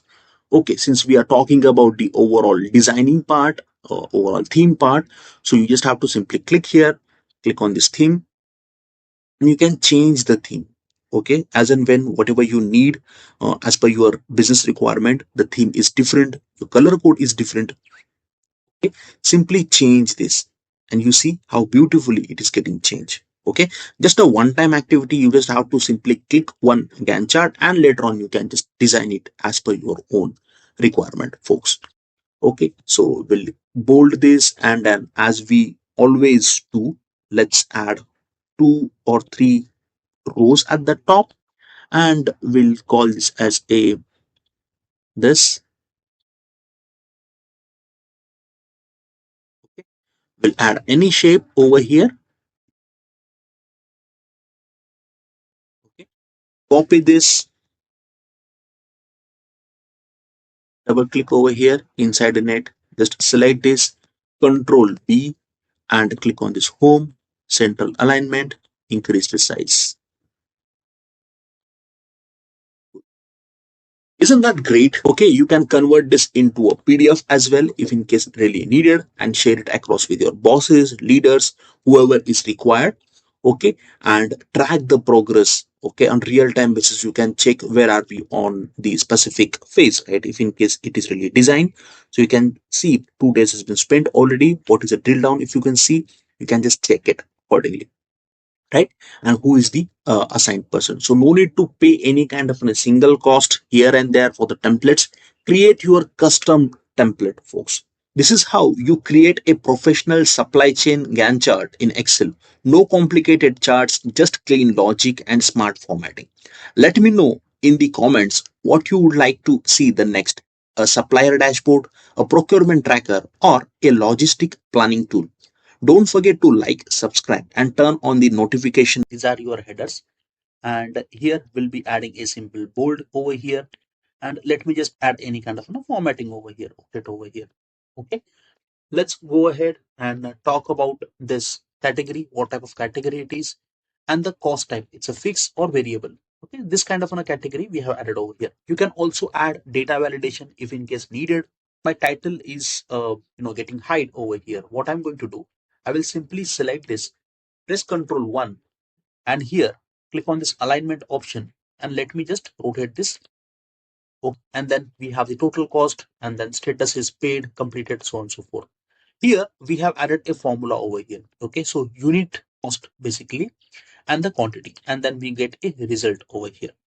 Here we'll click on this option, highlight that contain, and if it is fixed, I will say this is a green, okay, because it is not a challenging for me.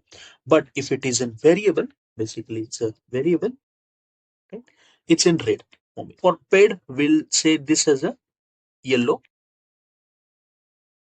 Completed, we will call this as a green, okay, because that is incompleted states. That's how you have added this. Let me just delete this because that is not really required for me. Control T,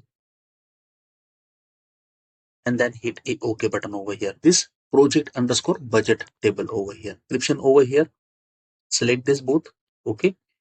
And then this is overall selection. Click here, insert recommended chart to include a tree chart inside the Excel. Okay, you can select any other chart, that is also fine. 154. Okay, these are the data labels. I can title over here. Now let's add another cut if in case needed. Description and total cost. Select this recommended chart over here, and here we'll add another chart over here. Simply first, okay, and go to slicer, and then here we'll add a slicer over here. Okay, paid. Let's arrange this, and here in the slicer setting, let's add the 4 columns like this, and keep it like this. This is how it is looks. Okay, you can just share it with your management, and they can just view it, what exactly the details we can see it over here. From page layout, you can just change the color. Okay, whatever color you want to keep it, basis your requirement, just keep it.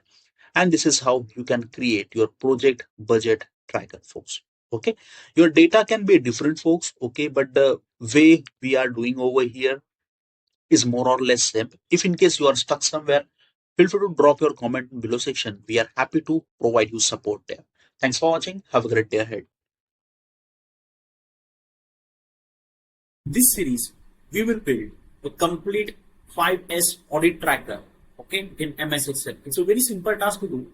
How to do it? I'm going to show you stepwise guide, adding a blank worksheet, okay, and then what type of fields you should consider, what type of charts you have to add it. You must have heard this chart's name called radar chart. Also, the automatic scoring, you can get added in that specific tracker.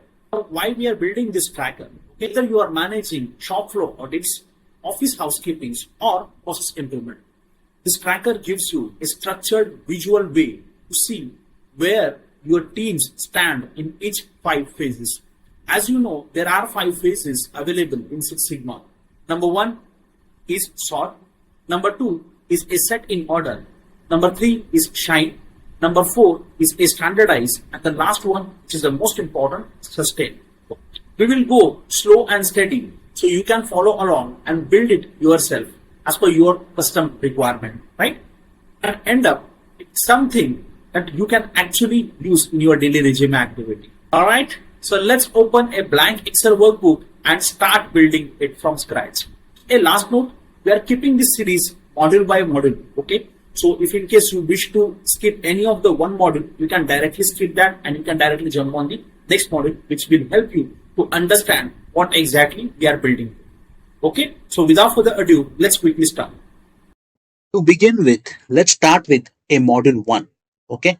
So what we are going to do in the module 1, we are giving the overall idea of what exactly Excel worksheet looks like if in case you are a beginner, right? So how to open a Excel, just click on start and then Excel workbook like this. Okay. And then simply click on blank workbook.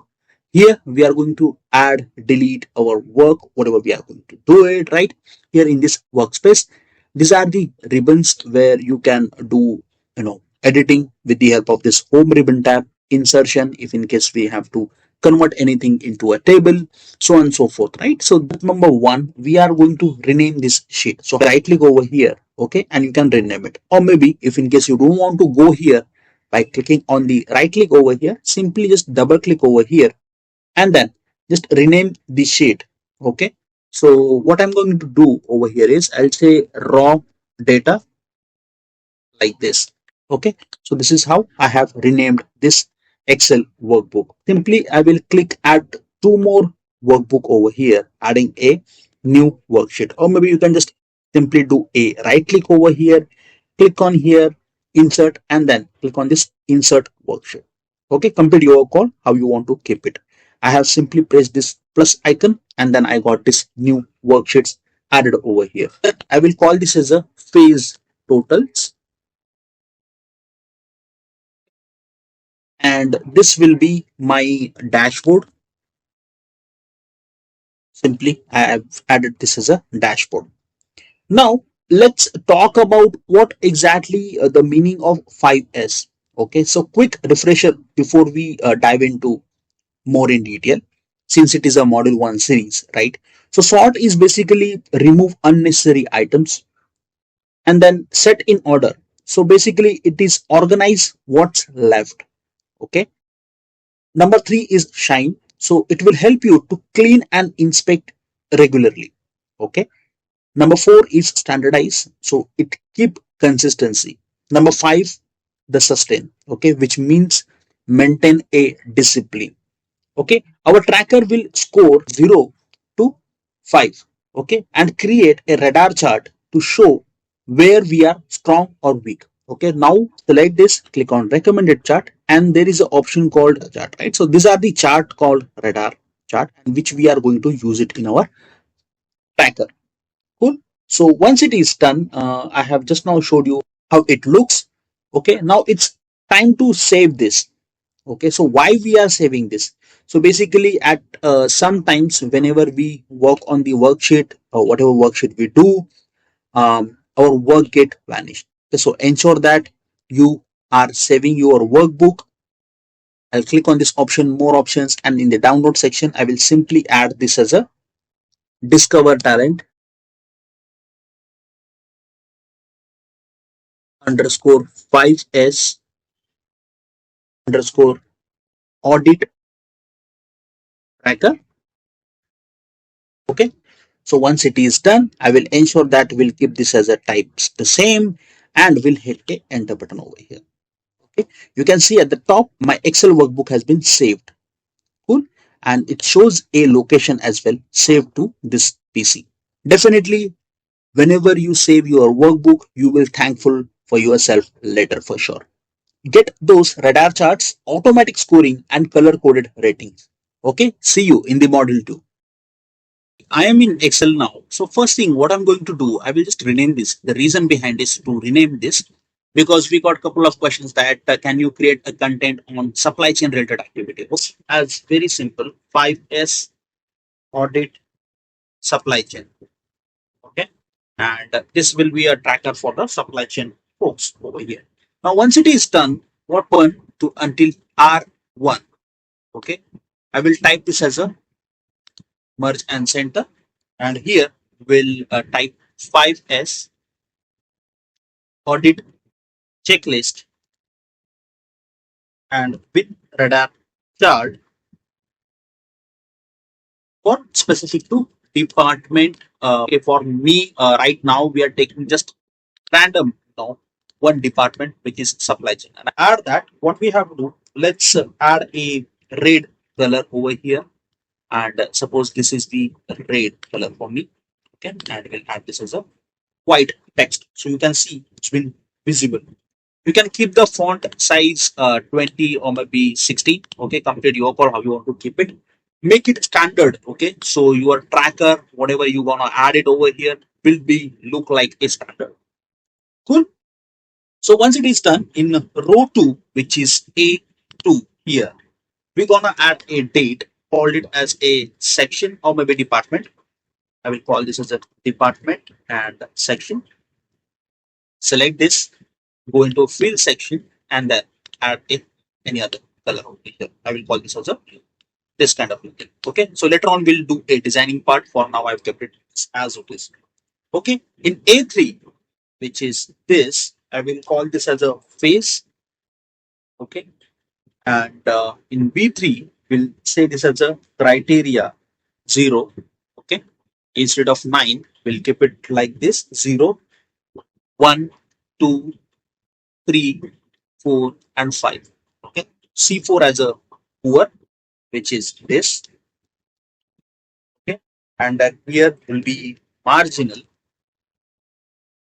Let's say this as a average. Here we'll call this as a good and better, and this is the best. Now, again, complete your call how you want to keep it. For me, I'm just keeping this as it is and just adjusting this. Okay, and we'll be keeping this also aligned. Okay, because it is with a specific name, so that's what we are keeping this as it is, and then we'll arrange this central alignment like this. Cool. This is how it will look like for us. I'm going to do more over here. I will just do a control X over here and we'll keep it in this. Okay.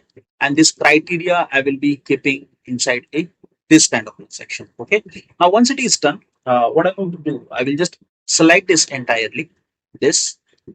Okay. We'll ensure that we'll keep the appropriate color code over here to do. I'll just select this. Okay. Click on this all border.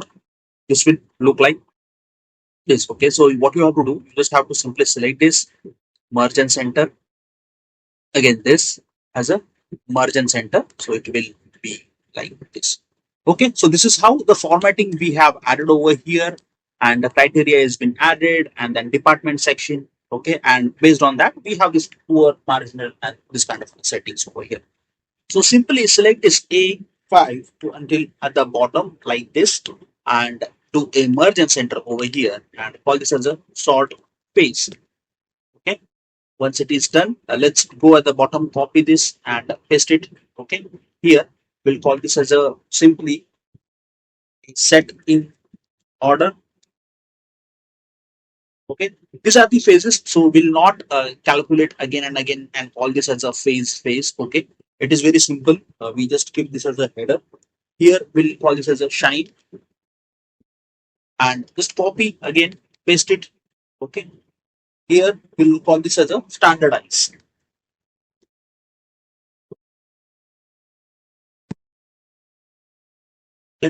Copy again, paste it at the bottom, and we'll call this as a sustain.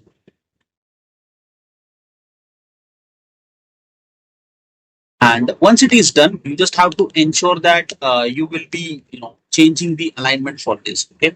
So here I will make sure that this will be in capital caps lock. Okay. So select this entirely press Control 1. Let's click on this alignment section, and here we call this as this, and hit a OK button. Centrally align, make it bold, increase a size like this. Okay. Add all borders, change the color. So color could be again complete your call. What is the theme you wanna follow? Okay, so I will select this as a green.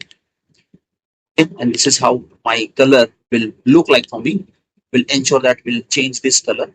Okay, and we'll keep it like this. Great. So far we have added this, and then once it is done, what I'm going to do, I will add a couple of entries over here. Okay, like this. So here, since this is our entire base area, I will ensure that this will be my outside border like this. This is my outside border. Okay. And for shine as well, this is my outside border.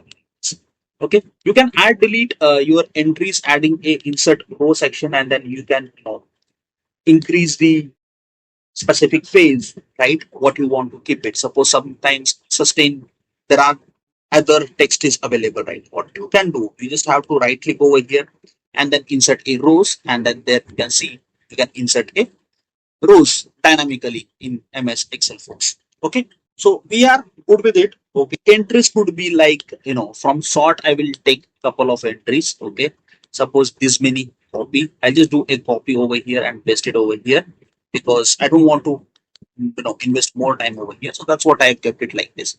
So these are my sorting text. Okay, for your case, your project related data, right? There can be a different text altogether. So you can just add it, and then we'll just reduce the size over here. And what I'm going to do here is we'll just select this view and click on this option called grid lines, right? So now what we want this to be shown in a table format, right? So here just go and then add a all borders over here. It will look like this, and ensure that you are arranging your, this kind of a column over here, which is icon. So it will be looking like this. Great. So you want to add one more, just go here and then check one more copy and then paste it. Okay. So your text will be like this. We have added this. Now let's copy this. Okay. Let's go here and then paste it your data, your values, whatever values you have it, right? Just copy this again, paste it here as well. Just go bottom again, just check what type of entries you have it over here. Just copy that and paste it here. For now, I'm just adding the appropriate entries over here for the phases we have available. So right now I'm just checking for standardize. Let's go for the standardize and then copy this. We'll keep it here standardize. Okay, and then I can see there are two more, which is this unnecessary for me. I'll just keep it this, delete this, and make the size decreased. Okay, and click here again, and this is the 5s is for me. We'll do a control alt V and we'll paste it like this. Okay, so this is how it is looks. Okay, so we have added a couple of entries over here, and once it is done, you just have to simply select this entirely. Okay, and ensure that you are selecting a borders like this. Okay, so let me just arrange this again, so your tracker will be looks like this. Great. So we are good with it. This and do a control B over here. Okay. And here we'll select this, and in the insert option, there is an option called checkbox. Just turn this option on, checkbox. Okay. If in case you don't have this option available, no need to worry. In the developer tab itself, there are the options available, which is form controls. You can use it this as well. If you don't know how to turn on this developer ribbon tab, comment in the below section. I will help you out how to turn this option. Okay, it's a very simple task to do. Cool. So this is done for me. And the criteria we have added, couple of sort and then standardize, sustain, we have already added over here to make my visual more appealing. Okay, so I'll just arrange this one more, adding a one more column over here, and then we'll select this entirely. Okay, go into a home again, and then click on this thick outside borders. So it will look like this. once it is done, what we have to do, we just have to simply add a formulas over here. Okay, so ensure that you will be adding a formula outside this. Okay, so this calculation will help you a lot while creating your visualization. Okay, you can add that visualization here as well. Okay, or maybe you can just simply paste it here. So here I'm just going to add a if condition, and in the if condition I can see this is the selection for me. Let's say is equal to true. Okay, then I will say this as a 1, otherwise we'll call this as a 0, comma 0. Let's say comma this and then 0, bracket close, hit enter. Okay, so I'm just testing over here. This so it works fine, and since it is works fine, I will drag it like this. So since we have this kind of a calculation, we'll just test it over here itself. Okay, so if it is getting the correct result or not. And then since it is 4, which means one more here. And this is how the overall result looks like. Okay, so since we have added this, let me just drag it at the bottom and check if it is working fine. Cool. So here, let's turn this on. Okay, so I can see this check on check off option working fine for me. Cool. So likewise, we'll apply a same logic at the bottom as well. Okay, to do that, what we have to do, we just have to simply select this and then double click over here. Okay, or maybe just drag it and then ensure that you're checking every time. Okay, sometimes the formula, the dollar sign is really important, absolute and relative reference. Here we'll double check if it is correctly working. Okay, if it is, then we'll skip to add that absolute and relative reference. If it is not, then we have to ensure that we are using that absolute and relative reference point. Okay, so since it is working fine, so what I'm going to do, I will just select this entirely and go at the top here. We'll call it as a this kind of a color code. Okay, so again, we'll select this, change the color code like this. So this is how the overall result for me. Okay, so this is the result, and what I'm going to do, I will just select this. Will ensure that we are selecting entirely the phases, which is your sort phase.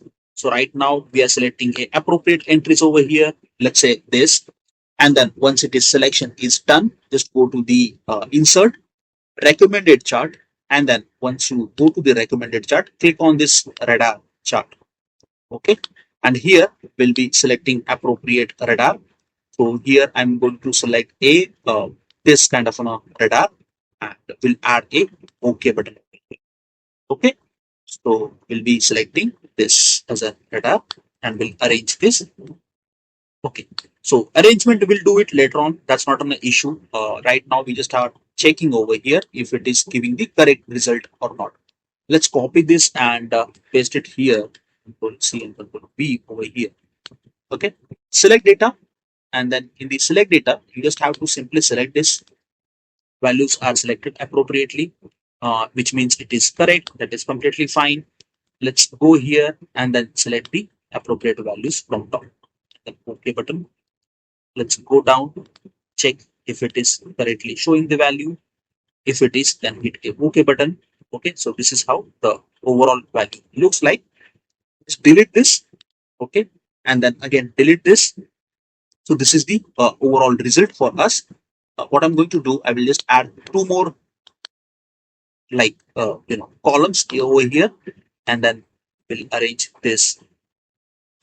Great. So far it looks like this, and we'll just circle back over here again, and then we'll check what exactly the output it is. Okay, so cool. So if it is not really making a sense for you, you can just go here again, the change any other color, whatever you wish to. Okay, as per your color theme, okay, pattern, whatever you want, right? Basis your own requirements. And remember, you can also change the background as well. Just change the background and then no outline from here. Okay. Likewise, we'll apply it for rest of the other, and we'll go here since it is this. So what I'm going to do now to make it more amazing or maybe the pleasant while we are working with this, ensure that we're selecting this and add a darker border like this. Okay, and we'll select this again and add a darker border like this. Okay, so let's click here and add a this thick border. This, select this standardized face, select this.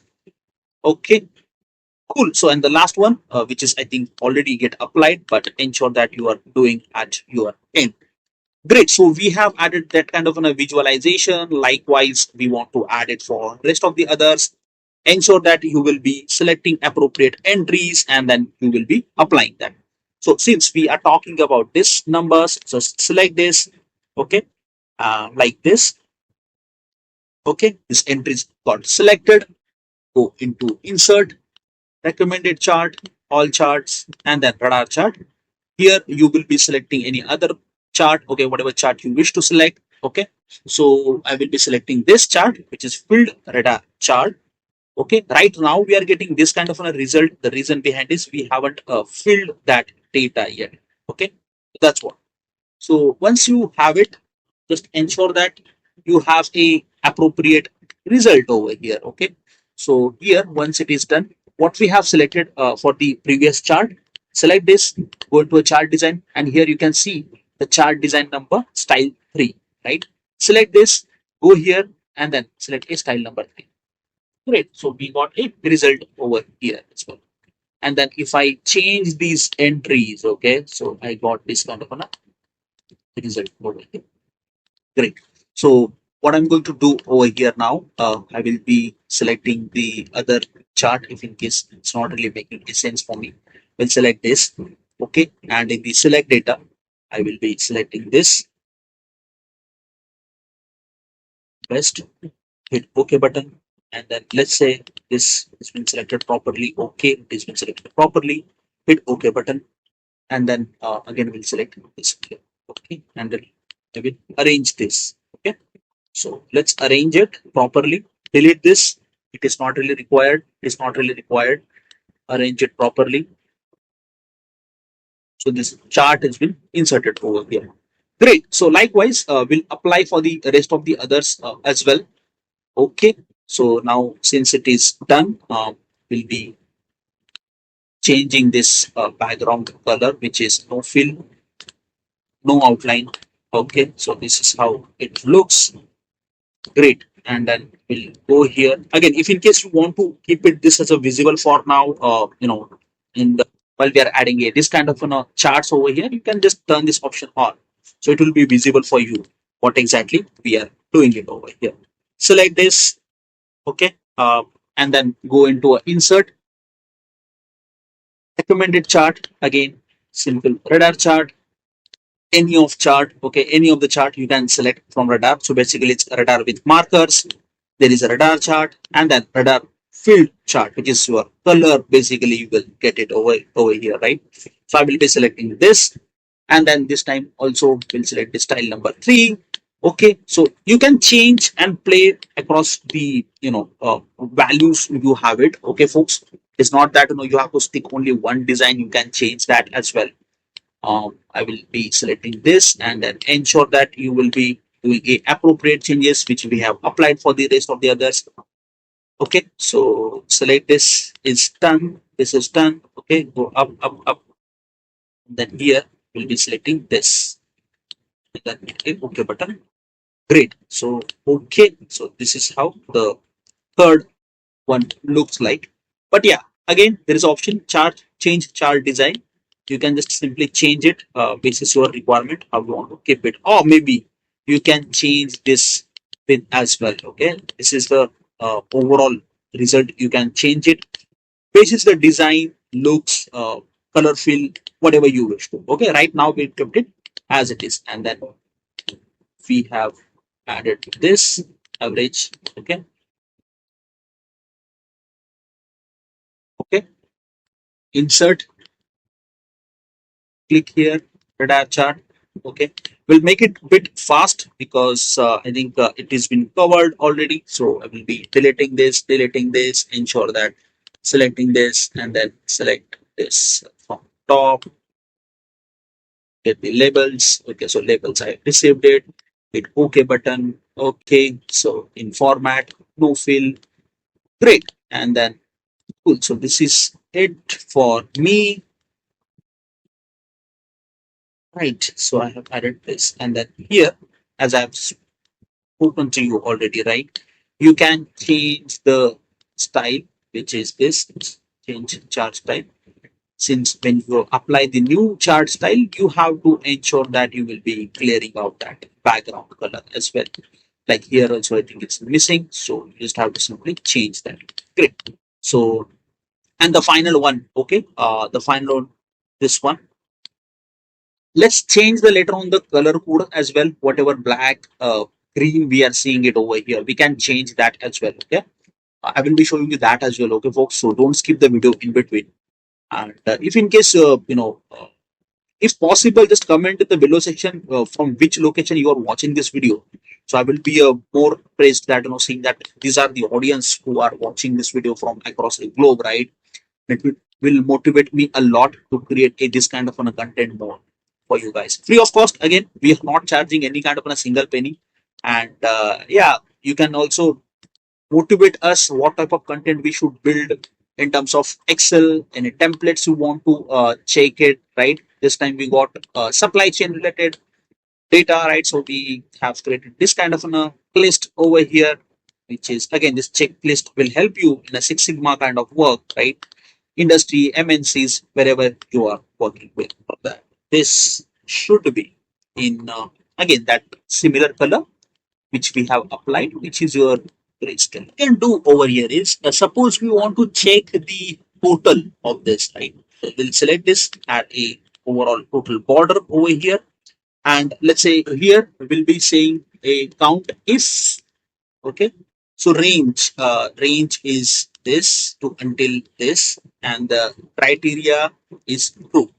Okay, so criteria is to just give me a count. So this is the total count. Okay, and if I change that, I will get a couple of more like this. Okay, so I will be just dragging this here, and it will be look like this. Will be centralize this and then increase a font size and then make it bold. Okay, it will be look like this. Your audit checklist. Okay, and then if in case you want to make it more drill down in terms of calculation, right, you can add the multiple multiplication of these entire checkboxes. Okay, and basis the target, you can add the the value over here, and you can see the overall details over here. So now we are good with this kind of a design, right? And if in case you want to change any theme, right, we can do it in Excel. There is an option, page layout. Just go to the theme, and then you can see there is a multiple themes available, right? You can just simply select any one of the theme and select basis your own requirement, and then your template will automatically get changed. Suppose I want to keep this kind of a color coding over here, I will simply select any of the color code. And if in case any font, standard fonts you want to select, right, you can select any standard fonts. Sandra, okay, Corbel or Arial, you want to keep it as an Arial. Okay, and this is how your template will look for you. If in case you have added any kind of a logo, right, that time you can change that logos as well, okay, with the help of this effects function. And then again, the theme section, if in case you wish to create any other theme and you have already created that, and you can just open it that theme and apply it over here.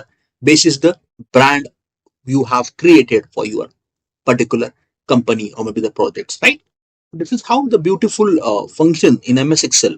No need to pay any kind of an extra cost to the additional templates. You can create your own basis your custom templates, folks, right? So this is just a basic skeleton right now we have prepared over here. If in case you want a more detailed version of this 5S audit checklist, okay, feel free to share us the criteria. Okay, what is the target you want and what is the current measure you have it, right? We will be happy to share you that. Okay, and this is how you can build your custom template inside the Excel.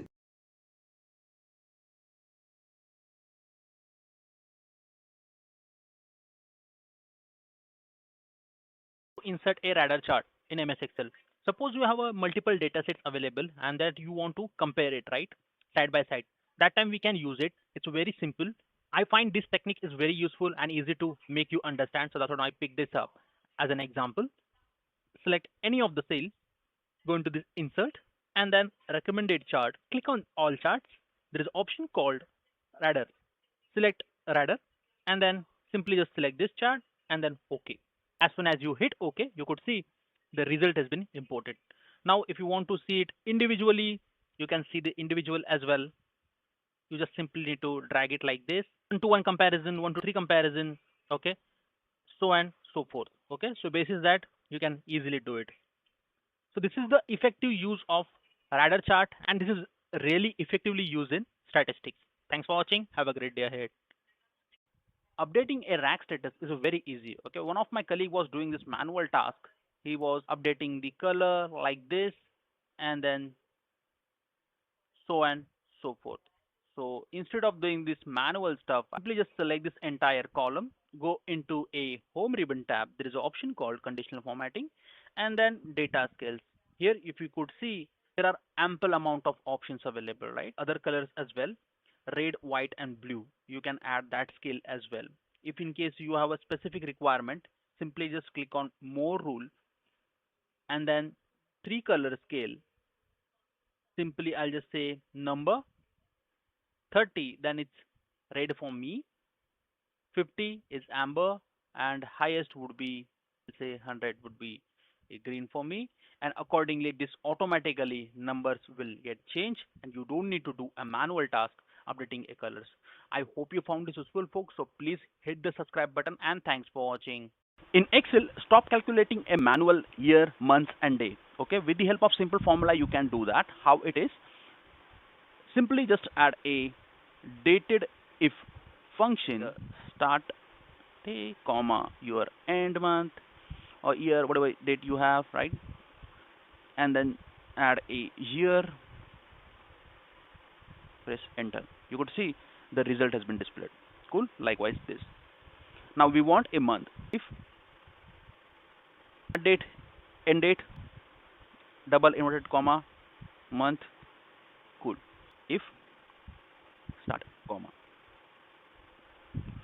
Don't skip this video, because at the end I'll show you the bonus tip. Calculate a age of the particular employee. That time we use this formula, dated if, start, end, and the year. This will help us to calculate a age as well. Thanks for watching. Have a great day ahead. Scatter plot, how we can forecast our data. This formula is basically when we add a scatter plot, that time we get this formula. Select this two column, go into the chart section, and then scatter plot, aside trend line, and then there is an option called linear forecast. Cool. As soon as you insert a linear forecast, one line, dotted line would be here. Right click, okay, format trend line, okay, as you display equation on chart, and then close it. As soon as you click OK, you will get this formula added here. Simply just copy this formula and then paste it over here. Okay, this is your y variable and this is your x variable, which multiply that with the time series, which is this. As soon as you hit OK, you will get a result like this, and then simply just insert the result, and this is your forecast final one. Suppose you have a data set like this, week until week 4, 1, 2, 3, 4, correct, product name and the sales amount. 50 to 107, right? Those criteria needs to be added in a group 1. So what I'll do, I'll just say group 1, copy, paste. Okay, I'll just check. It's in a manual task, folks. So instead of doing this manual task, simply just click on this, any of the cell, click here, histogram. You could see many product category added into so and so category. Likewise, we can do it this histogram. In this histogram, we can see a week-wise bifurcation, in which week trend we are having a maximum product sell. Cool. So week 3 and week 2 we have a maximum product sell. Week 1 and week 4 we have a low. So this is how we can analyze our data with the help of histogram. This is one of the effective way to analyze your data. Suppose we have a data set like this, week 1, 2, 3, and 4. We just want to see a high and low data points. That time we use this scatter plot. Simply what you need to do for that, week 1 and sales amount, just select it like this. Okay, go into the insert, click on the recommended chart. As soon as you click on recommended chart, you will get a scatter like this. Cool. Just insert it. As soon as you insert, ensure that you are selecting this point, okay, and then click here and then data label. Likewise, select this data label, and then this is the last one. This is how you can compare a data, right? Week wise sales amount, week on week, and which is high, which is low, right? On scatter plot.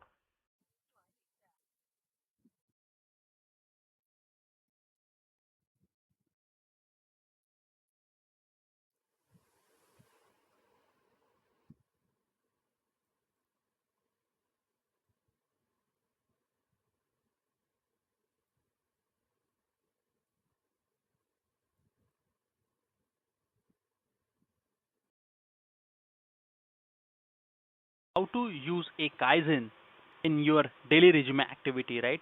At the time of quality, at the time of production. First step is that engage employee, gather ideas and suggestion. First step.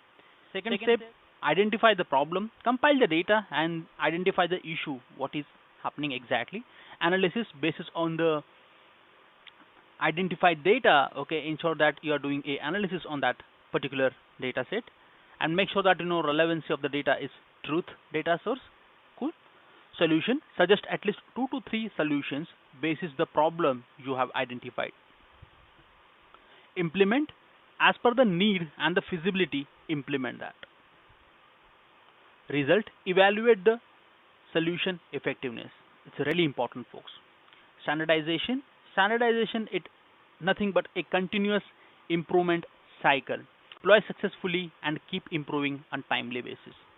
To insert a hyperlink and how to remove that. Simple task. First, I'll insert a hyperlink. I'll simply press Ctrl K and I insert this hyperlink. Okay, you could see this hover has been added, right? I want to remove this hyperlink. Simply I just right click and then remove hyperlink. Okay, Ctrl Z, again Ctrl K. Cool. You can remove from here as well. Remove hyperlink. Okay. Third type, simply click on this option, clear, and then link. Okay. Simply here, if you could see, the eraser has been added. You can either click on this clear hyperlink only, or maybe you can simply click on this clear hyperlink and formats. Okay. I'll simply first click this. Now you could see the hover has been gone. Put this cursor over here again. Simply clear hyperlink and then clear hyperlink and formats. Now the text has been converted into the US format. So this is how beautiful function about hyperlink.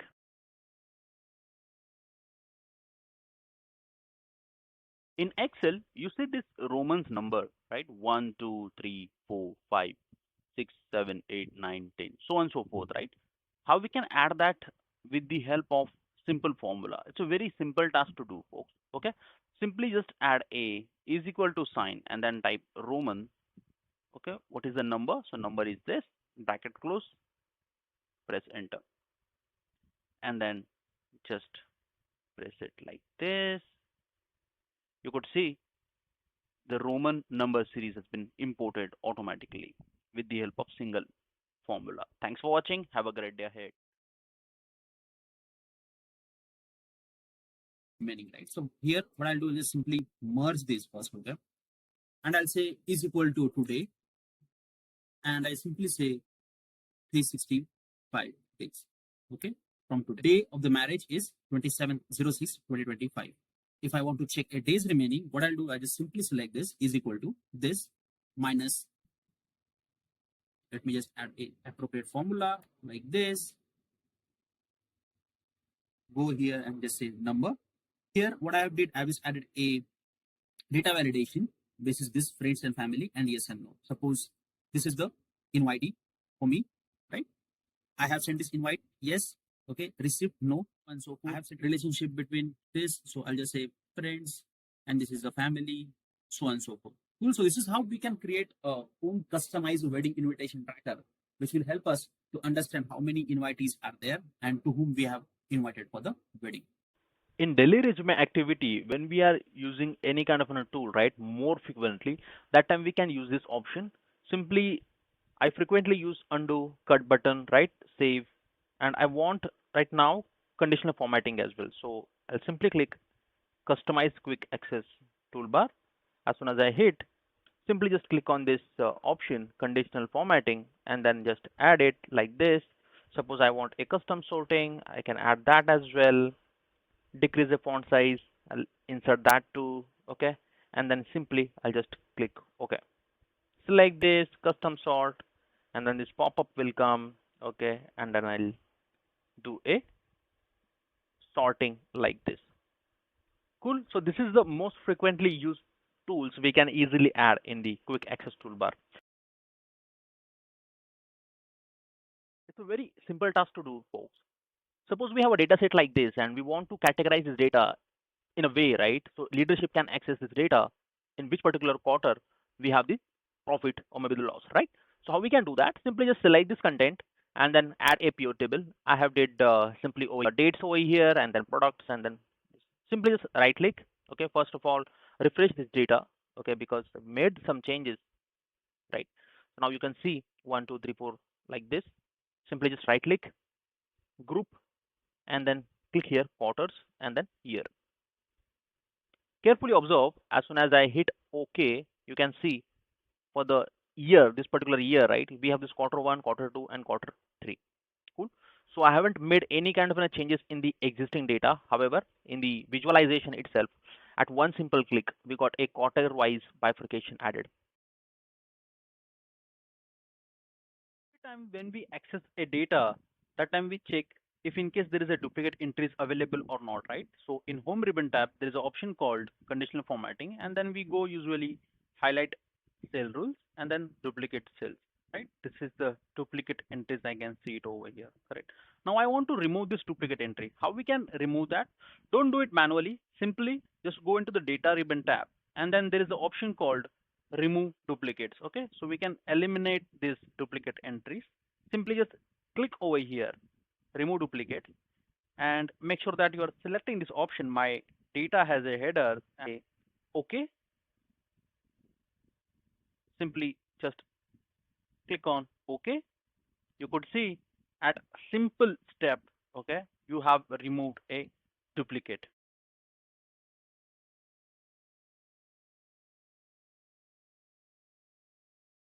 Control Shift L, okay, you can add a filter like this, say Alt DFF.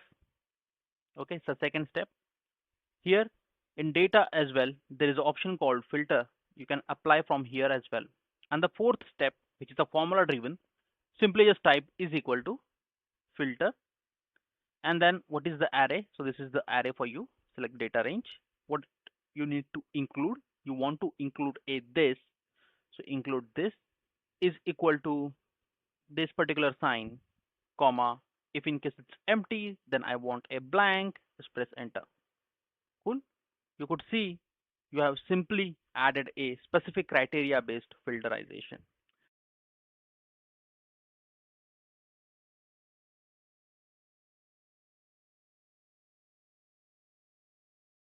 How to import a scatter plot in MS Excel? It's a very simple task to do, folks.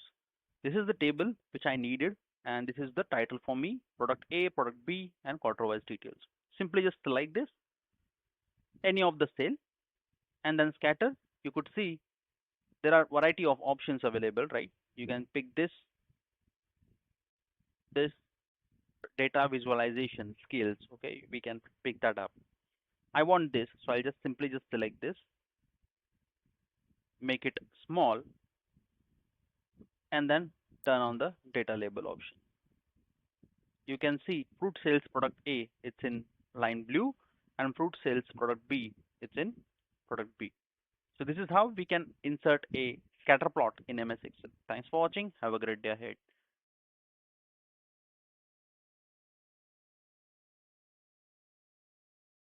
Data conditions like this, okay, you have a product A to until product E, okay, these are the data sets and these are the product category. Cool. Now you want to analyze this, simply just go into the insert ribbon tab and there is an option called line. Just select this range and just say okay and drag it down like this. At the top, you can see the multiple colors points available for you, or maybe the styles. You can pick it out from here. We can also select columns as well, column, and then just select this again, hit enter like this. And then if I want to change a design of this, I can change that too. Likewise, you can do it for win-loss as well. Hope now you understood how Sparkline works in MS Excel. This will help you to visualize your data, correct? Thanks for watching. Have a great day ahead. Simply just select any of the cell, go into the insert, and then there is an option called pi of pi. Cool. We can simply just select that. Now you can see there are two pi's has been inserted. Now what is that exactly? So if you could see right over here, Ranvijay is this particular section. We have it, and then likewise we have Subiksha, Samiksha, Rohit, okay, Arnav and Guru. Okay, these are the sum up calculation, and we have got the bifurcation added in the next pie chart. Okay, so in the chart style itself, I will simply click on this particular option. So here I can see the percentage has been assigned, or maybe the sales has been made by the respective employee. So let me just zoom in. Cool. So this is how it looks like. So very effective way. Okay, we don't need to do here and there, right? I hope you found this useful, folks. So please hit the subscribe button, and thanks for watching. This particular scenario, majority of the times when we do a interviews, right, that time this question ask how to find out a accuracy solution over here like this. So we have total 70 questions. Cool. How many errors we have made? It's made 14, right? So a is equal to sign. We need to do a this minus 14. So we got 56. Now we want to calculate a accuracy. It's a very simple. Simply just let me just highlight this and then like this white, and I simply say equal to, first I'll say the correct answer divide by my total questions, enter 0.8, and then simply just click on this option called percentage. You can see at simple click you will get the answer. The accuracy percentage is 80%. Next, let's do a stock analysis. So very simple task to do, folks. Suppose this is the data set we have: date, high price, low price, and the close. Let me just convert this into the price. Okay, now this is the price segment added. Simply just select this, go into the insert tab, and there is an option called stock. Here we simply click on this option called high, low, and close. Cool. Now if you want to analyze that as per the day wise, okay,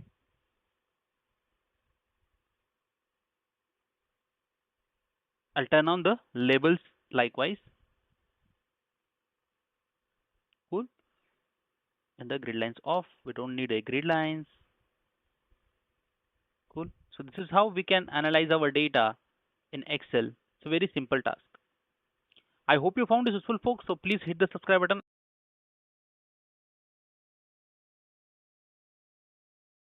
We can insert a symbol in MS Excel: ratings, directional, okay, shapes, so on and so forth. Okay, how to do that? It's a very simple task to do. These are the icons. You can see it over here, right? Directional, shapes, indicators, ratings. How we can do that?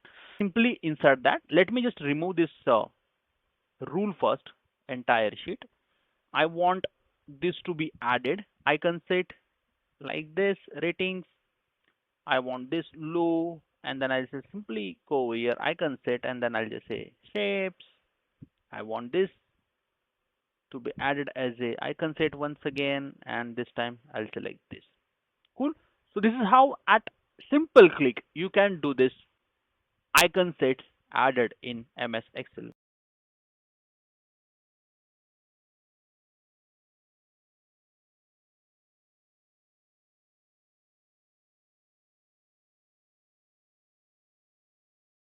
Welcome to Discover Talent Presents, folks. In this series, we're gonna cover Excel important date formulas, which will help us every data analyst to work more effectively and efficiently in MS Excel, right?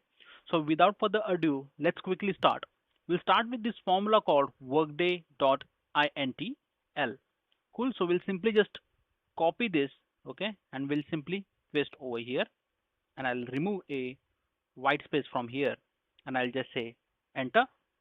You could see result has been displayed over here. However, it's in number format. So for that, to get the result, simply just click on this short date. Now, what is the use of this workday.intl? So it help you to find the end date of the project. Cool. So what I have did, I have added a workday formula over here, and then this is the start date for me. Accordingly, 10 days. Okay. If in case you want to exclude a weekends as well, we can do that as well. Okay. Suppose I want to exclude this Saturday, Sunday, so I can remove that and I just say enter. Okay. So result is different. Cool. So we are saying here 10 days, and here if you could see over here it's a 15 days, right? Because we are excluding a Saturday, Sunday, which is our holiday specific to our MNCs or maybe any of the industry you are working with, right? So that time we can see that this is the day where we having a off, so we can exclude that. This particular formula majority times WFM folks use it. Okay, every data analyst use it whenever they need to create any kind of a dashboard or maybe any template, right, to share with the client. Cool. Let's move ahead. Now we can see this network days dot intl. Correct. So let me just copy this again and simply just paste it over here, and I'll enter it. What is it exactly? Will help you to calculate a total days of completion for your respective project. Okay. So let me just explain you this particular formula. Network days dot intl, type in your MS Excel. Start date, this is your start date, and then if you want to add a end date, you can add that too. Simply here, if in case you want to add a weekends as well, you can do that too. Okay, just do a comma and then just add it Saturday, Sunday basis your requirement. I don't want that, so I'm simply just deselecting that, and this is my result. Cool. So far what we have seen a workdays.intl. Cool. And then network days intl. Great. Now let's move ahead and see what is edate function. Okay, edate function is basically help you to add a month in your date. Okay, what it is exactly? Let me just copy this again, simply paste it, and then enter. I will say short date once again. Okay, so let me just change the current month. Okay, so this is my current month, ongoing month. I will simply just say 7 over here and just say 1, 8, 9, 10. So what we have did, so we have added a 3 months over here. Cool. So this is done. Again, this is completed. Now let's take a look at a EO month. Okay, so EO month is basically when you are into a current month and you want to identify a next month's last day so that you can check that. Okay, simply over here what I have, 1st of July 2024, and then I will get a result 31st of August 2024. Cool, which means this, from this to this 31st of August, which is the last day of the month. Cool. So this is what it is, and we have completed this as well. Weekday. Okay, and I'll change a range as well for this.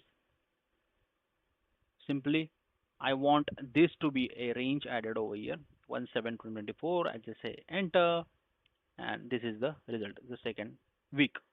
Correct.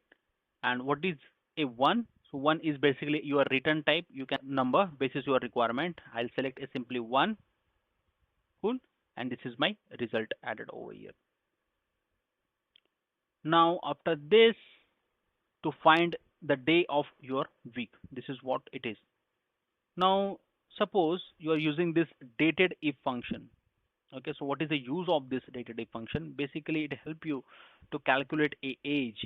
Correct. So copy and paste it and press enter. So you will get a result like this. Great. So this is what we have did so far. We have covered a almost 6 formulas. Okay. And then last but not the least, which is a 7th one, days. Cool.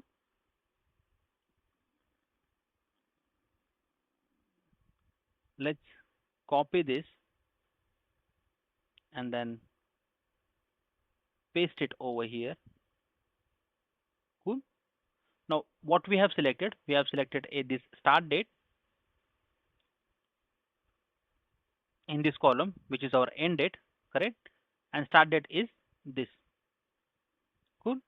And then press enter. So this is showcasing us a overall days, correct? So there is a basically difference of 2 days. This is how most important functions we have covered in this entire series. Thanks for watching. Have a great day ahead.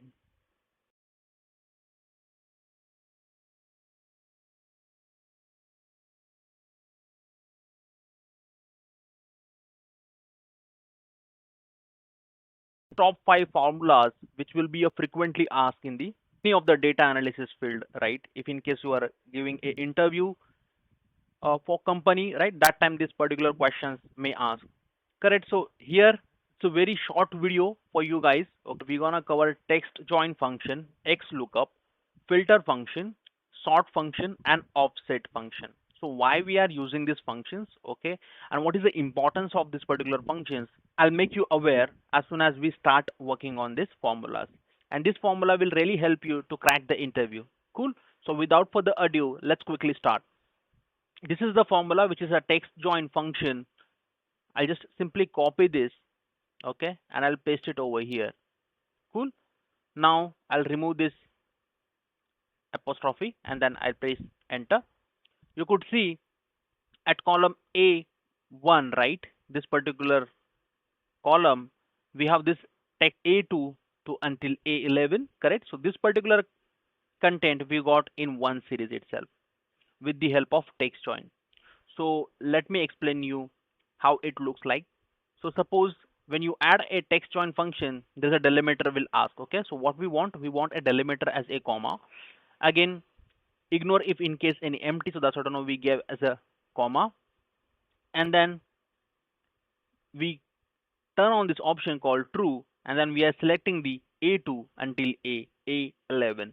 So this is the result we want. Suppose we want a result like this, we select this as a range and we'll click over here. Okay, so we'll get a result like this.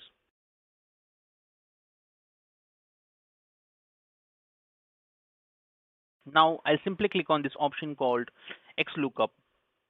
Majority of the folks, right, you already know about the VLOOKUP, HLOOKUP, right? This is the XLOOKUP. Cool. So I'm just removing this. Now XLOOKUP, how it works, basically Vega. So Vega is the this particular content I want to identify. And then A2, A11. So A2 across A11 we already selected, comma, which is your lookup array. What we want to return, so return array would be this, which is a revenue. This is the result we want. If in case it's not found, then we'll simply select this not found, and as a text it will be displayed. Okay folks, simply I just press enter. You could see 45,000, right? This 45,000 we got a result. Cool. So this is how XLOOKUP works. A filter function, I'll simply just copy this once again. I'll paste over here. Okay. Now in filter function, we have added a range. Okay. First we have selected entire array from A2 until E11, which is a blue line, right? What we want to include, we want to include a E2 until E11, which is this, correct? Greater than 4, meaning whatever result we have greater than 4, right? Just need to display that at the right hand side. Cool. And then if in case there is a no result, then we'll say as a no result found. Simply just press enter. Cool. If you could see over here at simple click, we got the result added. So this is the formula for filter function.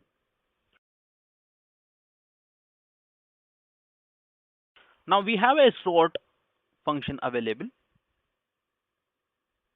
Copy again, paste it over here. What we have did here, again we have selected the array A2 until E11. Cool. Then what is the index? Sort index is 2, and then minus index what order you needed, correct? So -1, and then I press enter. Cool. You could see the result, right? Press this offset now, copy, and then paste. Cool. Now what we have did, we have simply just select this A1, okay, which is this range, correct? And we are assigning a location, and basis the location, whatever location we have assigned that, okay, post that whatever data is available, we want that as to be displayed, okay, meaning let me just press enter first and show you from header itself, okay, only we have excluded the headers, rest of the result has been displayed over here, if you could carefully observe over here, correct? So for that what we need to do, okay, simply just add a reference. This is the reference value what we are referring to, and then row, which is the row, I mean which we are excluding, right? That is the row. This is what we are excluding now. And the column is 0, so basically it's the 0 column. And then 10, what is the height? It's a 10, so basically including your header it would be a 11, so that's what I know, it's in a 10, correct? Width would be a 5, 1 2 3 4 5. Cool. So any of the width. Cool. And then as soon as I hit enter, you could see the result, right? So once again, thanks for watching. Have a great day ahead.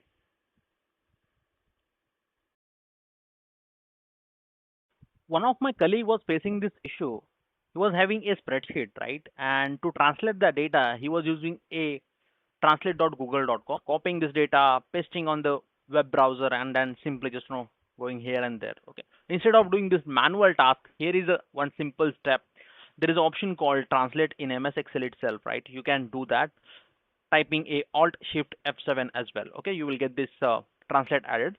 Simply just select this translate, and then you will get a pop-up like this, and simply basis on the data you will get to know that what is the meaning of that particular language. Okay, if I click on this particular swap button, okay, you can see namaste kya halchal hai. Okay, this Hindi statement will be added in English. Okay, you can convert this into a other language as well, okay, basis your requirement, basis your client's ask.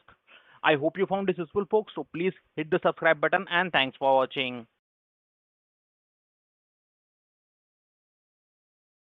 So this is the product category, I would say. Cool. And this is the value section. You just want to split like this, okay? But if you could see over here, 1.6, 2.3, 0.9, you have this value available over here. You can do it through a flash fill as well. That's completely fine. But here is a other solution I'm recommending you. Simply just select this entire text, go into a data ribbon tab in text to column, simply just select on this option called delimited, next, and then here other, just type a dash, you could see preview over here, and then just simply just say next and finish. Cool. At one simple click you have splitted the content in MS Excel. I hope you found this useful, folks, so please hit the subscribe button, and thanks for watching.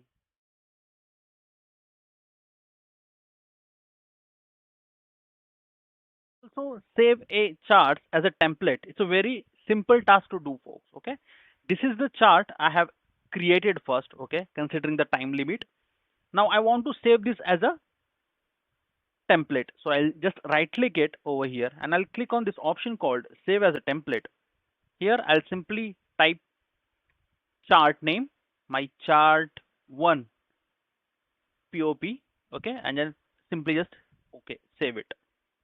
I don't want this chart now. Suppose I'm entering a new month and I want to pull out a chart again. Simply I'll just go here, recommended chart, and then all chart section. Here is an option called template. I'll simply click on this option called chart title, and then okay. You could see at one simple click we have inserted a chart.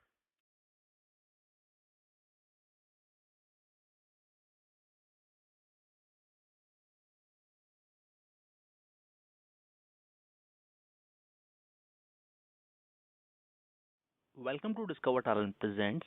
I am your host Vinod. In this series, we will explore financial modeling. If you are interested in learning Excel and financial formulas, then you are in the right place.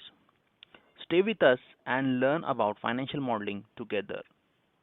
Cool. So these are the formulas which we gonna cover in this entire series. So without further ado, let's quickly start. We'll simply click over here, which is net present value, considered as a NPV, right? In MS Excel, simply we'll add a formula here in G2, correct? I'll simply add a formula called NPV. Here I have a rate, so I can say 0.1 for me, comma B2 until B6. Bracket close, press enter. Cool. And then Control D to drag the formula down. What is the meaning of this particular formula? So I'll quickly explain you. This calculates a net present value with discount rate of 10%, which is your 0.1. Cool. Let's move ahead to understand internal rate of return. Cool. So for that, what you need to do, simply any of the cell where you want the result, right, is equal to IRR. Again, I'm repeating internal rate of return, which is IRR. And then I'll simply select this B2 until B6. So it's a 13%. This calculates the internal rate of return. Let me quickly jump to the next segment, which is our PMT, a formula called PMT, correct? We have 0.05 divided by 12, comma 60, comma minus 10,000.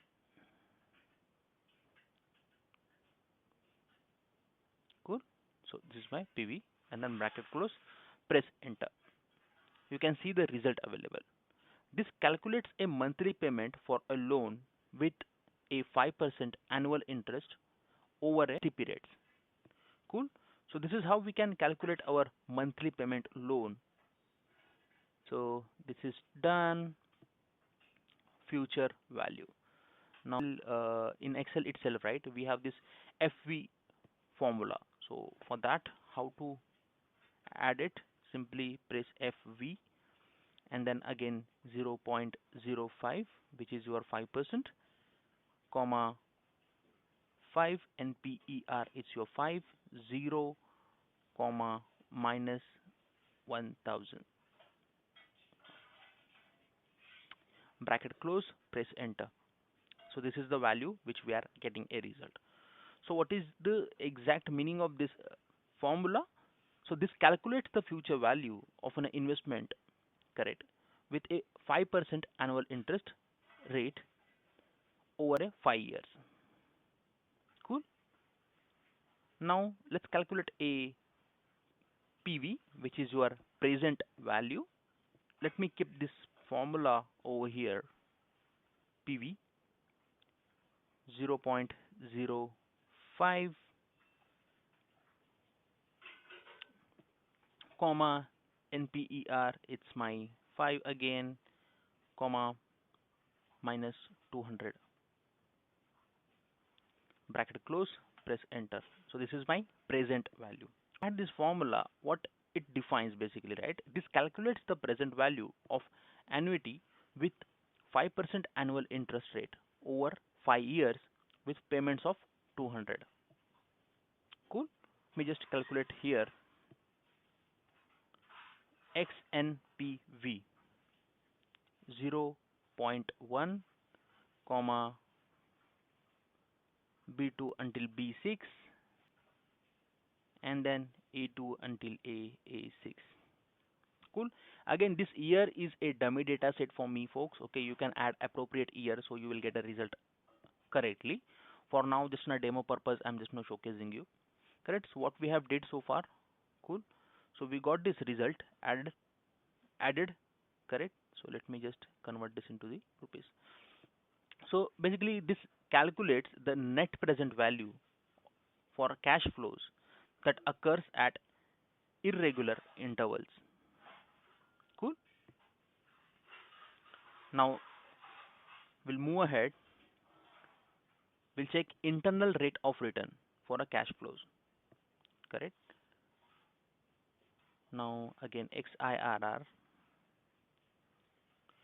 B2 directly, and then simply I'll select a year over here. Cool. And press enter. Let me just convert this into a rupees. So like this. So again, due to this dummy data set, what we have added over here, we are getting this result, folks. Okay. And this calculates the internal rate of return for a cash flows that occurs at irregular intervals. Now, compound annual growth rate over a 4 years, we want to calculate that. Okay. So which is called as a CAGR, compound annual growth rate. So how to calculate that? So very simple to do in Excel. So I will say E6. First I'll say is equal to sign and then bracket open. E6 for me. E6 is this, divide by E2, and then this particular sign I will say 1 by 4, bracket close, minus 1. Cool. So this is the result which we got. This will help you to understand the compound annual growth rate for over a 4 years. Great. So let's move ahead. Debt service coverage ratio. Cool. So let me just put over here is equal to sign sum. I will say C2 until C6 bracket close, divide by sum again. I will say F2 until F6 bracket close, press enter. So this calculates a debt service coverage ratio, which will calculate as a DSCR. Now the return on investment, okay, which is ROI, and majority times startups, right, any of the companies, and the financial things, right, that time we use this formula, okay, more frequently. So how to calculate the ROI? Here have simple formula added over here. So let me just press is equal to sign, and then just say sum from B2 until B6, which is my cash flow, right, minus E2, which is my investment, right, and then I press a bracket here. It's closed now. Again I divide by this investment only, and simply this. So this is my return on investment. Okay. If you follow these steps, I hope you found this useful, folks. So this is how we have covered entire formulas, financial modeling in MS Excel. Basis the dummy data set what we have available. Okay. If in case you have any questions, okay, comments, feel free to add in below comment section. We are happy to address those. And please don't forget to subscribe us. Thanks for watching. Have a great day ahead.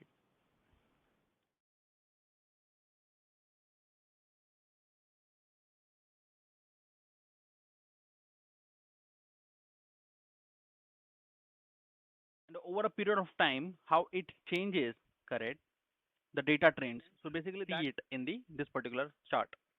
Correct? Select this content first. I'll go over here and then click over here. You could see the trend. Correct? Let me just turn on the data labels over here. You can see values are flowing. This is the product. Correct? This is the value is flowing and the percentage is added at the top. So this is how we can visualize our data in stacked area chart. Thanks for watching. Have a great day ahead.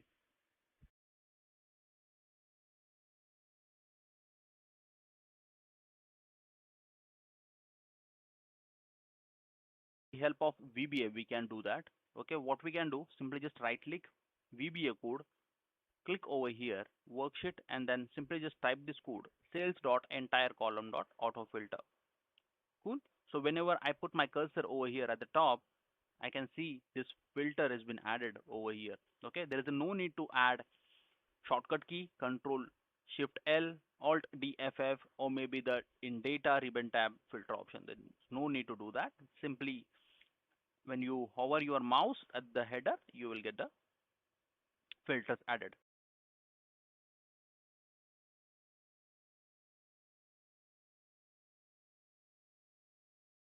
One of the data set into a table. I mistakenly select this, okay, and Control T tab, and then I say this as a table, okay,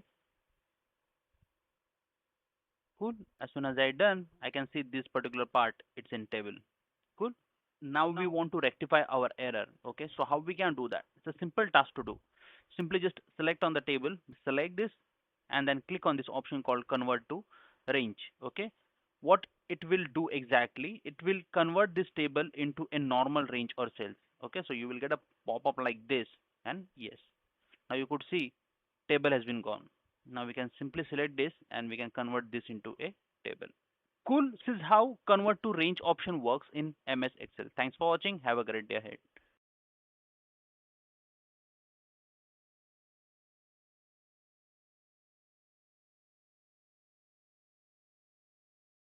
Create a dashboards in MS Excel. That time we use a slicer. Okay. Now in insert ribbon tab, there is an option called slicer. When I click on this option, if you could see over here, this error will pop up, which means that our data is not into a table format. So for that, what you need to do, select this entire table, convert into a table, pressing a control T, and then just simply click on this insert again and then slicer. Now you could see the slicer option has been open. Now what I want to filterization basis the status, correct? And then OK. As soon as I click OK, so I can see here these are the two status available for me. Only get the numbers who are pass in this particular table. If I want only fail, so I only get a fail number.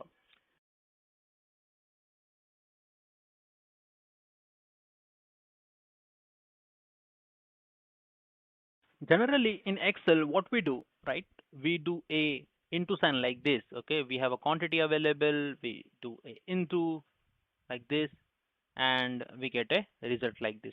But whenever we read this formula, certain times we are unable to find it out. What is it all about? What is E2? Okay, what is D2? Okay, when we have a large data set, that time this let function come into the picture. So in the let, if you could see over here, pretty much explainable, right? Quantity is in D2, price it's in E2, quantity into a price. Cool, and then we got a result. So similar fashion, we'll do it over here. Let function, and then I'll just simply press a this range and bracket close, press enter. So this is how we have inserted a let function in MS Excel. Thanks for watching. Have a great day ahead. So okay, you're adding a headers, product name, okay, and then you want to add a some sort of headers over here, right? And that time when you do it like this, what do? Usually you just arrange a columns like this, okay, which is a tedious task. Every time whenever you open a new sheet, that time you will add a headers and you will again you invest your time here. Instead of doing this manual step, simply just right click, view code, and click on this option called worksheet. Type here sales entire column dot auto fit. Cool.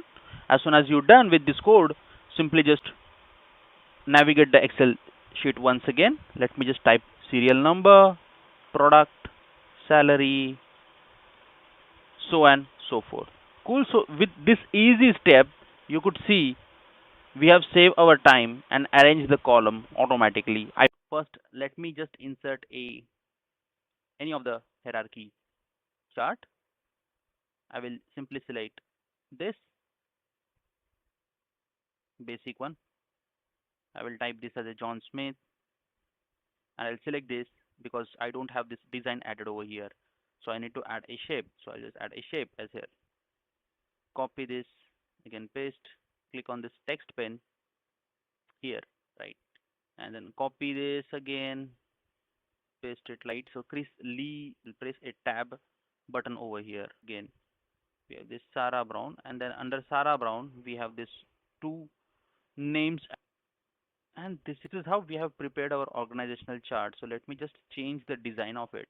In Smart Design itself, there are some various colors as well. Okay, you can pick it up anything, right? And apply it as per your preference. Xmatch is used to find the position of a value in a range of array. It's similar like a match function, but more flexible and powerful. Let me show you example. Simply just add a xmatch function and then just say text. What text are you looking out for? Correct. Jane Smith in the table, and lookup array would be this. This is my lookup array. Bracket close, press enter.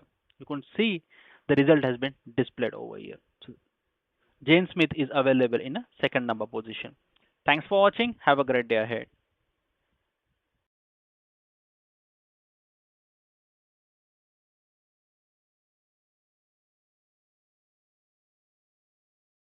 One of the most effective time-saving formula which help you to multiply a corresponding elements in arrays and returns the sum of these products. Okay, let me show you in practically what I did.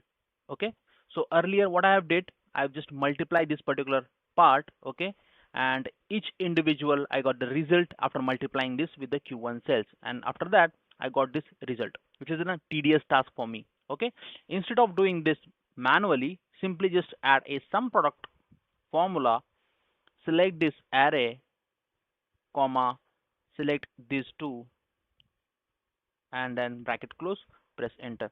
You could see at one simple formula you will get this result added, and this will save your time as well. Thanks for watching. Have a great day ahead.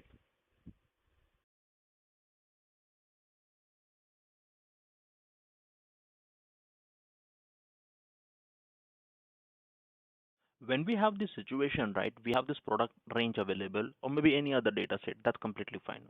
This is a dummy data set for me. I want to join this text, okay, one by one, like this. Suppose I type this, comma, live boy, okay, so on and so forth, right?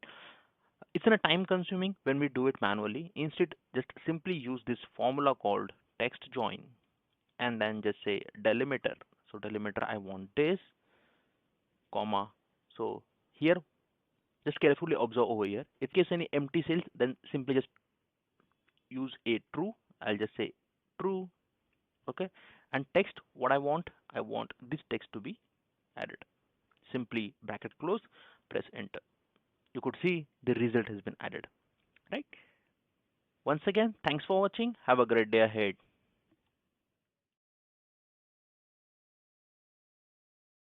One of the most trending formula in MS Excel, index plus match. Okay, so when we are combining this both, is basically used for to look up a value in table based on the both row wise and column criteria.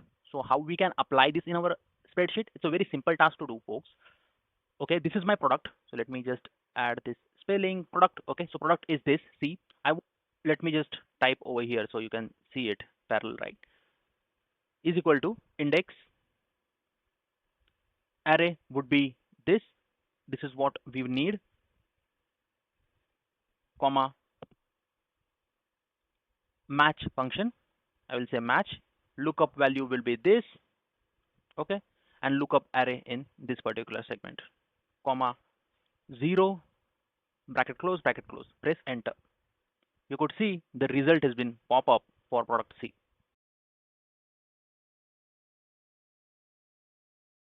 Function, okay. Here, this is what the result I want, and I will type as a match function, and then in match value, I will just say 1, simply select this, and then I will select this range is equal to, I will type the criteria first, which is this, correct. This is the criteria for me. Okay, I will make it fast. Okay, considering the time limit in YouTube Shorts.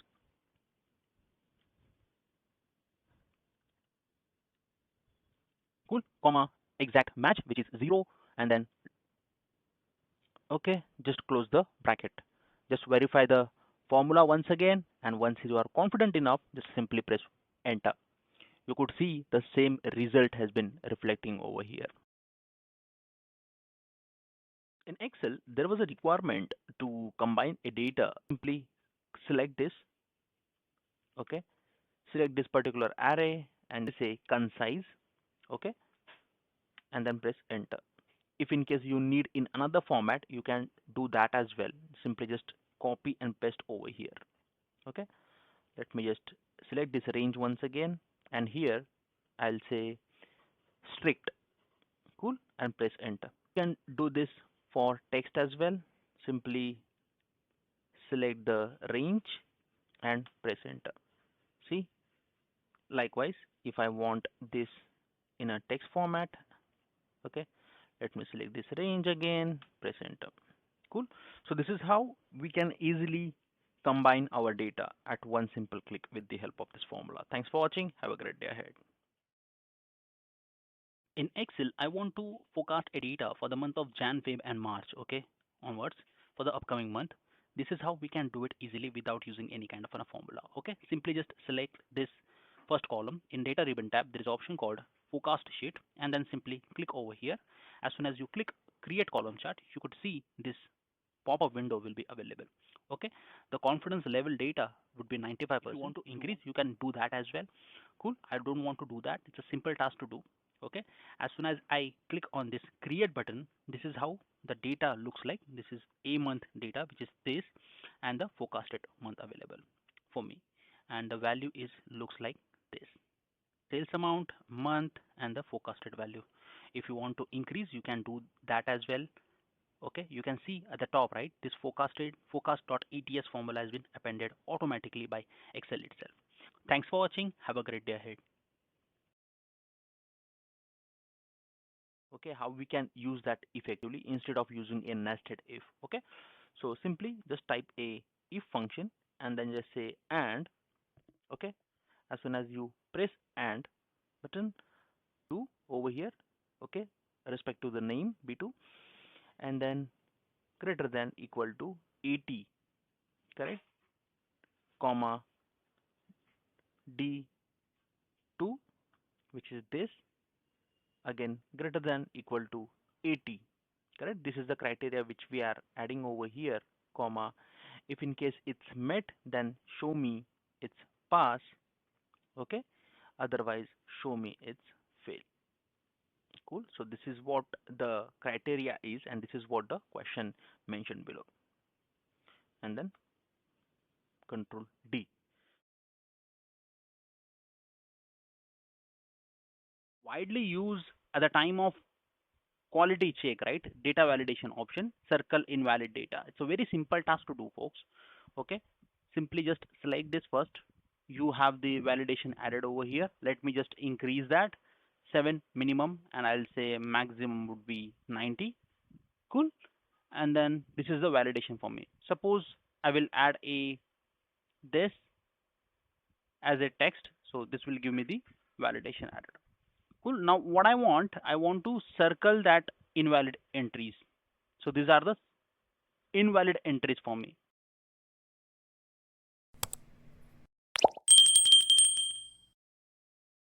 At the time of data cleansing, you have faced this scenario, right? You have the text added, and likewise you have the digits added at the bottom, right?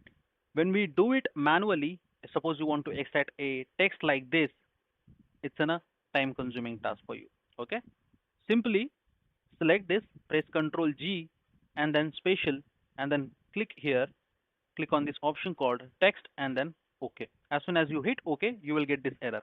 Okay, to avoid this error, simply just select here is equal to, just insert a text like this, a Control G over here again, just select a text and then copy this, Control Alt V, and then here we go. Numbers as well.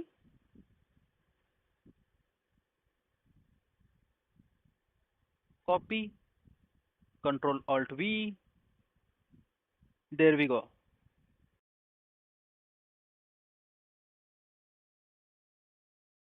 Automatically without using any kind of a VBA. Cool. So it's a very simple task to do. Let's follow the steps. Simply select the range first where you want to add this formula, conditional formatting, and then new role. Okay. Simply just click here, use formula. Now this is the header, cash flow, right? So the header starts from I3. So I will add a I3, but prior that I'll add a dollar sign. Cool. I3, and then greater than, lesser than sign, and then double it with comma. In the format section, what we want outline. So simply just select a outline, okay, and hit okay. Cool. So let me just add a 700 over here. Cool. I want to add a 500 over here randomly. Cool. So this is how we can easily add borders in MS Excel hassle free.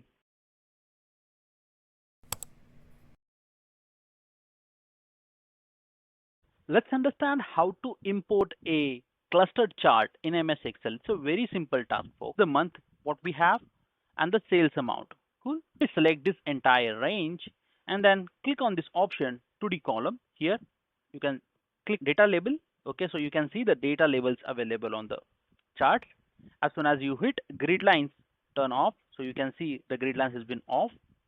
Okay, if in case you want to add a access title, so you can add that access title as well over here. Likewise this, okay, you can add this. Cool. And so this is the very easy steady step. You can do it in MS Excel.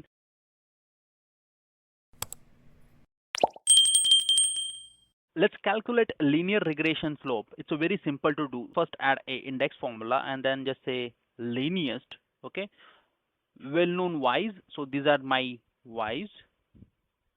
Okay, known x's, so these are the x's, independent variable, and then I will say this as a b is a calculated, and then simply I'll just say return a additional regression analysis if in case any, bracket close, comma 1. Okay, this is for index function. Cool. So this will fetch you the result called slope. Okay, so what exactly it does, it calculates a slope of the linear regression line expenses based on the sales, representing the change in expenses of each unit increasing in sales. Cool. So this is how we have added the linear regression slope in MS Excel.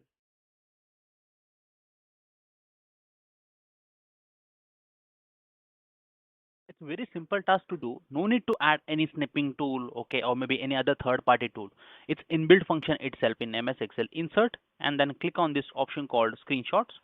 You can see various screenshots available which are open in your desktop. Okay, you can easily import those. Cool. So far many screens are open over here, so that's what it's showing me like this. I can simply click here, okay, and I can take a quick snapshot, okay, from any of the application. Thanks for watching. Have a great day ahead.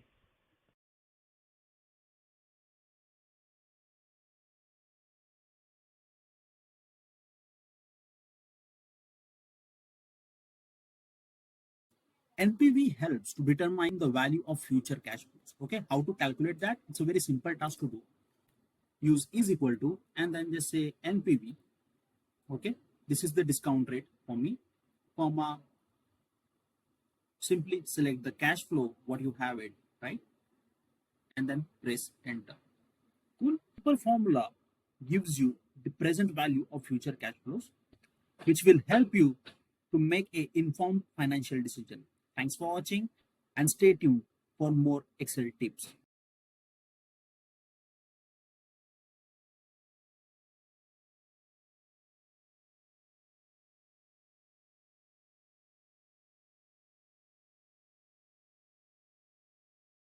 Welcome to Discover Talent Presents, folks. In this series, what we're gonna cover. So before we begin, we'll set a expectation with you, right? So what we are going to cover in this series entirely. So first, we'll add a data, okay? Then we create a dynamic name range. Third one, we will add a pivot table, how to create a pivot, okay? And then basis the pivot, we can create one chart as well, which is called a pivot chart. Again, we have for interactive per se, right? Or maybe the filter prospects, we will add our slicers in it. And the last but not the least, how we can automate that thing, okay, entirely. So end to end video series we are preparing in this module. Cool. So as we spoke, this is the first data set we have.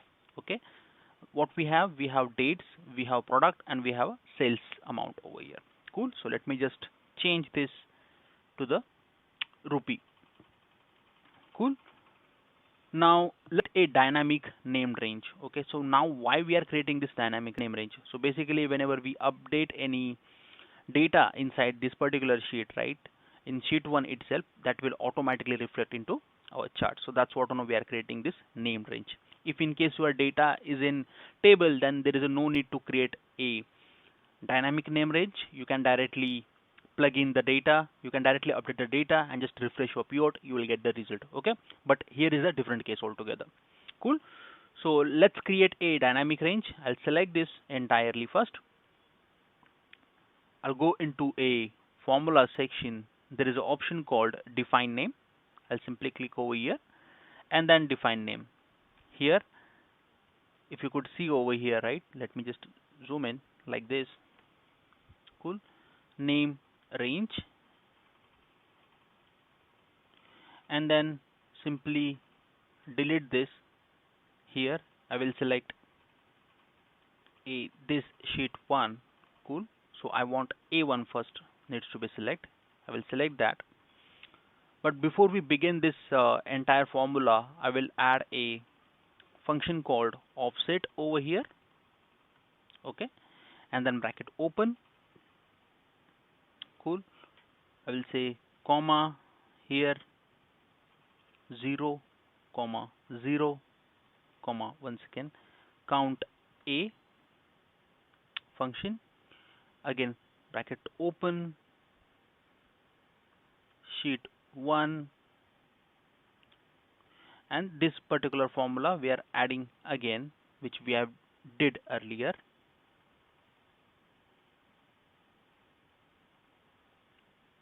Cool. So this is what we are doing it and typing it over here and bracket close.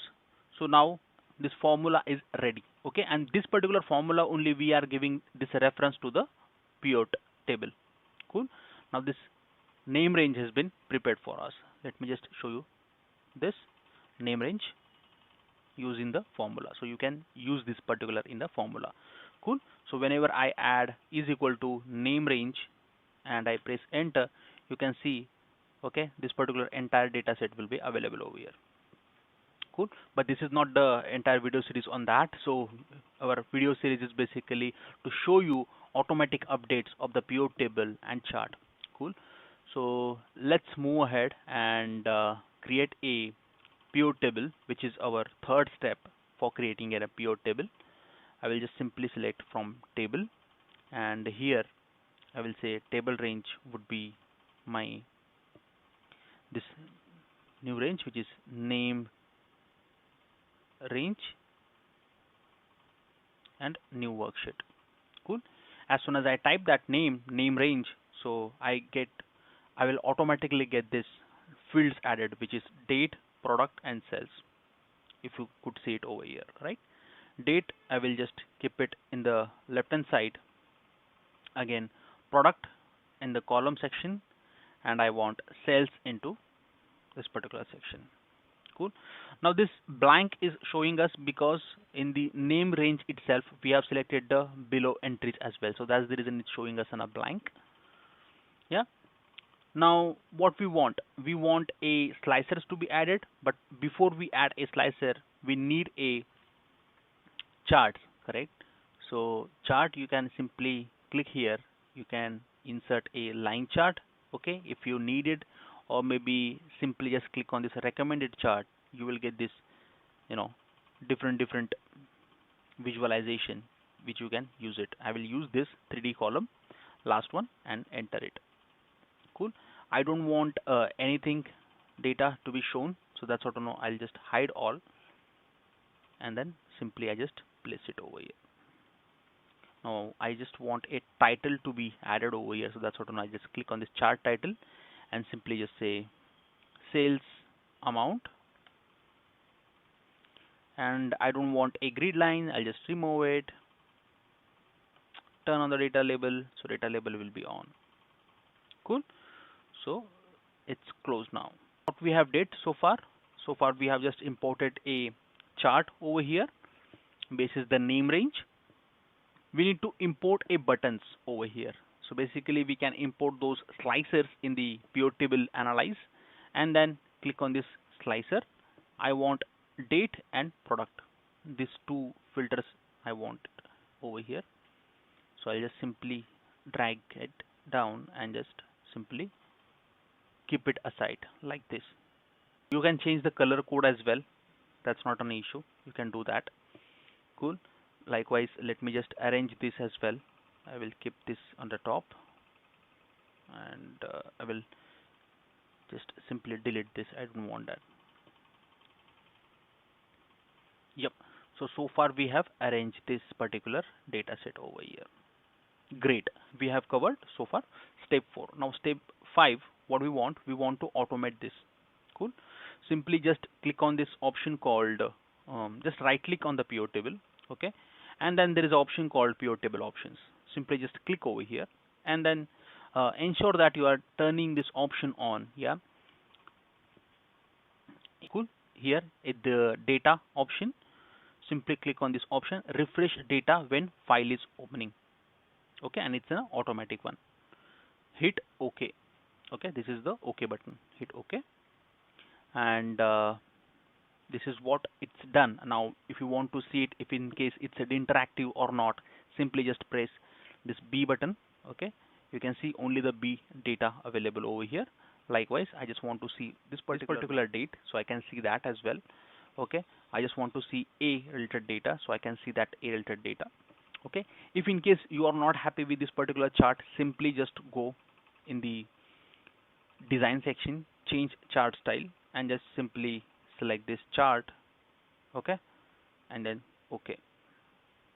Cool. And if in case you want to change the label, you can change that as well, or maybe here there are ample amount of options. I'll just select this. Now what I want entire 2 values to be shown. So I've just selected this particular option, clear filter, and then I can see it over here, entire entries over here. Now when we say append a new entries at the back end, okay, suppose I want to add a data over here, okay, and I will say B, and here I will say 800. Okay, 800 I have added, and if you could see over here at sheet 1 itself, okay, this data is not really showing. Why? The reason behind is we haven't did a refresh at all.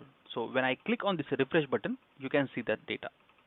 However, intent over here is whenever we close this worksheet, okay, and when we come to the next day in the office, or maybe the same day in the office, when we open up this particular file, we want a updated file.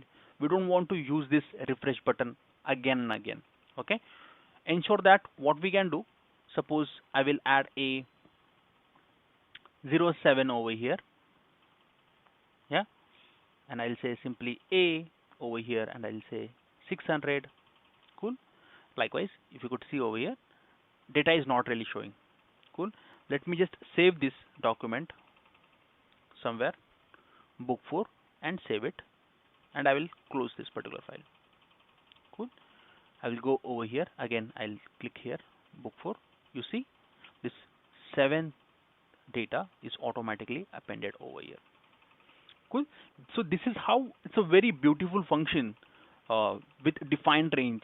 You can automate your task. There is no need to convert raw data into a table. First thing. Second thing, there is no need to click on refresh all again and again. Simply you can do that. So this is how you can create your automatic update of the pivot table and chart. I hope you found this useful, folks. So please hit the subscribe button, and thanks for watching.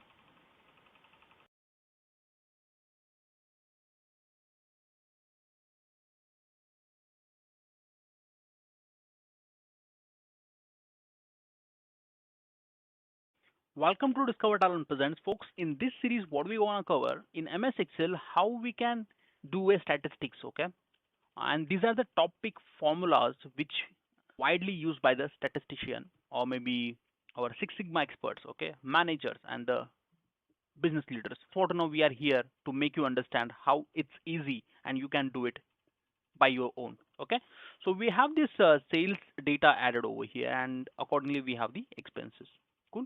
Now what we gonna cover? We cover a mean, standard deviation, correlation, linear regression, median, and mode.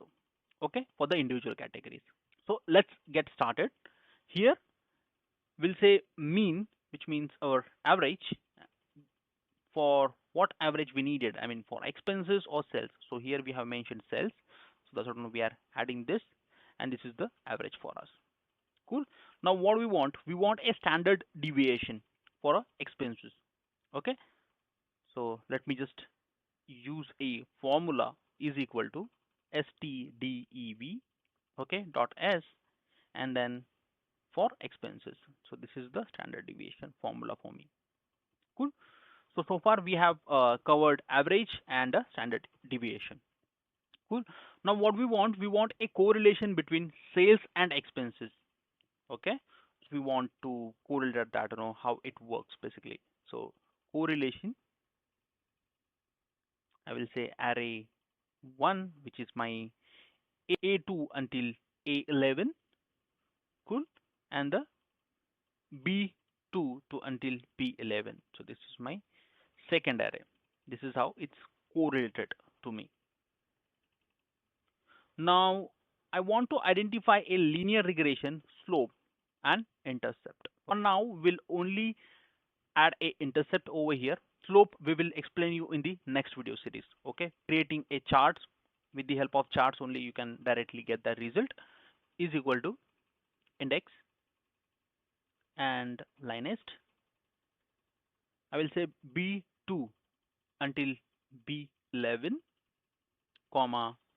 Likewise, I have my known x's. So these are the known x's for me, comma.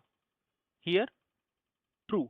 Why we are using true? True is B is calculated normally. So basically it's calculated normally. So I'm just saying true, comma. Here I have written a additional regression statistics. So that's the reason I have selected this. Cool. Then what I want, I will just close this particular array, comma. I have this row number 1, row number 1. Cool. And the column is again column number. I want a column number, so I'll just say column number this, bracket close, press enter. So this is what I got from linear regression. Now it's a very simple median and mode. Always remember mean, median, mode. We always do it, okay? And majority times we focus on this mean, median, mode only, okay, to get the numbers calculated. Yeah, median is basically to calculate a median of your sales data. Okay, so let me just show you with a formula median, and this is for my sales data. So I'll just select this and the 325. So this is the median for this particular values. Yeah, so we can go manually and just check the what is the median value for a given data set. So it's a simple formula to calculate in MS Excel. Mode. Now mode is basically how what are the frequent values are we are seeing in the particular data array. So those particular part cover in the mode segment and the mode formula basically. Cool. So this is my mode formula for me, and this is the range. Here I have kept this dummy data for you, so you can directly relate that what will be the result. Okay, so that's what I keep this data set very simple. Okay, so you can understand it very better manner. Cool. You can see it's 50. All right, here is the 50. Cool. So this is how most frequent used statistics functions we have covered in this entire series. I hope you found this useful, folks. So please hit the subscribe button, and thanks for watching.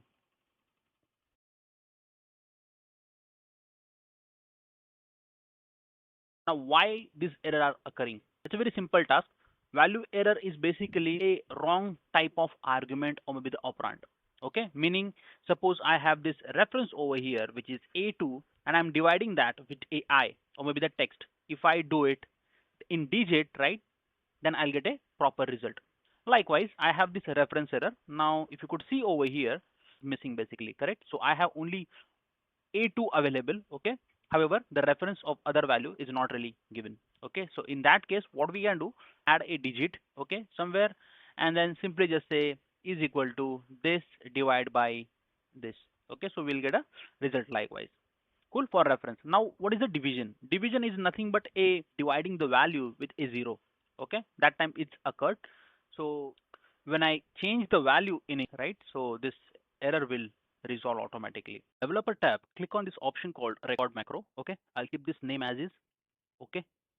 And then simply just copy this content and paste it over here. Cool. Please just insert a new row at the bottom. And whenever you are having a new entry, simply just select that, copy from paste section, click on the transpose. Okay, so you will add a new entry accordingly. Click on developer tab once again, clear this data first, and then any of the blank cell and stop recording. Cool. So suppose I update this data to Vinod W like this, or maybe any other changes in my data set. And after assigning this macro, I will get that details added at the bottom. Okay, carefully observe. I'll just simply click on this option, update. So the entry will automatically reflect over here as soon as I press update button. Surface chart is basically a powerful visualization tool which you can use it in MS Excel. So very easy to do. Suppose I have this data set available with me. Okay, I'll just simply select this and then recommended chart. I'll click on this all charts and there is an option called surface. I'll simply select this and I want this particular chart. Okay, I have inserted. Now what I want to insert a title over here. I just simply select this sales data like this, and if in case I want to add a access titles, so I can add that as well. Cool. So this is my sales amount, month. Cool. And likewise I have this product name over here. If you could see over here 0 to 200, 200 to 400, and 400 to 600 will help us to easily analyze our data in MS Excel. This is one of the most effective formula which we use in MS Excel. Let's say we want to find a minimum sales value, okay, for a discover talent product A. Cool. So this is the criteria we have, and this is the product name, and this is the criteria has been given already. Correct. Equal to sign, and then D min, and then I will say the database would be this for me. Okay. So include your headers as well, comma. What we want a sales.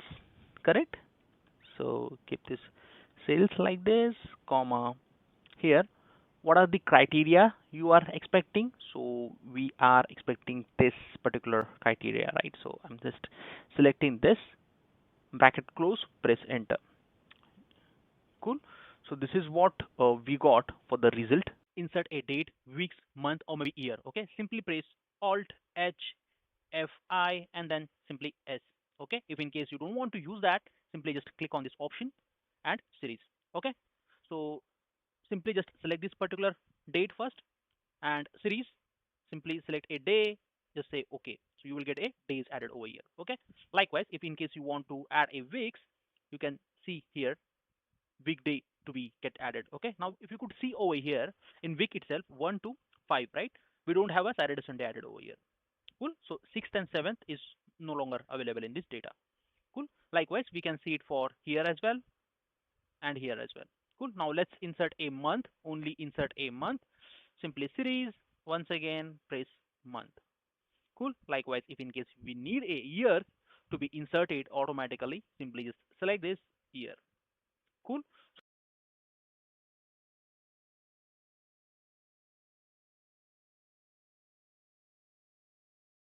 While doing a data analysis, which one is better, the formula column or the profit margin column? You could see it over here, right? The profit margin is perfect, correct? How we can add this formula? It's a very simple task to do, folks. Let me just delete that and just clear it out over here. Simply just add a if error. Cool. So what is the calculation basically we are doing over here? So we are just getting a profit margin over here, and then I'll simply add this text to validate the sales or the cost, right? So this is how it is, and you can easily add this formula to understand where exactly the error occurs, right? Thanks for watching. Have a great day ahead.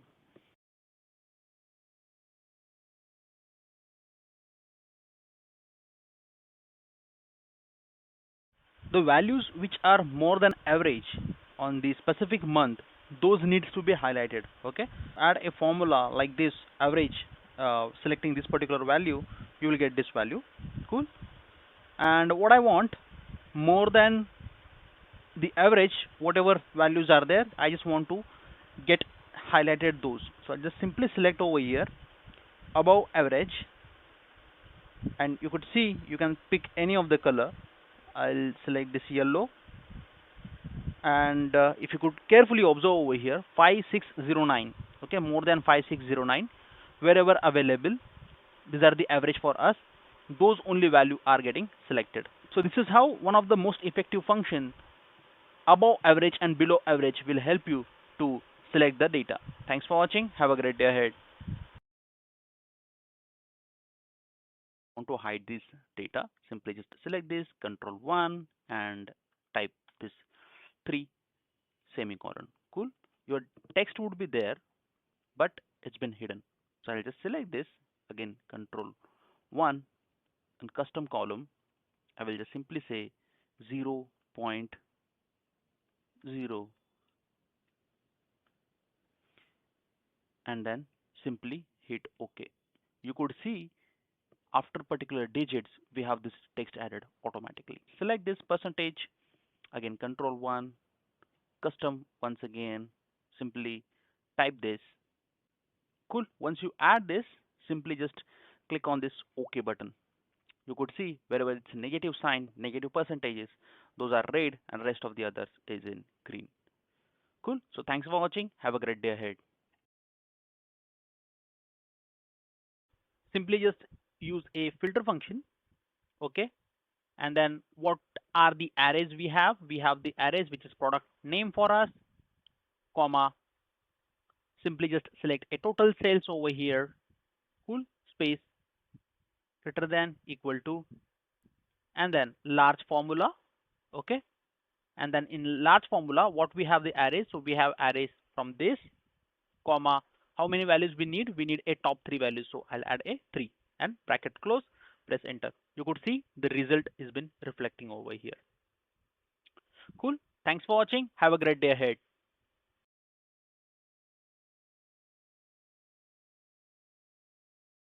Press is equal to, and then just say X lookup. Okay. Double inverted comma. I want Jen's results to be inserted over here. What is the lookup array? Lookup array is this for me. Comma. Okay. Return array is this. Bracket close. Press enter. Okay. So this is for a static data when we are extracting numbers for the Jen.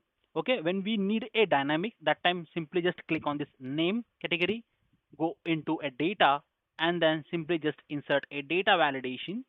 Okay. Select a range over here, list, and the source is this for me. Press give a reference over here. Okay. So I will just simply select this as a reference and change it. You can see dynamically we can change the values of respective individual. Thanks for watching. Have a great day ahead.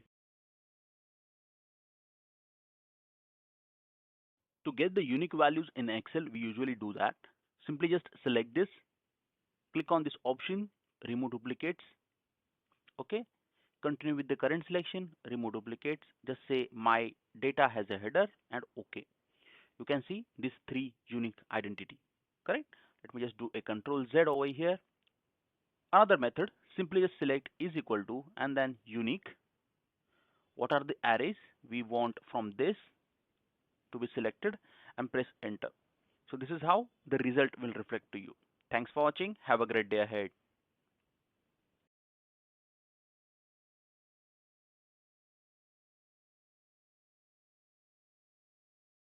Let's do a sorting for a salary range. Okay, is equal to sort formula.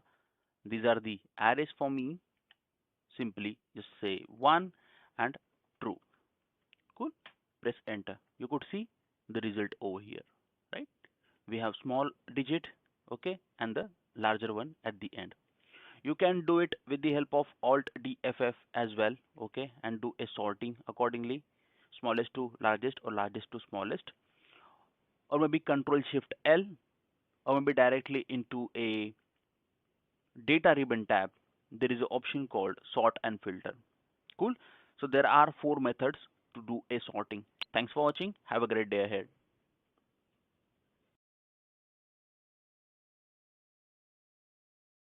While processing a data, there was a requirement from the client that department needs to be show only a first initial, instead the entire details.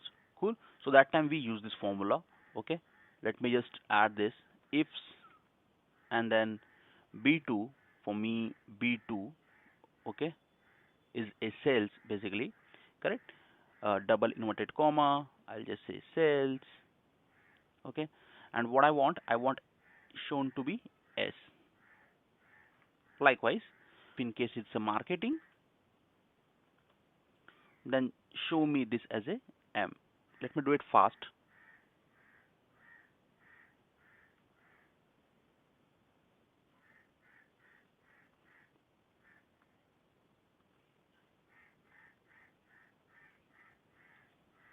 So as soon as you apply this formula, just simply press enter and then just say Control D.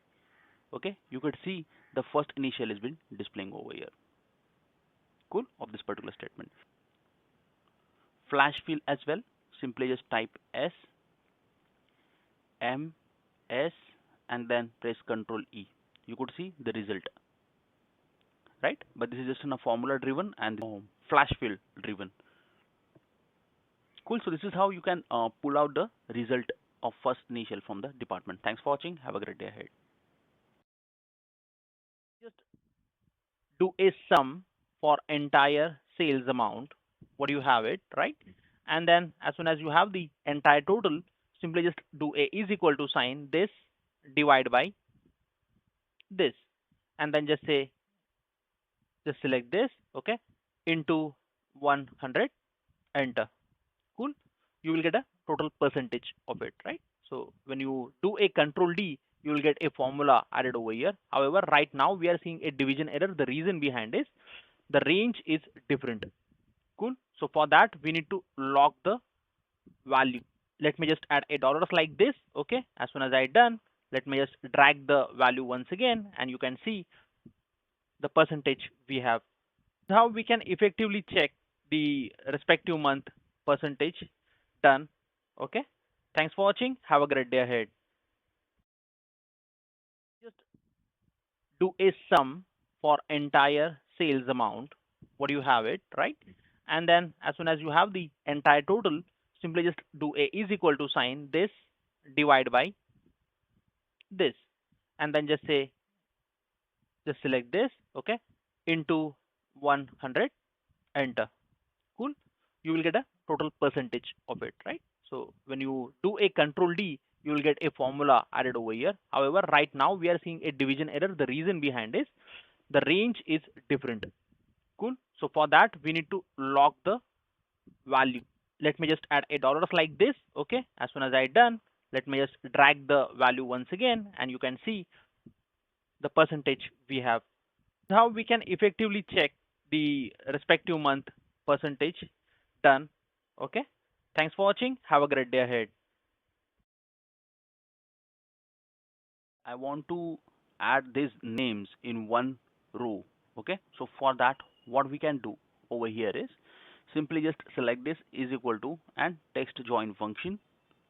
Cool. As soon as you click text join function, you will get a delimiter to be added. Okay, so I want a comma to be added, and then simply I'll just say ignore if in case any empty cells are added. What will be the range for us? Range would be this, and bracket close, press enter. You could see at one simple formula you get the result in one go. Yeah, thanks for watching. Have a great day ahead. Calculate a growth rate in MS Excel. So we are covering in this entire series. Okay, so this is the result what we have. Simply just use this formula. Okay, so what is the formula? Is equal to bracket this minus your previous month's details. Again, divide by this month, okay, into 100 and press enter. You will see the result over here, right? And then what I'll do, I'll just do a control D over here, and I need a decimals until only a 2 digits. Cool. Control T and then OK. Go into insert ribbon tab, recommended chart, and here all charts combo. Cool. And then simply at line section you will say this as a secondary. OK. And turn on the data labels. So this is how effectively you can calculate a growth rate in MS Excel.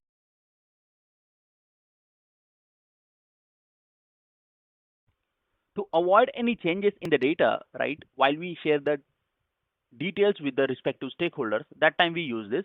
Simply just select this, click on this option, copy as a picture. Cool. You will get a pop-up like this as shown on screen, and just say picture. Just OK, and simply click here and then click on this paste option. Cool. You will get the bill in a picture format. Okay. You can do it for charts as well. Okay. To avoid any amendment in the data sets. Thanks for watching. Have a great day ahead.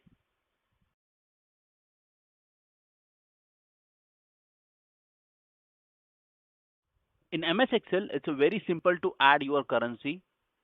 Simply just click on the home ribbon tab. At the numbers you could see over here.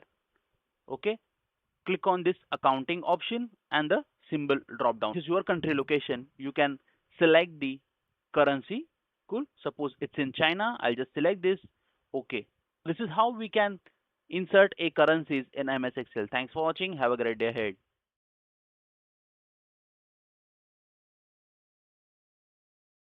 To show progressively smaller stages in a process, a table where you want that to be inserted, click here recommended chart and then all charts. Simply just click over here. Okay. Use it when data values show progressively decreasing portions, right now we can't see any decreasing portion over here. The reason behind is our data set is in another format. Okay.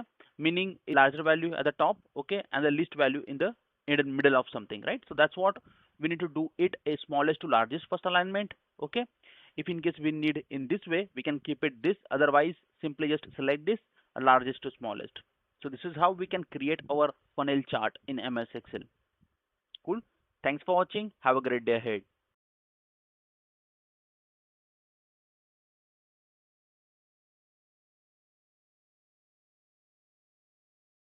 I want my numbers to be convert automatically into a words. Okay. That time we use this formula. When I search the formula, I don't find it. In Excel, we don't have any pre-built function available. Okay. For that, we need to create our own. Toggle the screen and you could see over here number 2 words. Now I can find out this particular formula. The reason behind is why I got this particular formula. When I add even this particular amount and just say control D, I'll get an automatic result over here. The reason behind is I have developed a code over here. Okay. And this is the code for me. Cool. If in case you need a code, cool, then this particular website we have uploaded our code, folks. Okay. Just leverage this. Due to this limitation of 50 seconds video, we are keeping this short. Cool. Entire steps we have added in the description. Okay. Feel free to follow those. This is the status code. We can check the status available over here in commentary section with the help of switch. It's very simple to do. Let me just delete this first. Is equal to switch function. Okay. And then I'll just select this, comma, value would be this, and what is the status for me? Pending. Cool. Likewise, I will say for a value 2 would be this, and WIP. Again 3, comma, would be completed. And if in case no value available, directly I will just say as a unknown for me. Bracket close, press enter, and then control D. You could see the result over here. So no need to use any nested if functions. Simply just use a switch function. Thanks for watching. Have a great day ahead. Static way, how we can do that? Some product, and then once again I will insert one more bracket over here.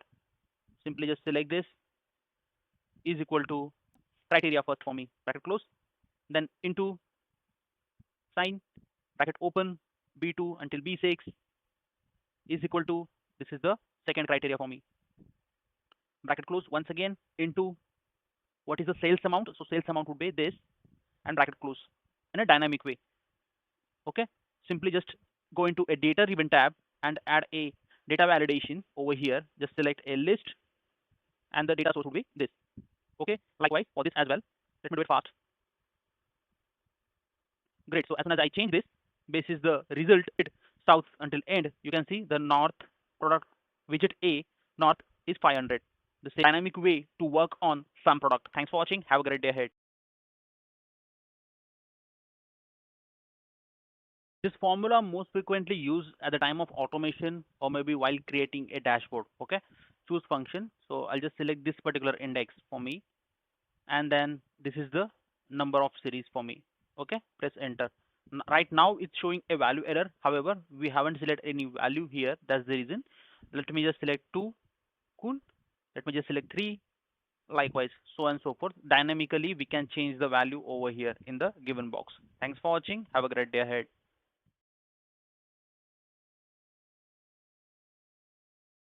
Function is particularly useful in a complex reports and dashboards where data cleanliness and accurate calculations are critical. Okay, when we see over here average function, we are getting a same result, correct, from the same value. However, when I apply aggregate function, again getting a same result. Cool. So let me just add a aggregate once again for your reference. It's an average. What we want a average from this particular function, average comma, then I will just say ignore hidden rows and error values if any, correct. I'll just simply just say 7 comma, I'll select the entire range over here and bracket close. Before I press enter, I would just want to show you 5 and 6 number is hidden for me, okay, in this particular row, and I press enter.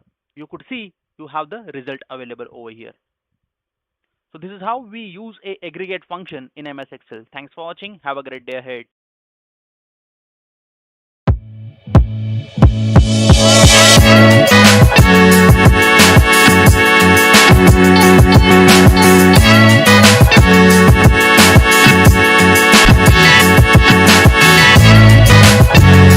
Hi everyone, welcome to Discover Talent. I'm your host Vinod. Today's session will be a game changer for you. Okay, we are going to cover how to create our own custom GPTs using a chat GPT. Now you can develop your own GPTs with whichever domain you are in, finance, accounting, or IT, name it, and your GPT is ready. How to create that end-to-end step, we are going to capture it. Now I know that sounds super advanced, but trust me folks, it is a very stepwise guide which I'm showcasing over here. And yes, we are going to showcase that live demo each step. Also keeping that in a section wise, or maybe you can call it as a chapter wise, right? If in case you are not really interested to understand a introduction, or you are already aware about the history about ChatGPT, you can skip that particular part and you will move ahead. So without further ado, let's quickly start.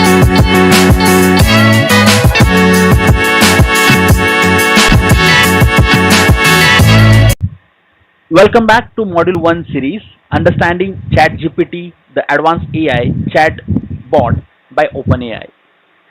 ChatGPT is a smart AI chatbot made by OpenAI. It can understand and write a text like a human. This presentation will explain what it can do, how it works, where it's used, and what it might do in a near future. In this presentation, we will learn the basics of ChatGPT, what it is, and the company that created. Look at how it works using something called generative pre-trained transformer and why that matters. We will also talk about what ChatGPT can do, how it was trained, how it is being used in a different industries today. ChatGPT is a big step forward in AI, made to talk with the people in a natural way. Knowing what it is help us to understand what it can do. Cool. So what is ChatGPT? Okay. ChatGPT is a smart computer program made by OpenAI that uses machine learning to reply with a text like a human. It chats with users and gives a clear, relevant answers basis the prompt what we added, right? OpenAI is a research group that works on creating safe and helpful artificial intelligence, which is called AI. It was started in December 2015 and its goal is to make sure AI helps people in a good way. Cool. So this is all about the creators overview which we have showed you on the screen, folks. The key features of ChatGPT. ChatGPT has a many useful features. It can understand a topic, give the relevant answer, and keep the conversation clear. It can also change its tone and style to match what users want.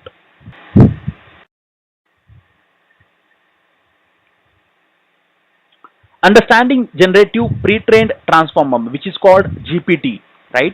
To understand how ChatGPT works, we need to look at the system behind it, called generative pre-trained transformer, which is GPT. This part will explain what it made of and why it really matters.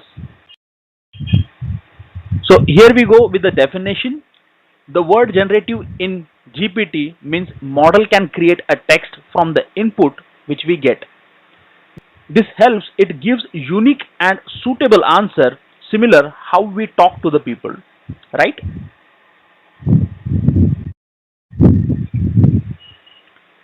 Importance of pre-train. Training is an important step in building ChatGPT. In this stage, the model learns the large amount of text to understand language, grammar, and context. This helps it give better and more accurate answer. The transformer is the core design behind the GPT model. It helps the model quickly understand information and context using the method called self-attention. This makes it very good at working with a language.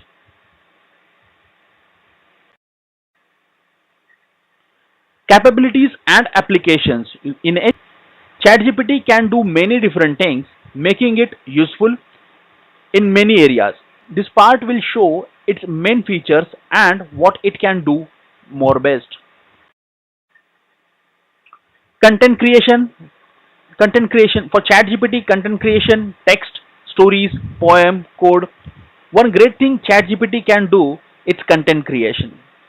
It can be writing a story, poems, articles, and even small pieces of code. This makes it helpful for both writers and developers. ChatGPT is a helpful writing tool. It can help users to come up with ideas, write essays, and explain hard topics in an easy way. ChatGPT can help solve real-time business problems by giving the useful information and answering the questions because it can find answers quickly. It's a good tool for a research and learning. To understand how well ChatGPT works, where it might have limits, it's important to know how it's trained and what data it learns from. This part will explain the training process. So training process with the ChatGPT. ChatGPT is trained in two main steps. First, it learns from large mix of internet text, which is called pre-training. Then it is improved using a spatial data and human feedback. Fine tuning it. This helps it understand language better and respond the way users prefer.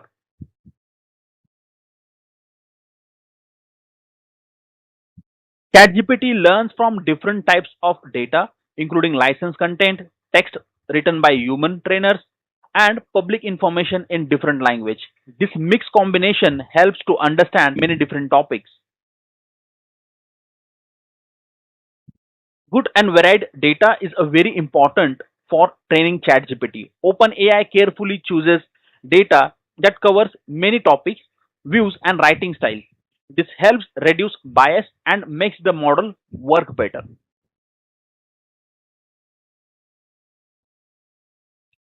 Impact and future potential.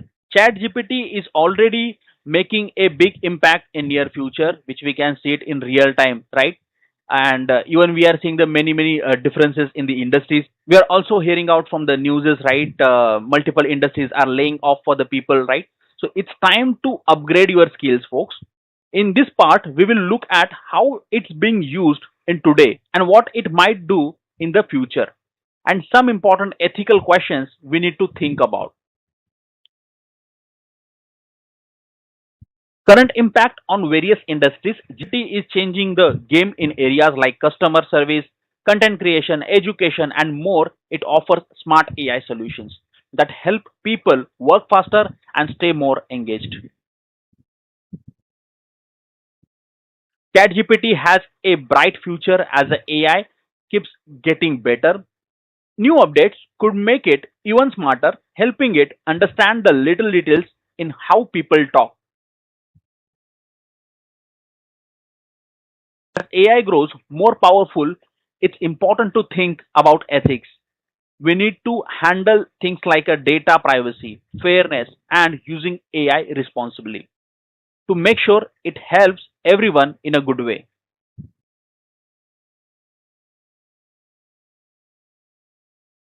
To sum it up, ChatGPT is a big step forward in AI. It has some amazing features and is already being used in many different industries and areas. As we move forward, it's important to understand both benefits and challenges that comes with this powerful tool. In our next session, let's talk about brief history about AI and its evaluation.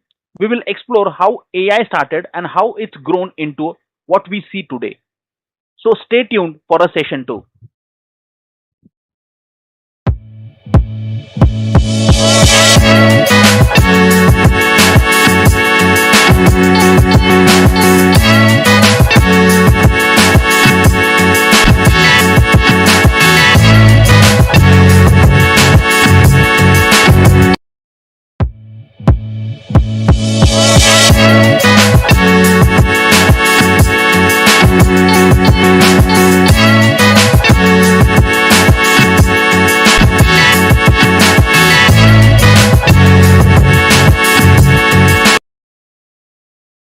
Welcome back.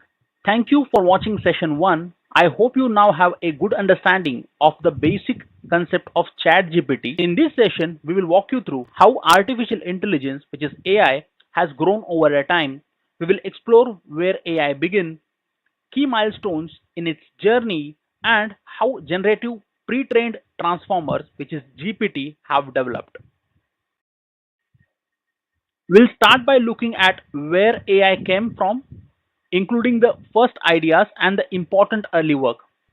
Then we'll talk about how the term artificial intelligence was created and go over the major steps into the progress. Finally, we'll focus on how GPT was developed and how it has improved over a time. The journey of AI started in the mid 1900s. Early ideas, smart machines, and neural networks helped set the stage for future development. In 1943, Warren Michelage and Walter Pitts came up with the first idea of artificial neural networks. Their work helped people to start understand how brain could link to a computer. Turing wrote a paper called Intelligent Machinery, where he suggested the machines could act like a human and show intelligence. This important idea had a big impact on the future of AI.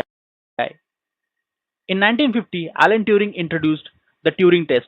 It was meant to check if machine could act so much like a human that people couldn't tell the difference. This idea is still important in AI today. The term artificial intelligence was first in 1900, marking an important moment in the growth of the field. During the time of early computer systems were built to copy of human think. The Dartmouth Conference in 1956 is seen as starting point of AI as a field. At this event, researchers came together to talk about how machines could act like a humans. This is when the term artificial intelligence was first introduced. During this time, early AI programs like ELIZA and SHRDLU showed that computers could hold simple conversation and understand basic human language. These were important steps forward in AI development. Over the years, AI has reached many important milestones like winning the games against humans and growth of machine learning and deep learning. These achievements have helped shape what AI looks like today. In 1997, IBM's Deep Blue made history by beating world chess champion Gary. This showed that AI could handle complex thinking and solve tough problems. In 2010, machine learning and deep learning grew quickly. These techniques changed how AI was used in many areas like healthcare, finance, and transportation. AI tools like Siri, Alexa, and Google Translate brought AI into a daily life. They gave people easy to use digital helpers that made tasks faster and more convenient. Generative pre-trained AI, which is called GPT, are a big step forward in AI language tools. Newer versions have become smarter and more useful over time. GPT-1 was launched as the first of its kind. It showed that AI could learn on its own and create a clear, meaningful text. GPT-2 came out in 2019 with many more parameters, making it better at writing like a human, but it was released carefully because people were worried it could be misused. GPT-3 was launched in 2020 with a huge number of parameters. It impressed many people and was used in many fields. Sparking talks about the future of powerful AI. The newest GPT versions show continued progress with better features and skills. This points to a future and even a smarter AI tools. In 2022, GPT 3.5 was released and led to public ChatGPT tools. It made chat and AI smoother and more natural. GPT-4 came out in 2023. It could understand text and images, and it was better at reasoning, making it useful in more ways. GPT-4 Turbo, expected in 2024, aims to be a faster, cheaper, and it could be a make more powerful AI easier for more people to use. The history of AI and GPT shows amazing progress. As AI keeps growing, it will bring many new chances and also some challenges in the near future.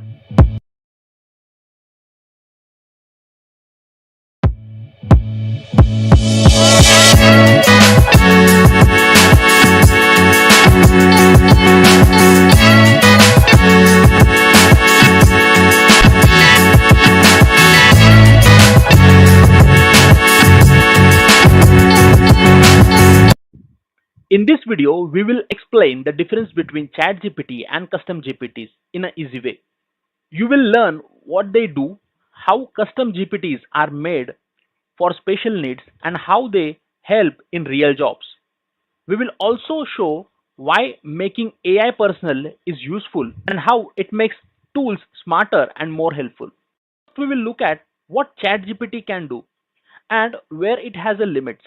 Then we will talk about custom GPTs, how to make them personal and see examples from real life. In the next session, we will show you the live demo to see how it works. This part gives a basic understanding of ChatGPT. It's a general purpose AI trained on wide range of information. We will explain what it knows, how it works, and why its ability to be customized in limited compared to other AI models. ChatGPT is built to be a flexible AI that can help with many different tasks. It uses a large amount of data to give human like answers, but it's not made for any one specific job or a subject. ChatGPT has been trained models, internet text, so it knows a lot about many of the topics. This helps it have a flexible conversations, but it can sometimes give general or less accurate answers when it comes to very specific or detailed subjects. Even though ChatGPT knows a lot, its information only goes up to the date it was last trained. It doesn't have access to live or private data, so it might not always be accurate when talking to about current events or very specialized topic. ChatGPT allows only a little personalization by using prompts or basic system instruction. It can't use personal data or be deeply changed to fit specific needs or tasks. Custom GPTs are make AI more useful by letting you shape how it behaves and train it for specific tasks. In this part, we will explain what custom GPTs are, why they are helpful, and how they are different from regular ChatGPT models. Custom GPTs are specially designed AI models made to fit specific user needs. They give more accurate and relevant information with flexible response time. Other than that, a normal GPT. With custom GPTs, users can control how the AI talks, including its tone, style, and how it interacts. This makes it great for a specific roles or a matching brand's unique voice. Custom GPTs can be trained with spatial or a private data, which helps them become expert in specific topics or tasks. This is something regular model like a ChatGPT can't do as well. Custom GPTs are built for specific jobs like giving a legal advice or tech support. So they will be a work experts in those specific areas. This makes them more helpful and keeps users more satisfied. This part explains the main tools you can use to customize a GPT, include special instructions, safely adding your own data, and using APIs and other tools to automate tasks or connect to workflows. Custom GPTs let you control exactly how they respond by setting rules and guidelines. This helps make sure the AI follows your goal and stays with ethical limits. Custom GPTs use strong privacy protections so they can safely work with private data or any sensitive information if in case there. This helps improve accuracy while keeping the data secure. Ask ChatGPT. Custom GPTs can link to outside tools and APIs, which helps automate complex tasks and let them work smoothly. In this section, we will look at how custom GPTs help in areas like customer support, education, and business automation. These examples show how flexible, useful they are in many different situations. Custom GPTs make customer service better by giving replies that are personalized, accurate, and based on the current situation. This reduces work of human agents and make customers happier. Custom GPTs create personalized learning experience by adjusting to each student's need. They also help research by providing expert knowledge and useful resources. Custom GPTs help businesses by handling repetitive tasks, making workflow smoother, and supporting better decision. This leads to a higher efficiency and saves money. This part explains how custom GPTs work with people as a smart helpers. They make work faster and help teams make better decisions with real examples. Custom GPTs make teams by sorting information, giving useful insights, and solving tough problems together with people. Custom GPTs speed up decision making by doing routine tasks, giving a smart suggestion based on the last historical data. This helps teams work better and faster. Many companies now use custom GPTs in their daily work has helped them get better results, create new ideas, and connect more with their customer. We will show you how to set up a custom GPTs, including how to customize it and give it tasks using a real example. This slide shows the steps to make a custom GPTs, setting how it behaves, adding your own data, and adjusting settings for a specific jobs. Ask GPT. We will show how a custom GPT handles tasks with personalized replies, fits smoothly into a work process, showing how flexible it is. To sum up, custom GPTs go beyond regular AI like ChatGPT by adding personalization, expert knowledge, and the ability to connect with other tools. This makes them powerful for many different industries. In the next session, we will covering how to develop your own custom GPT live demo. So stay tuned and don't forget to subscribe Discover Talent.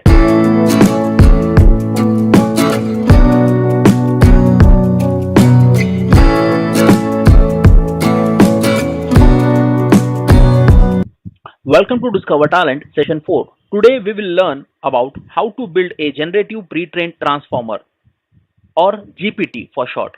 We will talk about what GPT is and its importance. If in case you have missed this session 1, 2, 3, okay, we will urge you to watch those series. We'll give you the clear understanding about what we have covered, basics about GPT and the history all about GPTs. Cool? In this video, we will introduce GPT technology and talk about how it is used in real life. We will also explain why creativity and having a clear purpose are important. You will learn what basic things are needed to get started, how to come up with your own project ideas, and what easy no code tools you can use to build them.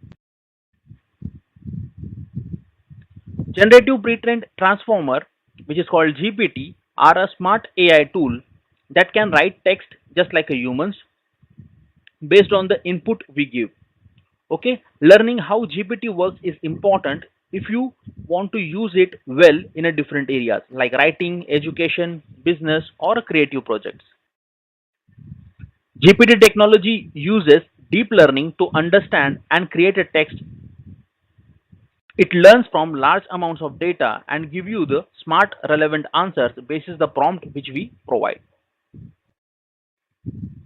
GPT has many use cases like writing content, helping customers through the chat, and building chatbots because it is so flexible and it can be used in many different areas. Using creativity and a clear purpose in your GPT projects makes the result more better. When you know your goal, it helps GPT work right way and give you the correct answer. To build GPT, you need some basic tools and accounts. In this part, we will show you how you will get those, and in live demo, we will demonstrate you how you can quickly get that started.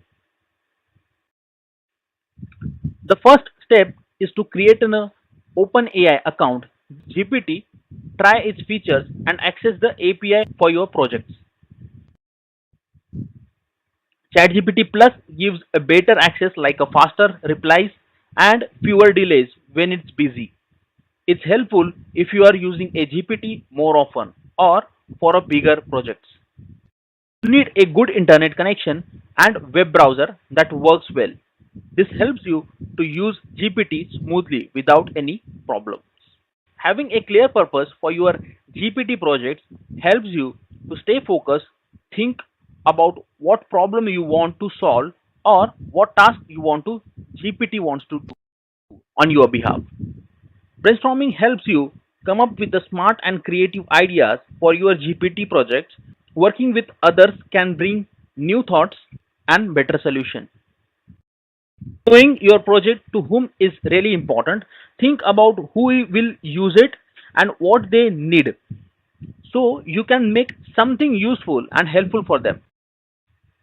You don't need to know coding to build a GPT project. In this part, we will look at easy tools and interfaces. that let you create your own GPT. Some platforms have a easy to use interfaces working with GPT. They let you create and use GPT tools without any coding skills. Easy tools make it simple to create content with GPT. They are made to be user friendly so you can focus on your ideas, not a tech stuff. Since no coding is needed, you can focus more on your ideas and creativity. This makes it easier to explore, build your great GPT projects. Great GPT projects need to creativity and a time. In this part, we will talk about how to boost your creative ideas and use your time to keep improving your project. To make your projects better, try to boost your creativity. You can do this by brainstorming, looking for a inspiration, and working with others to get to know their ideas. Managing your time is important for a good GPT projects. Make a plan that includes time for exploring, testing, and improving your work. This helps you to get better result. To keep your project useful and up to date, you need to keep improving it. Adding a new ideas using a feedback will make it more better over a time. To build a GPT project, you need to understand how it works, have it a right tools, set a clear goal, and use your creativity. By following these steps, you can create and improve your own GPT project successfully. So let's see how everything we have learned comes up together in our real example. So let's quickly start with a live demo on GPT.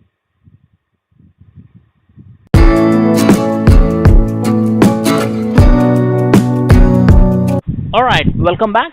So this is the screen which you can see on the browser. Okay, chatgpt.com. You can type it on your browser, be it you are using a Chrome or maybe Edge. Okay, you just have to type this URL which is mentioned over here, and then you will get this pop-up called login or maybe the sign up. Okay, for me, I have the account already with me, so I'll just simply click here and I'll log in. Okay, with my account.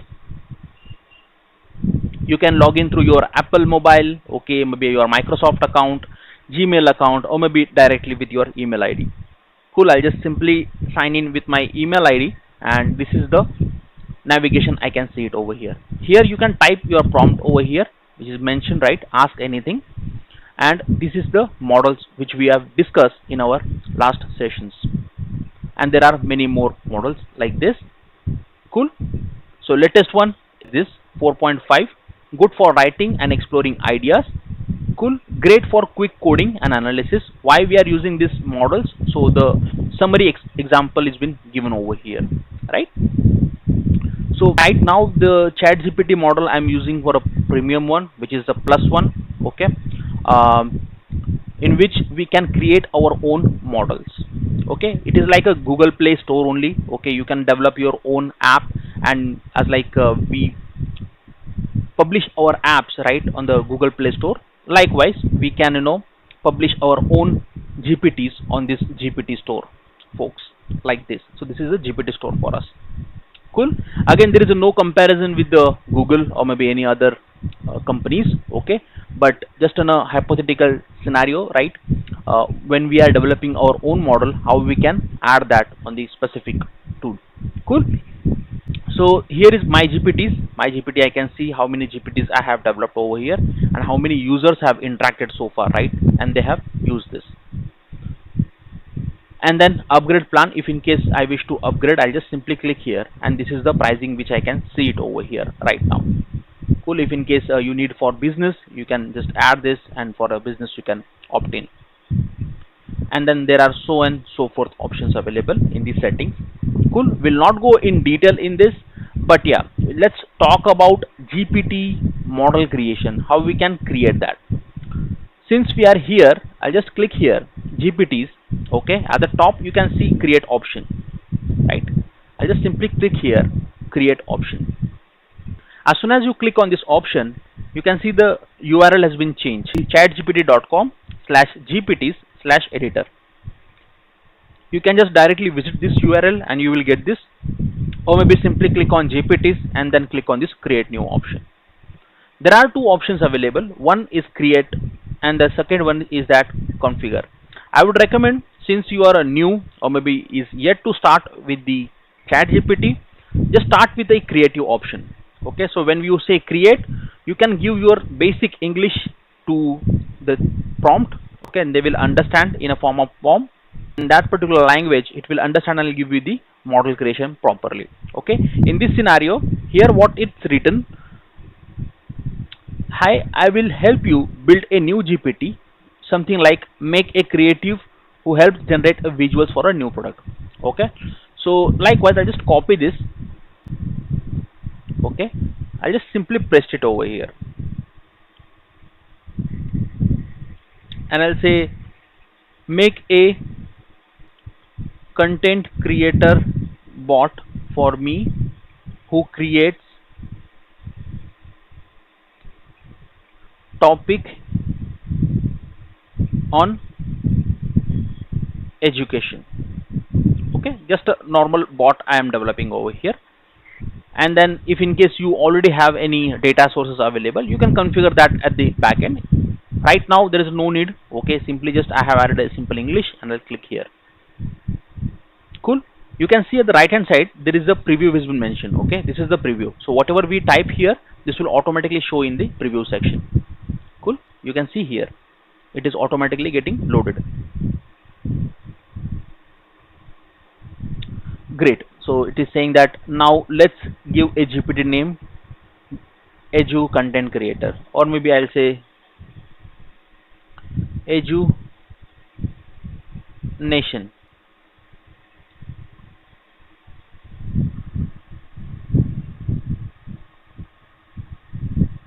Now it's generating a profile picture for me, and then once the profile picture is generated for my model, it will show me like this here. Cool. You can see it at the right hand side.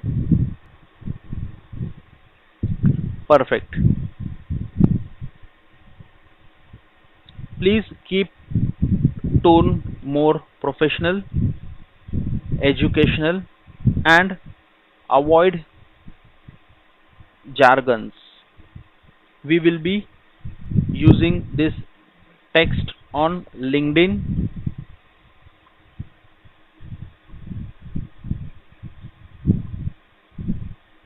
and other social media platform along with our website. Cool. So this is just a prompt I'm giving while he's giving me a response. So again it's updating at the back end. Cool. So now it's saying that I have refined the so and so whatever GPT is saying that he's refined that, needs to tweaks that the content whatever I have asked for. And suppose I want to say here, which is my model, right? This model is now mine. I need help topics on data analytics. What should be focused upon?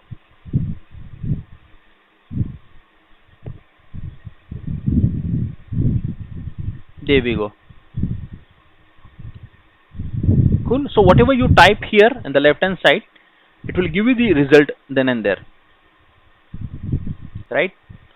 Cool. Now the configure part, since we already covered the create, now configure. Configure is basically if in case you already have a conversation starter with you, right? Suppose you want to say that FAQs kind of thing, right? So frequently asked question. If in case you have a question, right? Suppose I want to say Excel related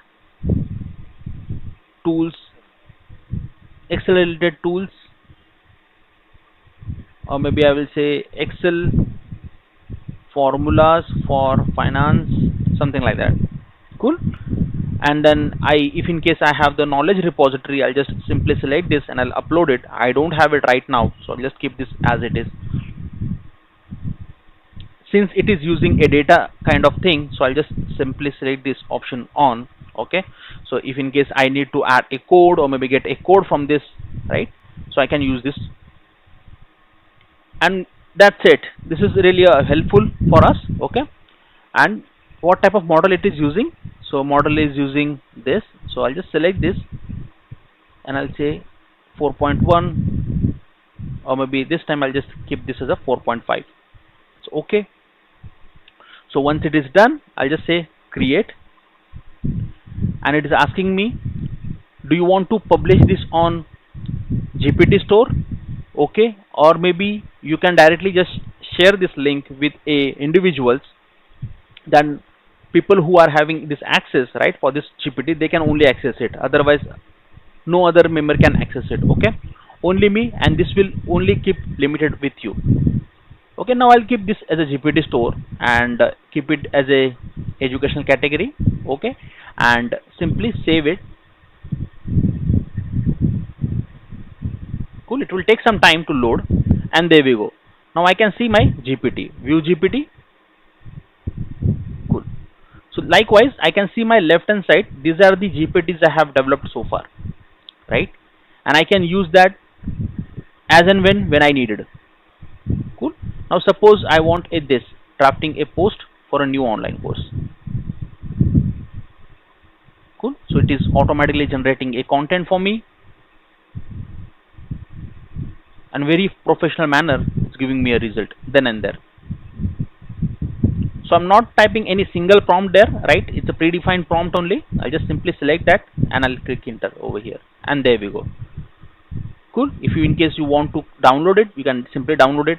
Okay, you can share this as well if in case you wish to review this with someone, right, you can use that. Cool. And I don't want this right now, so I'll just simply close this, and this is the normal page for me.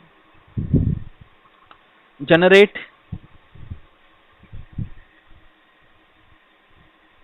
poster. Data analytics is amazing. Okay, now as soon as I type that, it's giving me this particular answers over here. So I will again add a prompt over here. Can you generate image showing two male in the poster?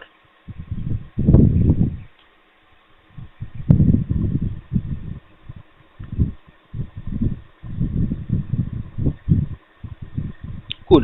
In this case, if you get this particular prompt, right, so he's asking us, he will not able to generate it, then no need to worry. Okay, what you have to do, click here again. Okay, GPTs, and then click on this my GPT. Whatever GPT you have generated, just click here, edit, configure, just go down, image generation is on. Okay, and this time I will just change this, keep it this, update model, I have changed it intentionally, and let's see this time if it is helping us.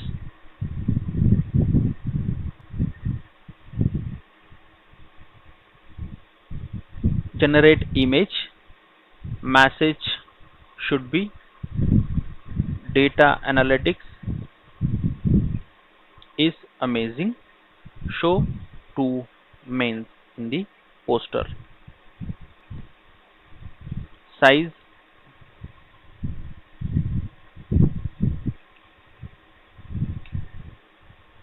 okay. So what I have did, I have just now changed the model from there, right, and I'm just checking if in case it can generate a image for me. Okay, and it working fine, right, so it's working completely. Cool. So I have just now changed the model, I haven't did anything else. Okay, so you have to do a basic, changes there as and when it's required, and you have to test it accordingly. Okay, and as soon as you test that, you just have to deploy it wherever it's required in your projects, in your deal, in your company. Okay, if in case you are an entrepreneur, okay, ensure that you are using this wisely. Cool. And then as soon as it is done, okay, it will show me the result like this. Cool. It will take some time again to load.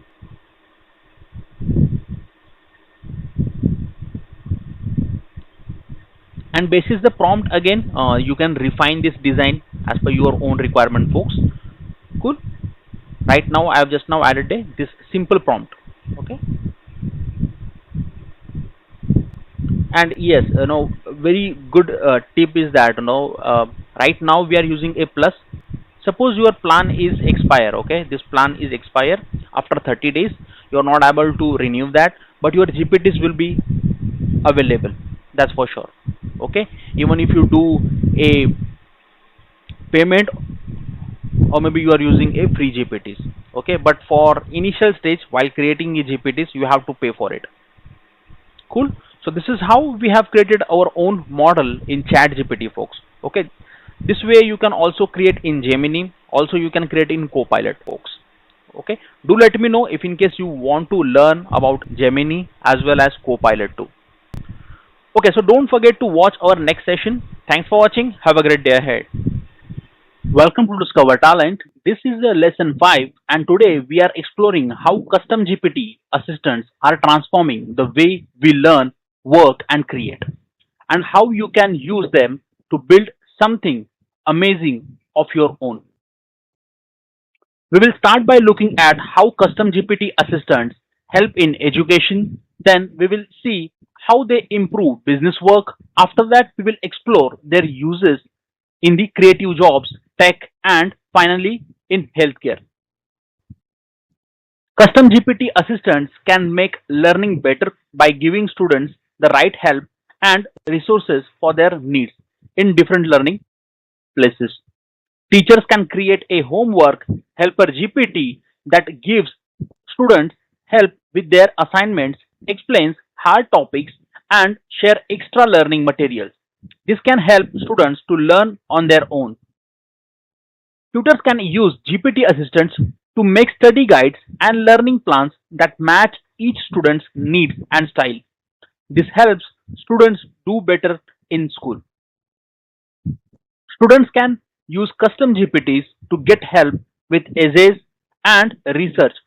The assistant can suggest topics, gives the outline, and find useful information, making writing more easier. Shop owners can use GPT assistants to answer customer questions quickly and correctly, making shopping easier and better for customers. Customer service teams can use GPT assistants to quickly handle questions and help requests. This saves a time, lets staff focus on the harder problems. Marketing teams can use GPTs to create content like social media posts, blog, and emails. They can also help plan strategies by looking at market trends and what people like. In creative work, custom GPTs can help with ideas, editing, and making content, helping professionals do their job very well. YouTubers can use GPTs to write video scripts on a popular topics. This saves time and keeps their content fun and up to date. Authors can use custom GPTs to help with editing and proofreading. They give tips to fix errors, improve style, and make writing more better and faster. Artists can also use GPTs to get new ideas and explore different creative directions. It gives having a digital muse to spark inspiration. Custom GPTs can help in technical work like coding, engineering, and studying a data, make tasks easier and more faster. Developers can use GPTs to help write a code, fix errors, and explain how things are going. This makes coding faster and more easier. Engineers can use GPTs to write and manage technical documents. It can also help solve a problems by using a past data and give a correct action. Data scientists can use GPTs to study data, make a charts, and build predictive models. This helps them to find out a insights faster and more easily.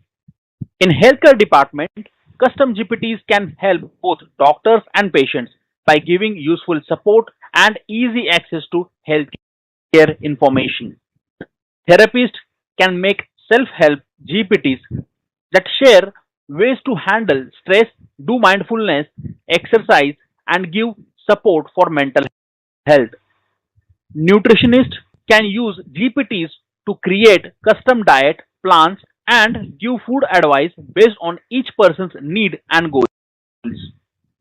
Fitness trainers can use GPTs to make workout plan that fit each person's fitness level and goals, making a exercise more fun and more effective. Custom GPTs can help in many areas by boosting work, ideas, and support. People and businesses can use them to build smart solutions that fit their own needs. I hope you found this useful, folks. So please don't forget to watch our lesson 6. Welcome to session 6, Get Better Results with ChatGPT. In this session, we will show you easy and smart ways to use ChatGPT more effectively by asking clear questions, being polite, and sharing a right information. You can make GPT work better for you for your daily resume activity. We will start by talking about why clear instructions are important when we using a ChatGPT. Okay, we will look we will look at how being friendly in your messages help in your messages helps. After that, messages helps. uh, Then we will look at how being friendly in your messages helps.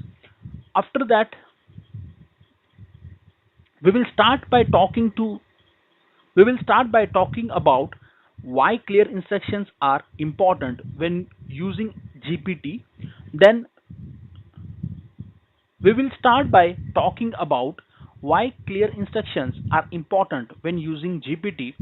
Then we will look we will look at how being friendly in your messages helps. After that, we will see why giving correct and up-to-date information matters. Next, we will talk about trying to different ways, asking a questions, using a different prompts, right?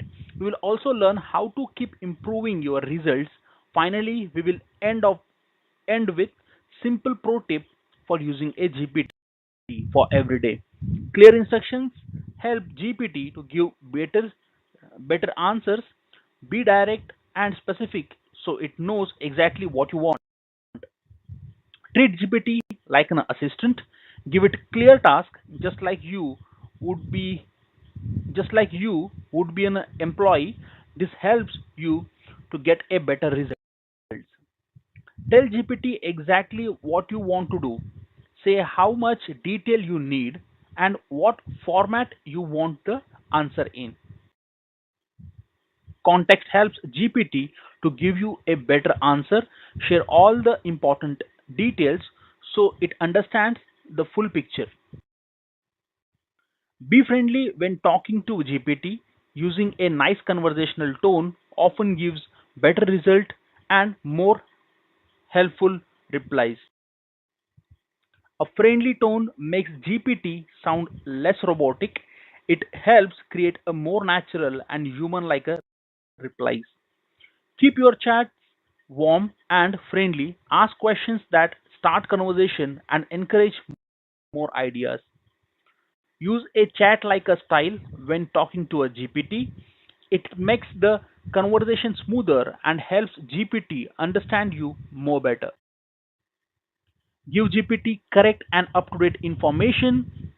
Also, the data, whatever data you are referring with, good data helps it give you a better result and more useful answer. Always use accurate data in your prompts. Correct information helps GPT to give you a reliable and helpful replies. Keep your data fresh, relevant, up to date. Updated information helps GPT work better and give you a accurate answers. Give all the key details about your topic. The more complete your info, the better GPT can answer you. Try asking questions in different ways. It helps you to see works best and gives you a better result. Ask different type of questions about your topic. This shows how much this shows how much GPT understand and helps you to get deeper insights. Test GPT with different situations. It helps you to learn what it does well and where it needs to be improvement. Look at GPT's reply and see what worked. This helps you to improve your questions next time. Keep learning and adjusting how you use GPT. This helps this helps you to make better result over a time. Pay attention to feedback on GPT's answer. It helps you to spot on what needs to be fixing and improving. Keep improving based on how GPT performs and the feedback you get. This helps you to get a better results every time.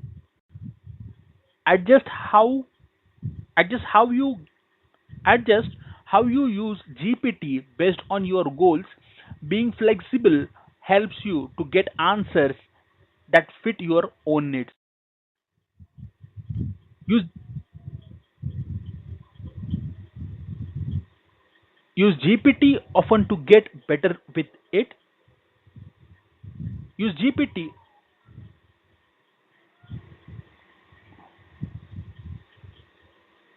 use GPT often to get use GPT often to get better with it. The more you use it, the more you and GPT learn and improve. Using GPT every day helps you to understand it better. You will get smoother and faster results as you learn what it does best. As you as you use GPT more frequently, it learns from your interaction, enabling it to provide a responses that better fit for your style and own needs. Use GPT daily to get the most of it.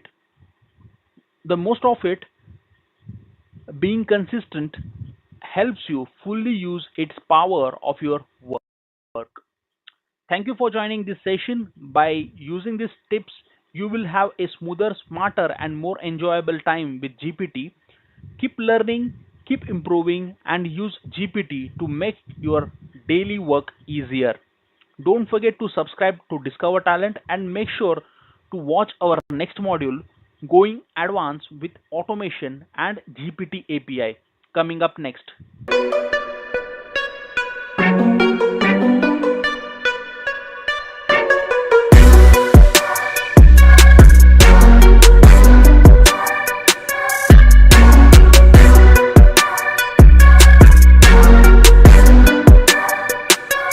Welcome to Discover Talent. In this video, we will explore how APIs, automation, and AI tools can work together to make apps and services smarter. We will look at real examples and what's coming next in tech. We will show you how to connect GPT to your apps with the OpenAI API, automate work using Zapier and Make.com, create WhatsApp chatbots, build bots for Telegram and Discord, and add voice tech. We will also explore what's next in the innovation phase. The OpenAI API lets you to add AI to your apps. We will show you that as well. The OpenAI API is like a smart assistant you can plug into your app. It can chat, answer questions, summarize text, and even write a code. Businesses use it in chatbots, virtual tutors, and content tools. It's a gateway to adding advanced AI without building it from scratch. To use the OpenAI API, you will get a API keys, set up your tools, and make your first call. This slide covers these steps. The API can do much more than just a chatbot. Imagine a shop using a reply instantly to customers' questions or a news site that generates a quick summary of article. It can also help translation, writing a marketing post, creating a study guide for a students. Zapier and Make.com let you connect apps like Gmail, Slack, and Google Sheets without writing a single code. For example, you could set it so every time you get a form submission, it automatically saves the details to spreadsheet and email you a summary, saving manual working hours. Automation tools connect apps to save time and cut errors, letting teams focus on bigger goals. Zapier connects apps with triggers and actions. This slide shows how to set up workflows so easily. Make.com uses visuals scenarios for advanced automation. This slide shows how to build complex workflows. A WhatsApp chatbot with GPT can greet customers, answer products questions, and even take bookings 24/7. Imagine a hotel chatbot that can recommend rooms, check in availability, and send directions all without human intervention. Building a WhatsApp chatbot means setting up a server, handling a chats, and following a WhatsApp's rules. This slide includes that. Linking GPT to WhatsApp chatbots makes conversation smarter. This slide shows how to connect with them. Real examples show how WhatsApp chatbots improve services and engagements. This slide shares a success story. Telegram and Discord bots can boost community of engagement. This section covers a lot. Telegram bots are great for personal chats or small groups, while Discord bots work well for big communities like gaming or tech servers. You can get them up, answer FAQs, give news updates, or even run a interactive games for your audience. Discord bots can automate and moderate servers. This slide shows how to create and launch them with GPT. Advanced bots can give custom replies and interactive games. This slide shows you how to add that features.